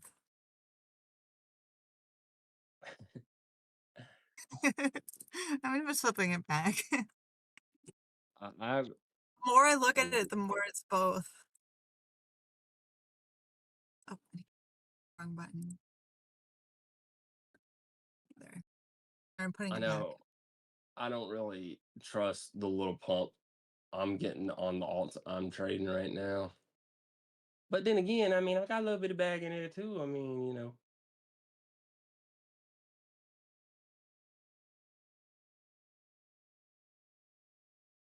we got some liquidity above us. I mean, well, we got some below us too.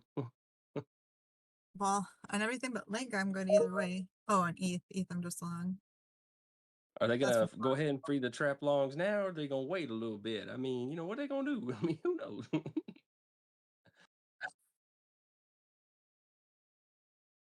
Dude, this game, man. There's so many things. I was seeing Head and Shoulder. It's on the 1 minute. I mean, I'm not trying to get a big gain. I'm just trying to get a win. I've been watching some trading psychology when I get ready for work in the morning. I've been listening to it on Uh-huh. YouTube, just whatever. And Yeah. they talk a lot about this, about needing to let go of just needing the win. What does that Trade. does that prove successful or unsuccessful? I don't mean for you, I mean like in terms of what they're talking about. Well, I mean, they're less talking. Well, no, they're exactly talking about just getting into trades at just whatever time because you just need to get in there and get a win, whether it be you're Right. bored or you're tilted or many Yeah. different reasons that you should be patient and wait for the good trade. Yeah. They're doing that this whole week. I don't know why. This It's been a little over a week now. I'm just like tilted. Like It's good that you know that. I just want to flip it around. So I'm trading too much to flip it around, which is not flipping it around. It's actually doing the opposite. Exactly. Yeah. Making it worse. Yeah. Yeah. I mean, I'm getting better at trading tilted, but it's not, it's still here I am in a long and a short because If I find myself like making more and more mistakes more often, I walk away from the chart and I go take a break and like reset. Yeah, you definitely got to take a break. I'm going to do that right now. I need to go get something to eat. I'll be back. Hey, enjoy that. Get your mind off of it. food. Yeah, go enjoy that. Thank you. Hey, you're going back to a good trade setup. I can tell you. I can feel it. I can feel it in my bones. This is gonna be a great trade setup when you get back. But I'm Oh yeah. already in a long and a short, as long as it doesn't take me out both ways before I get back. Then you'll be on I double heard tilt. that. Yeah, right? I will. Beyond double. All right, I'll be back.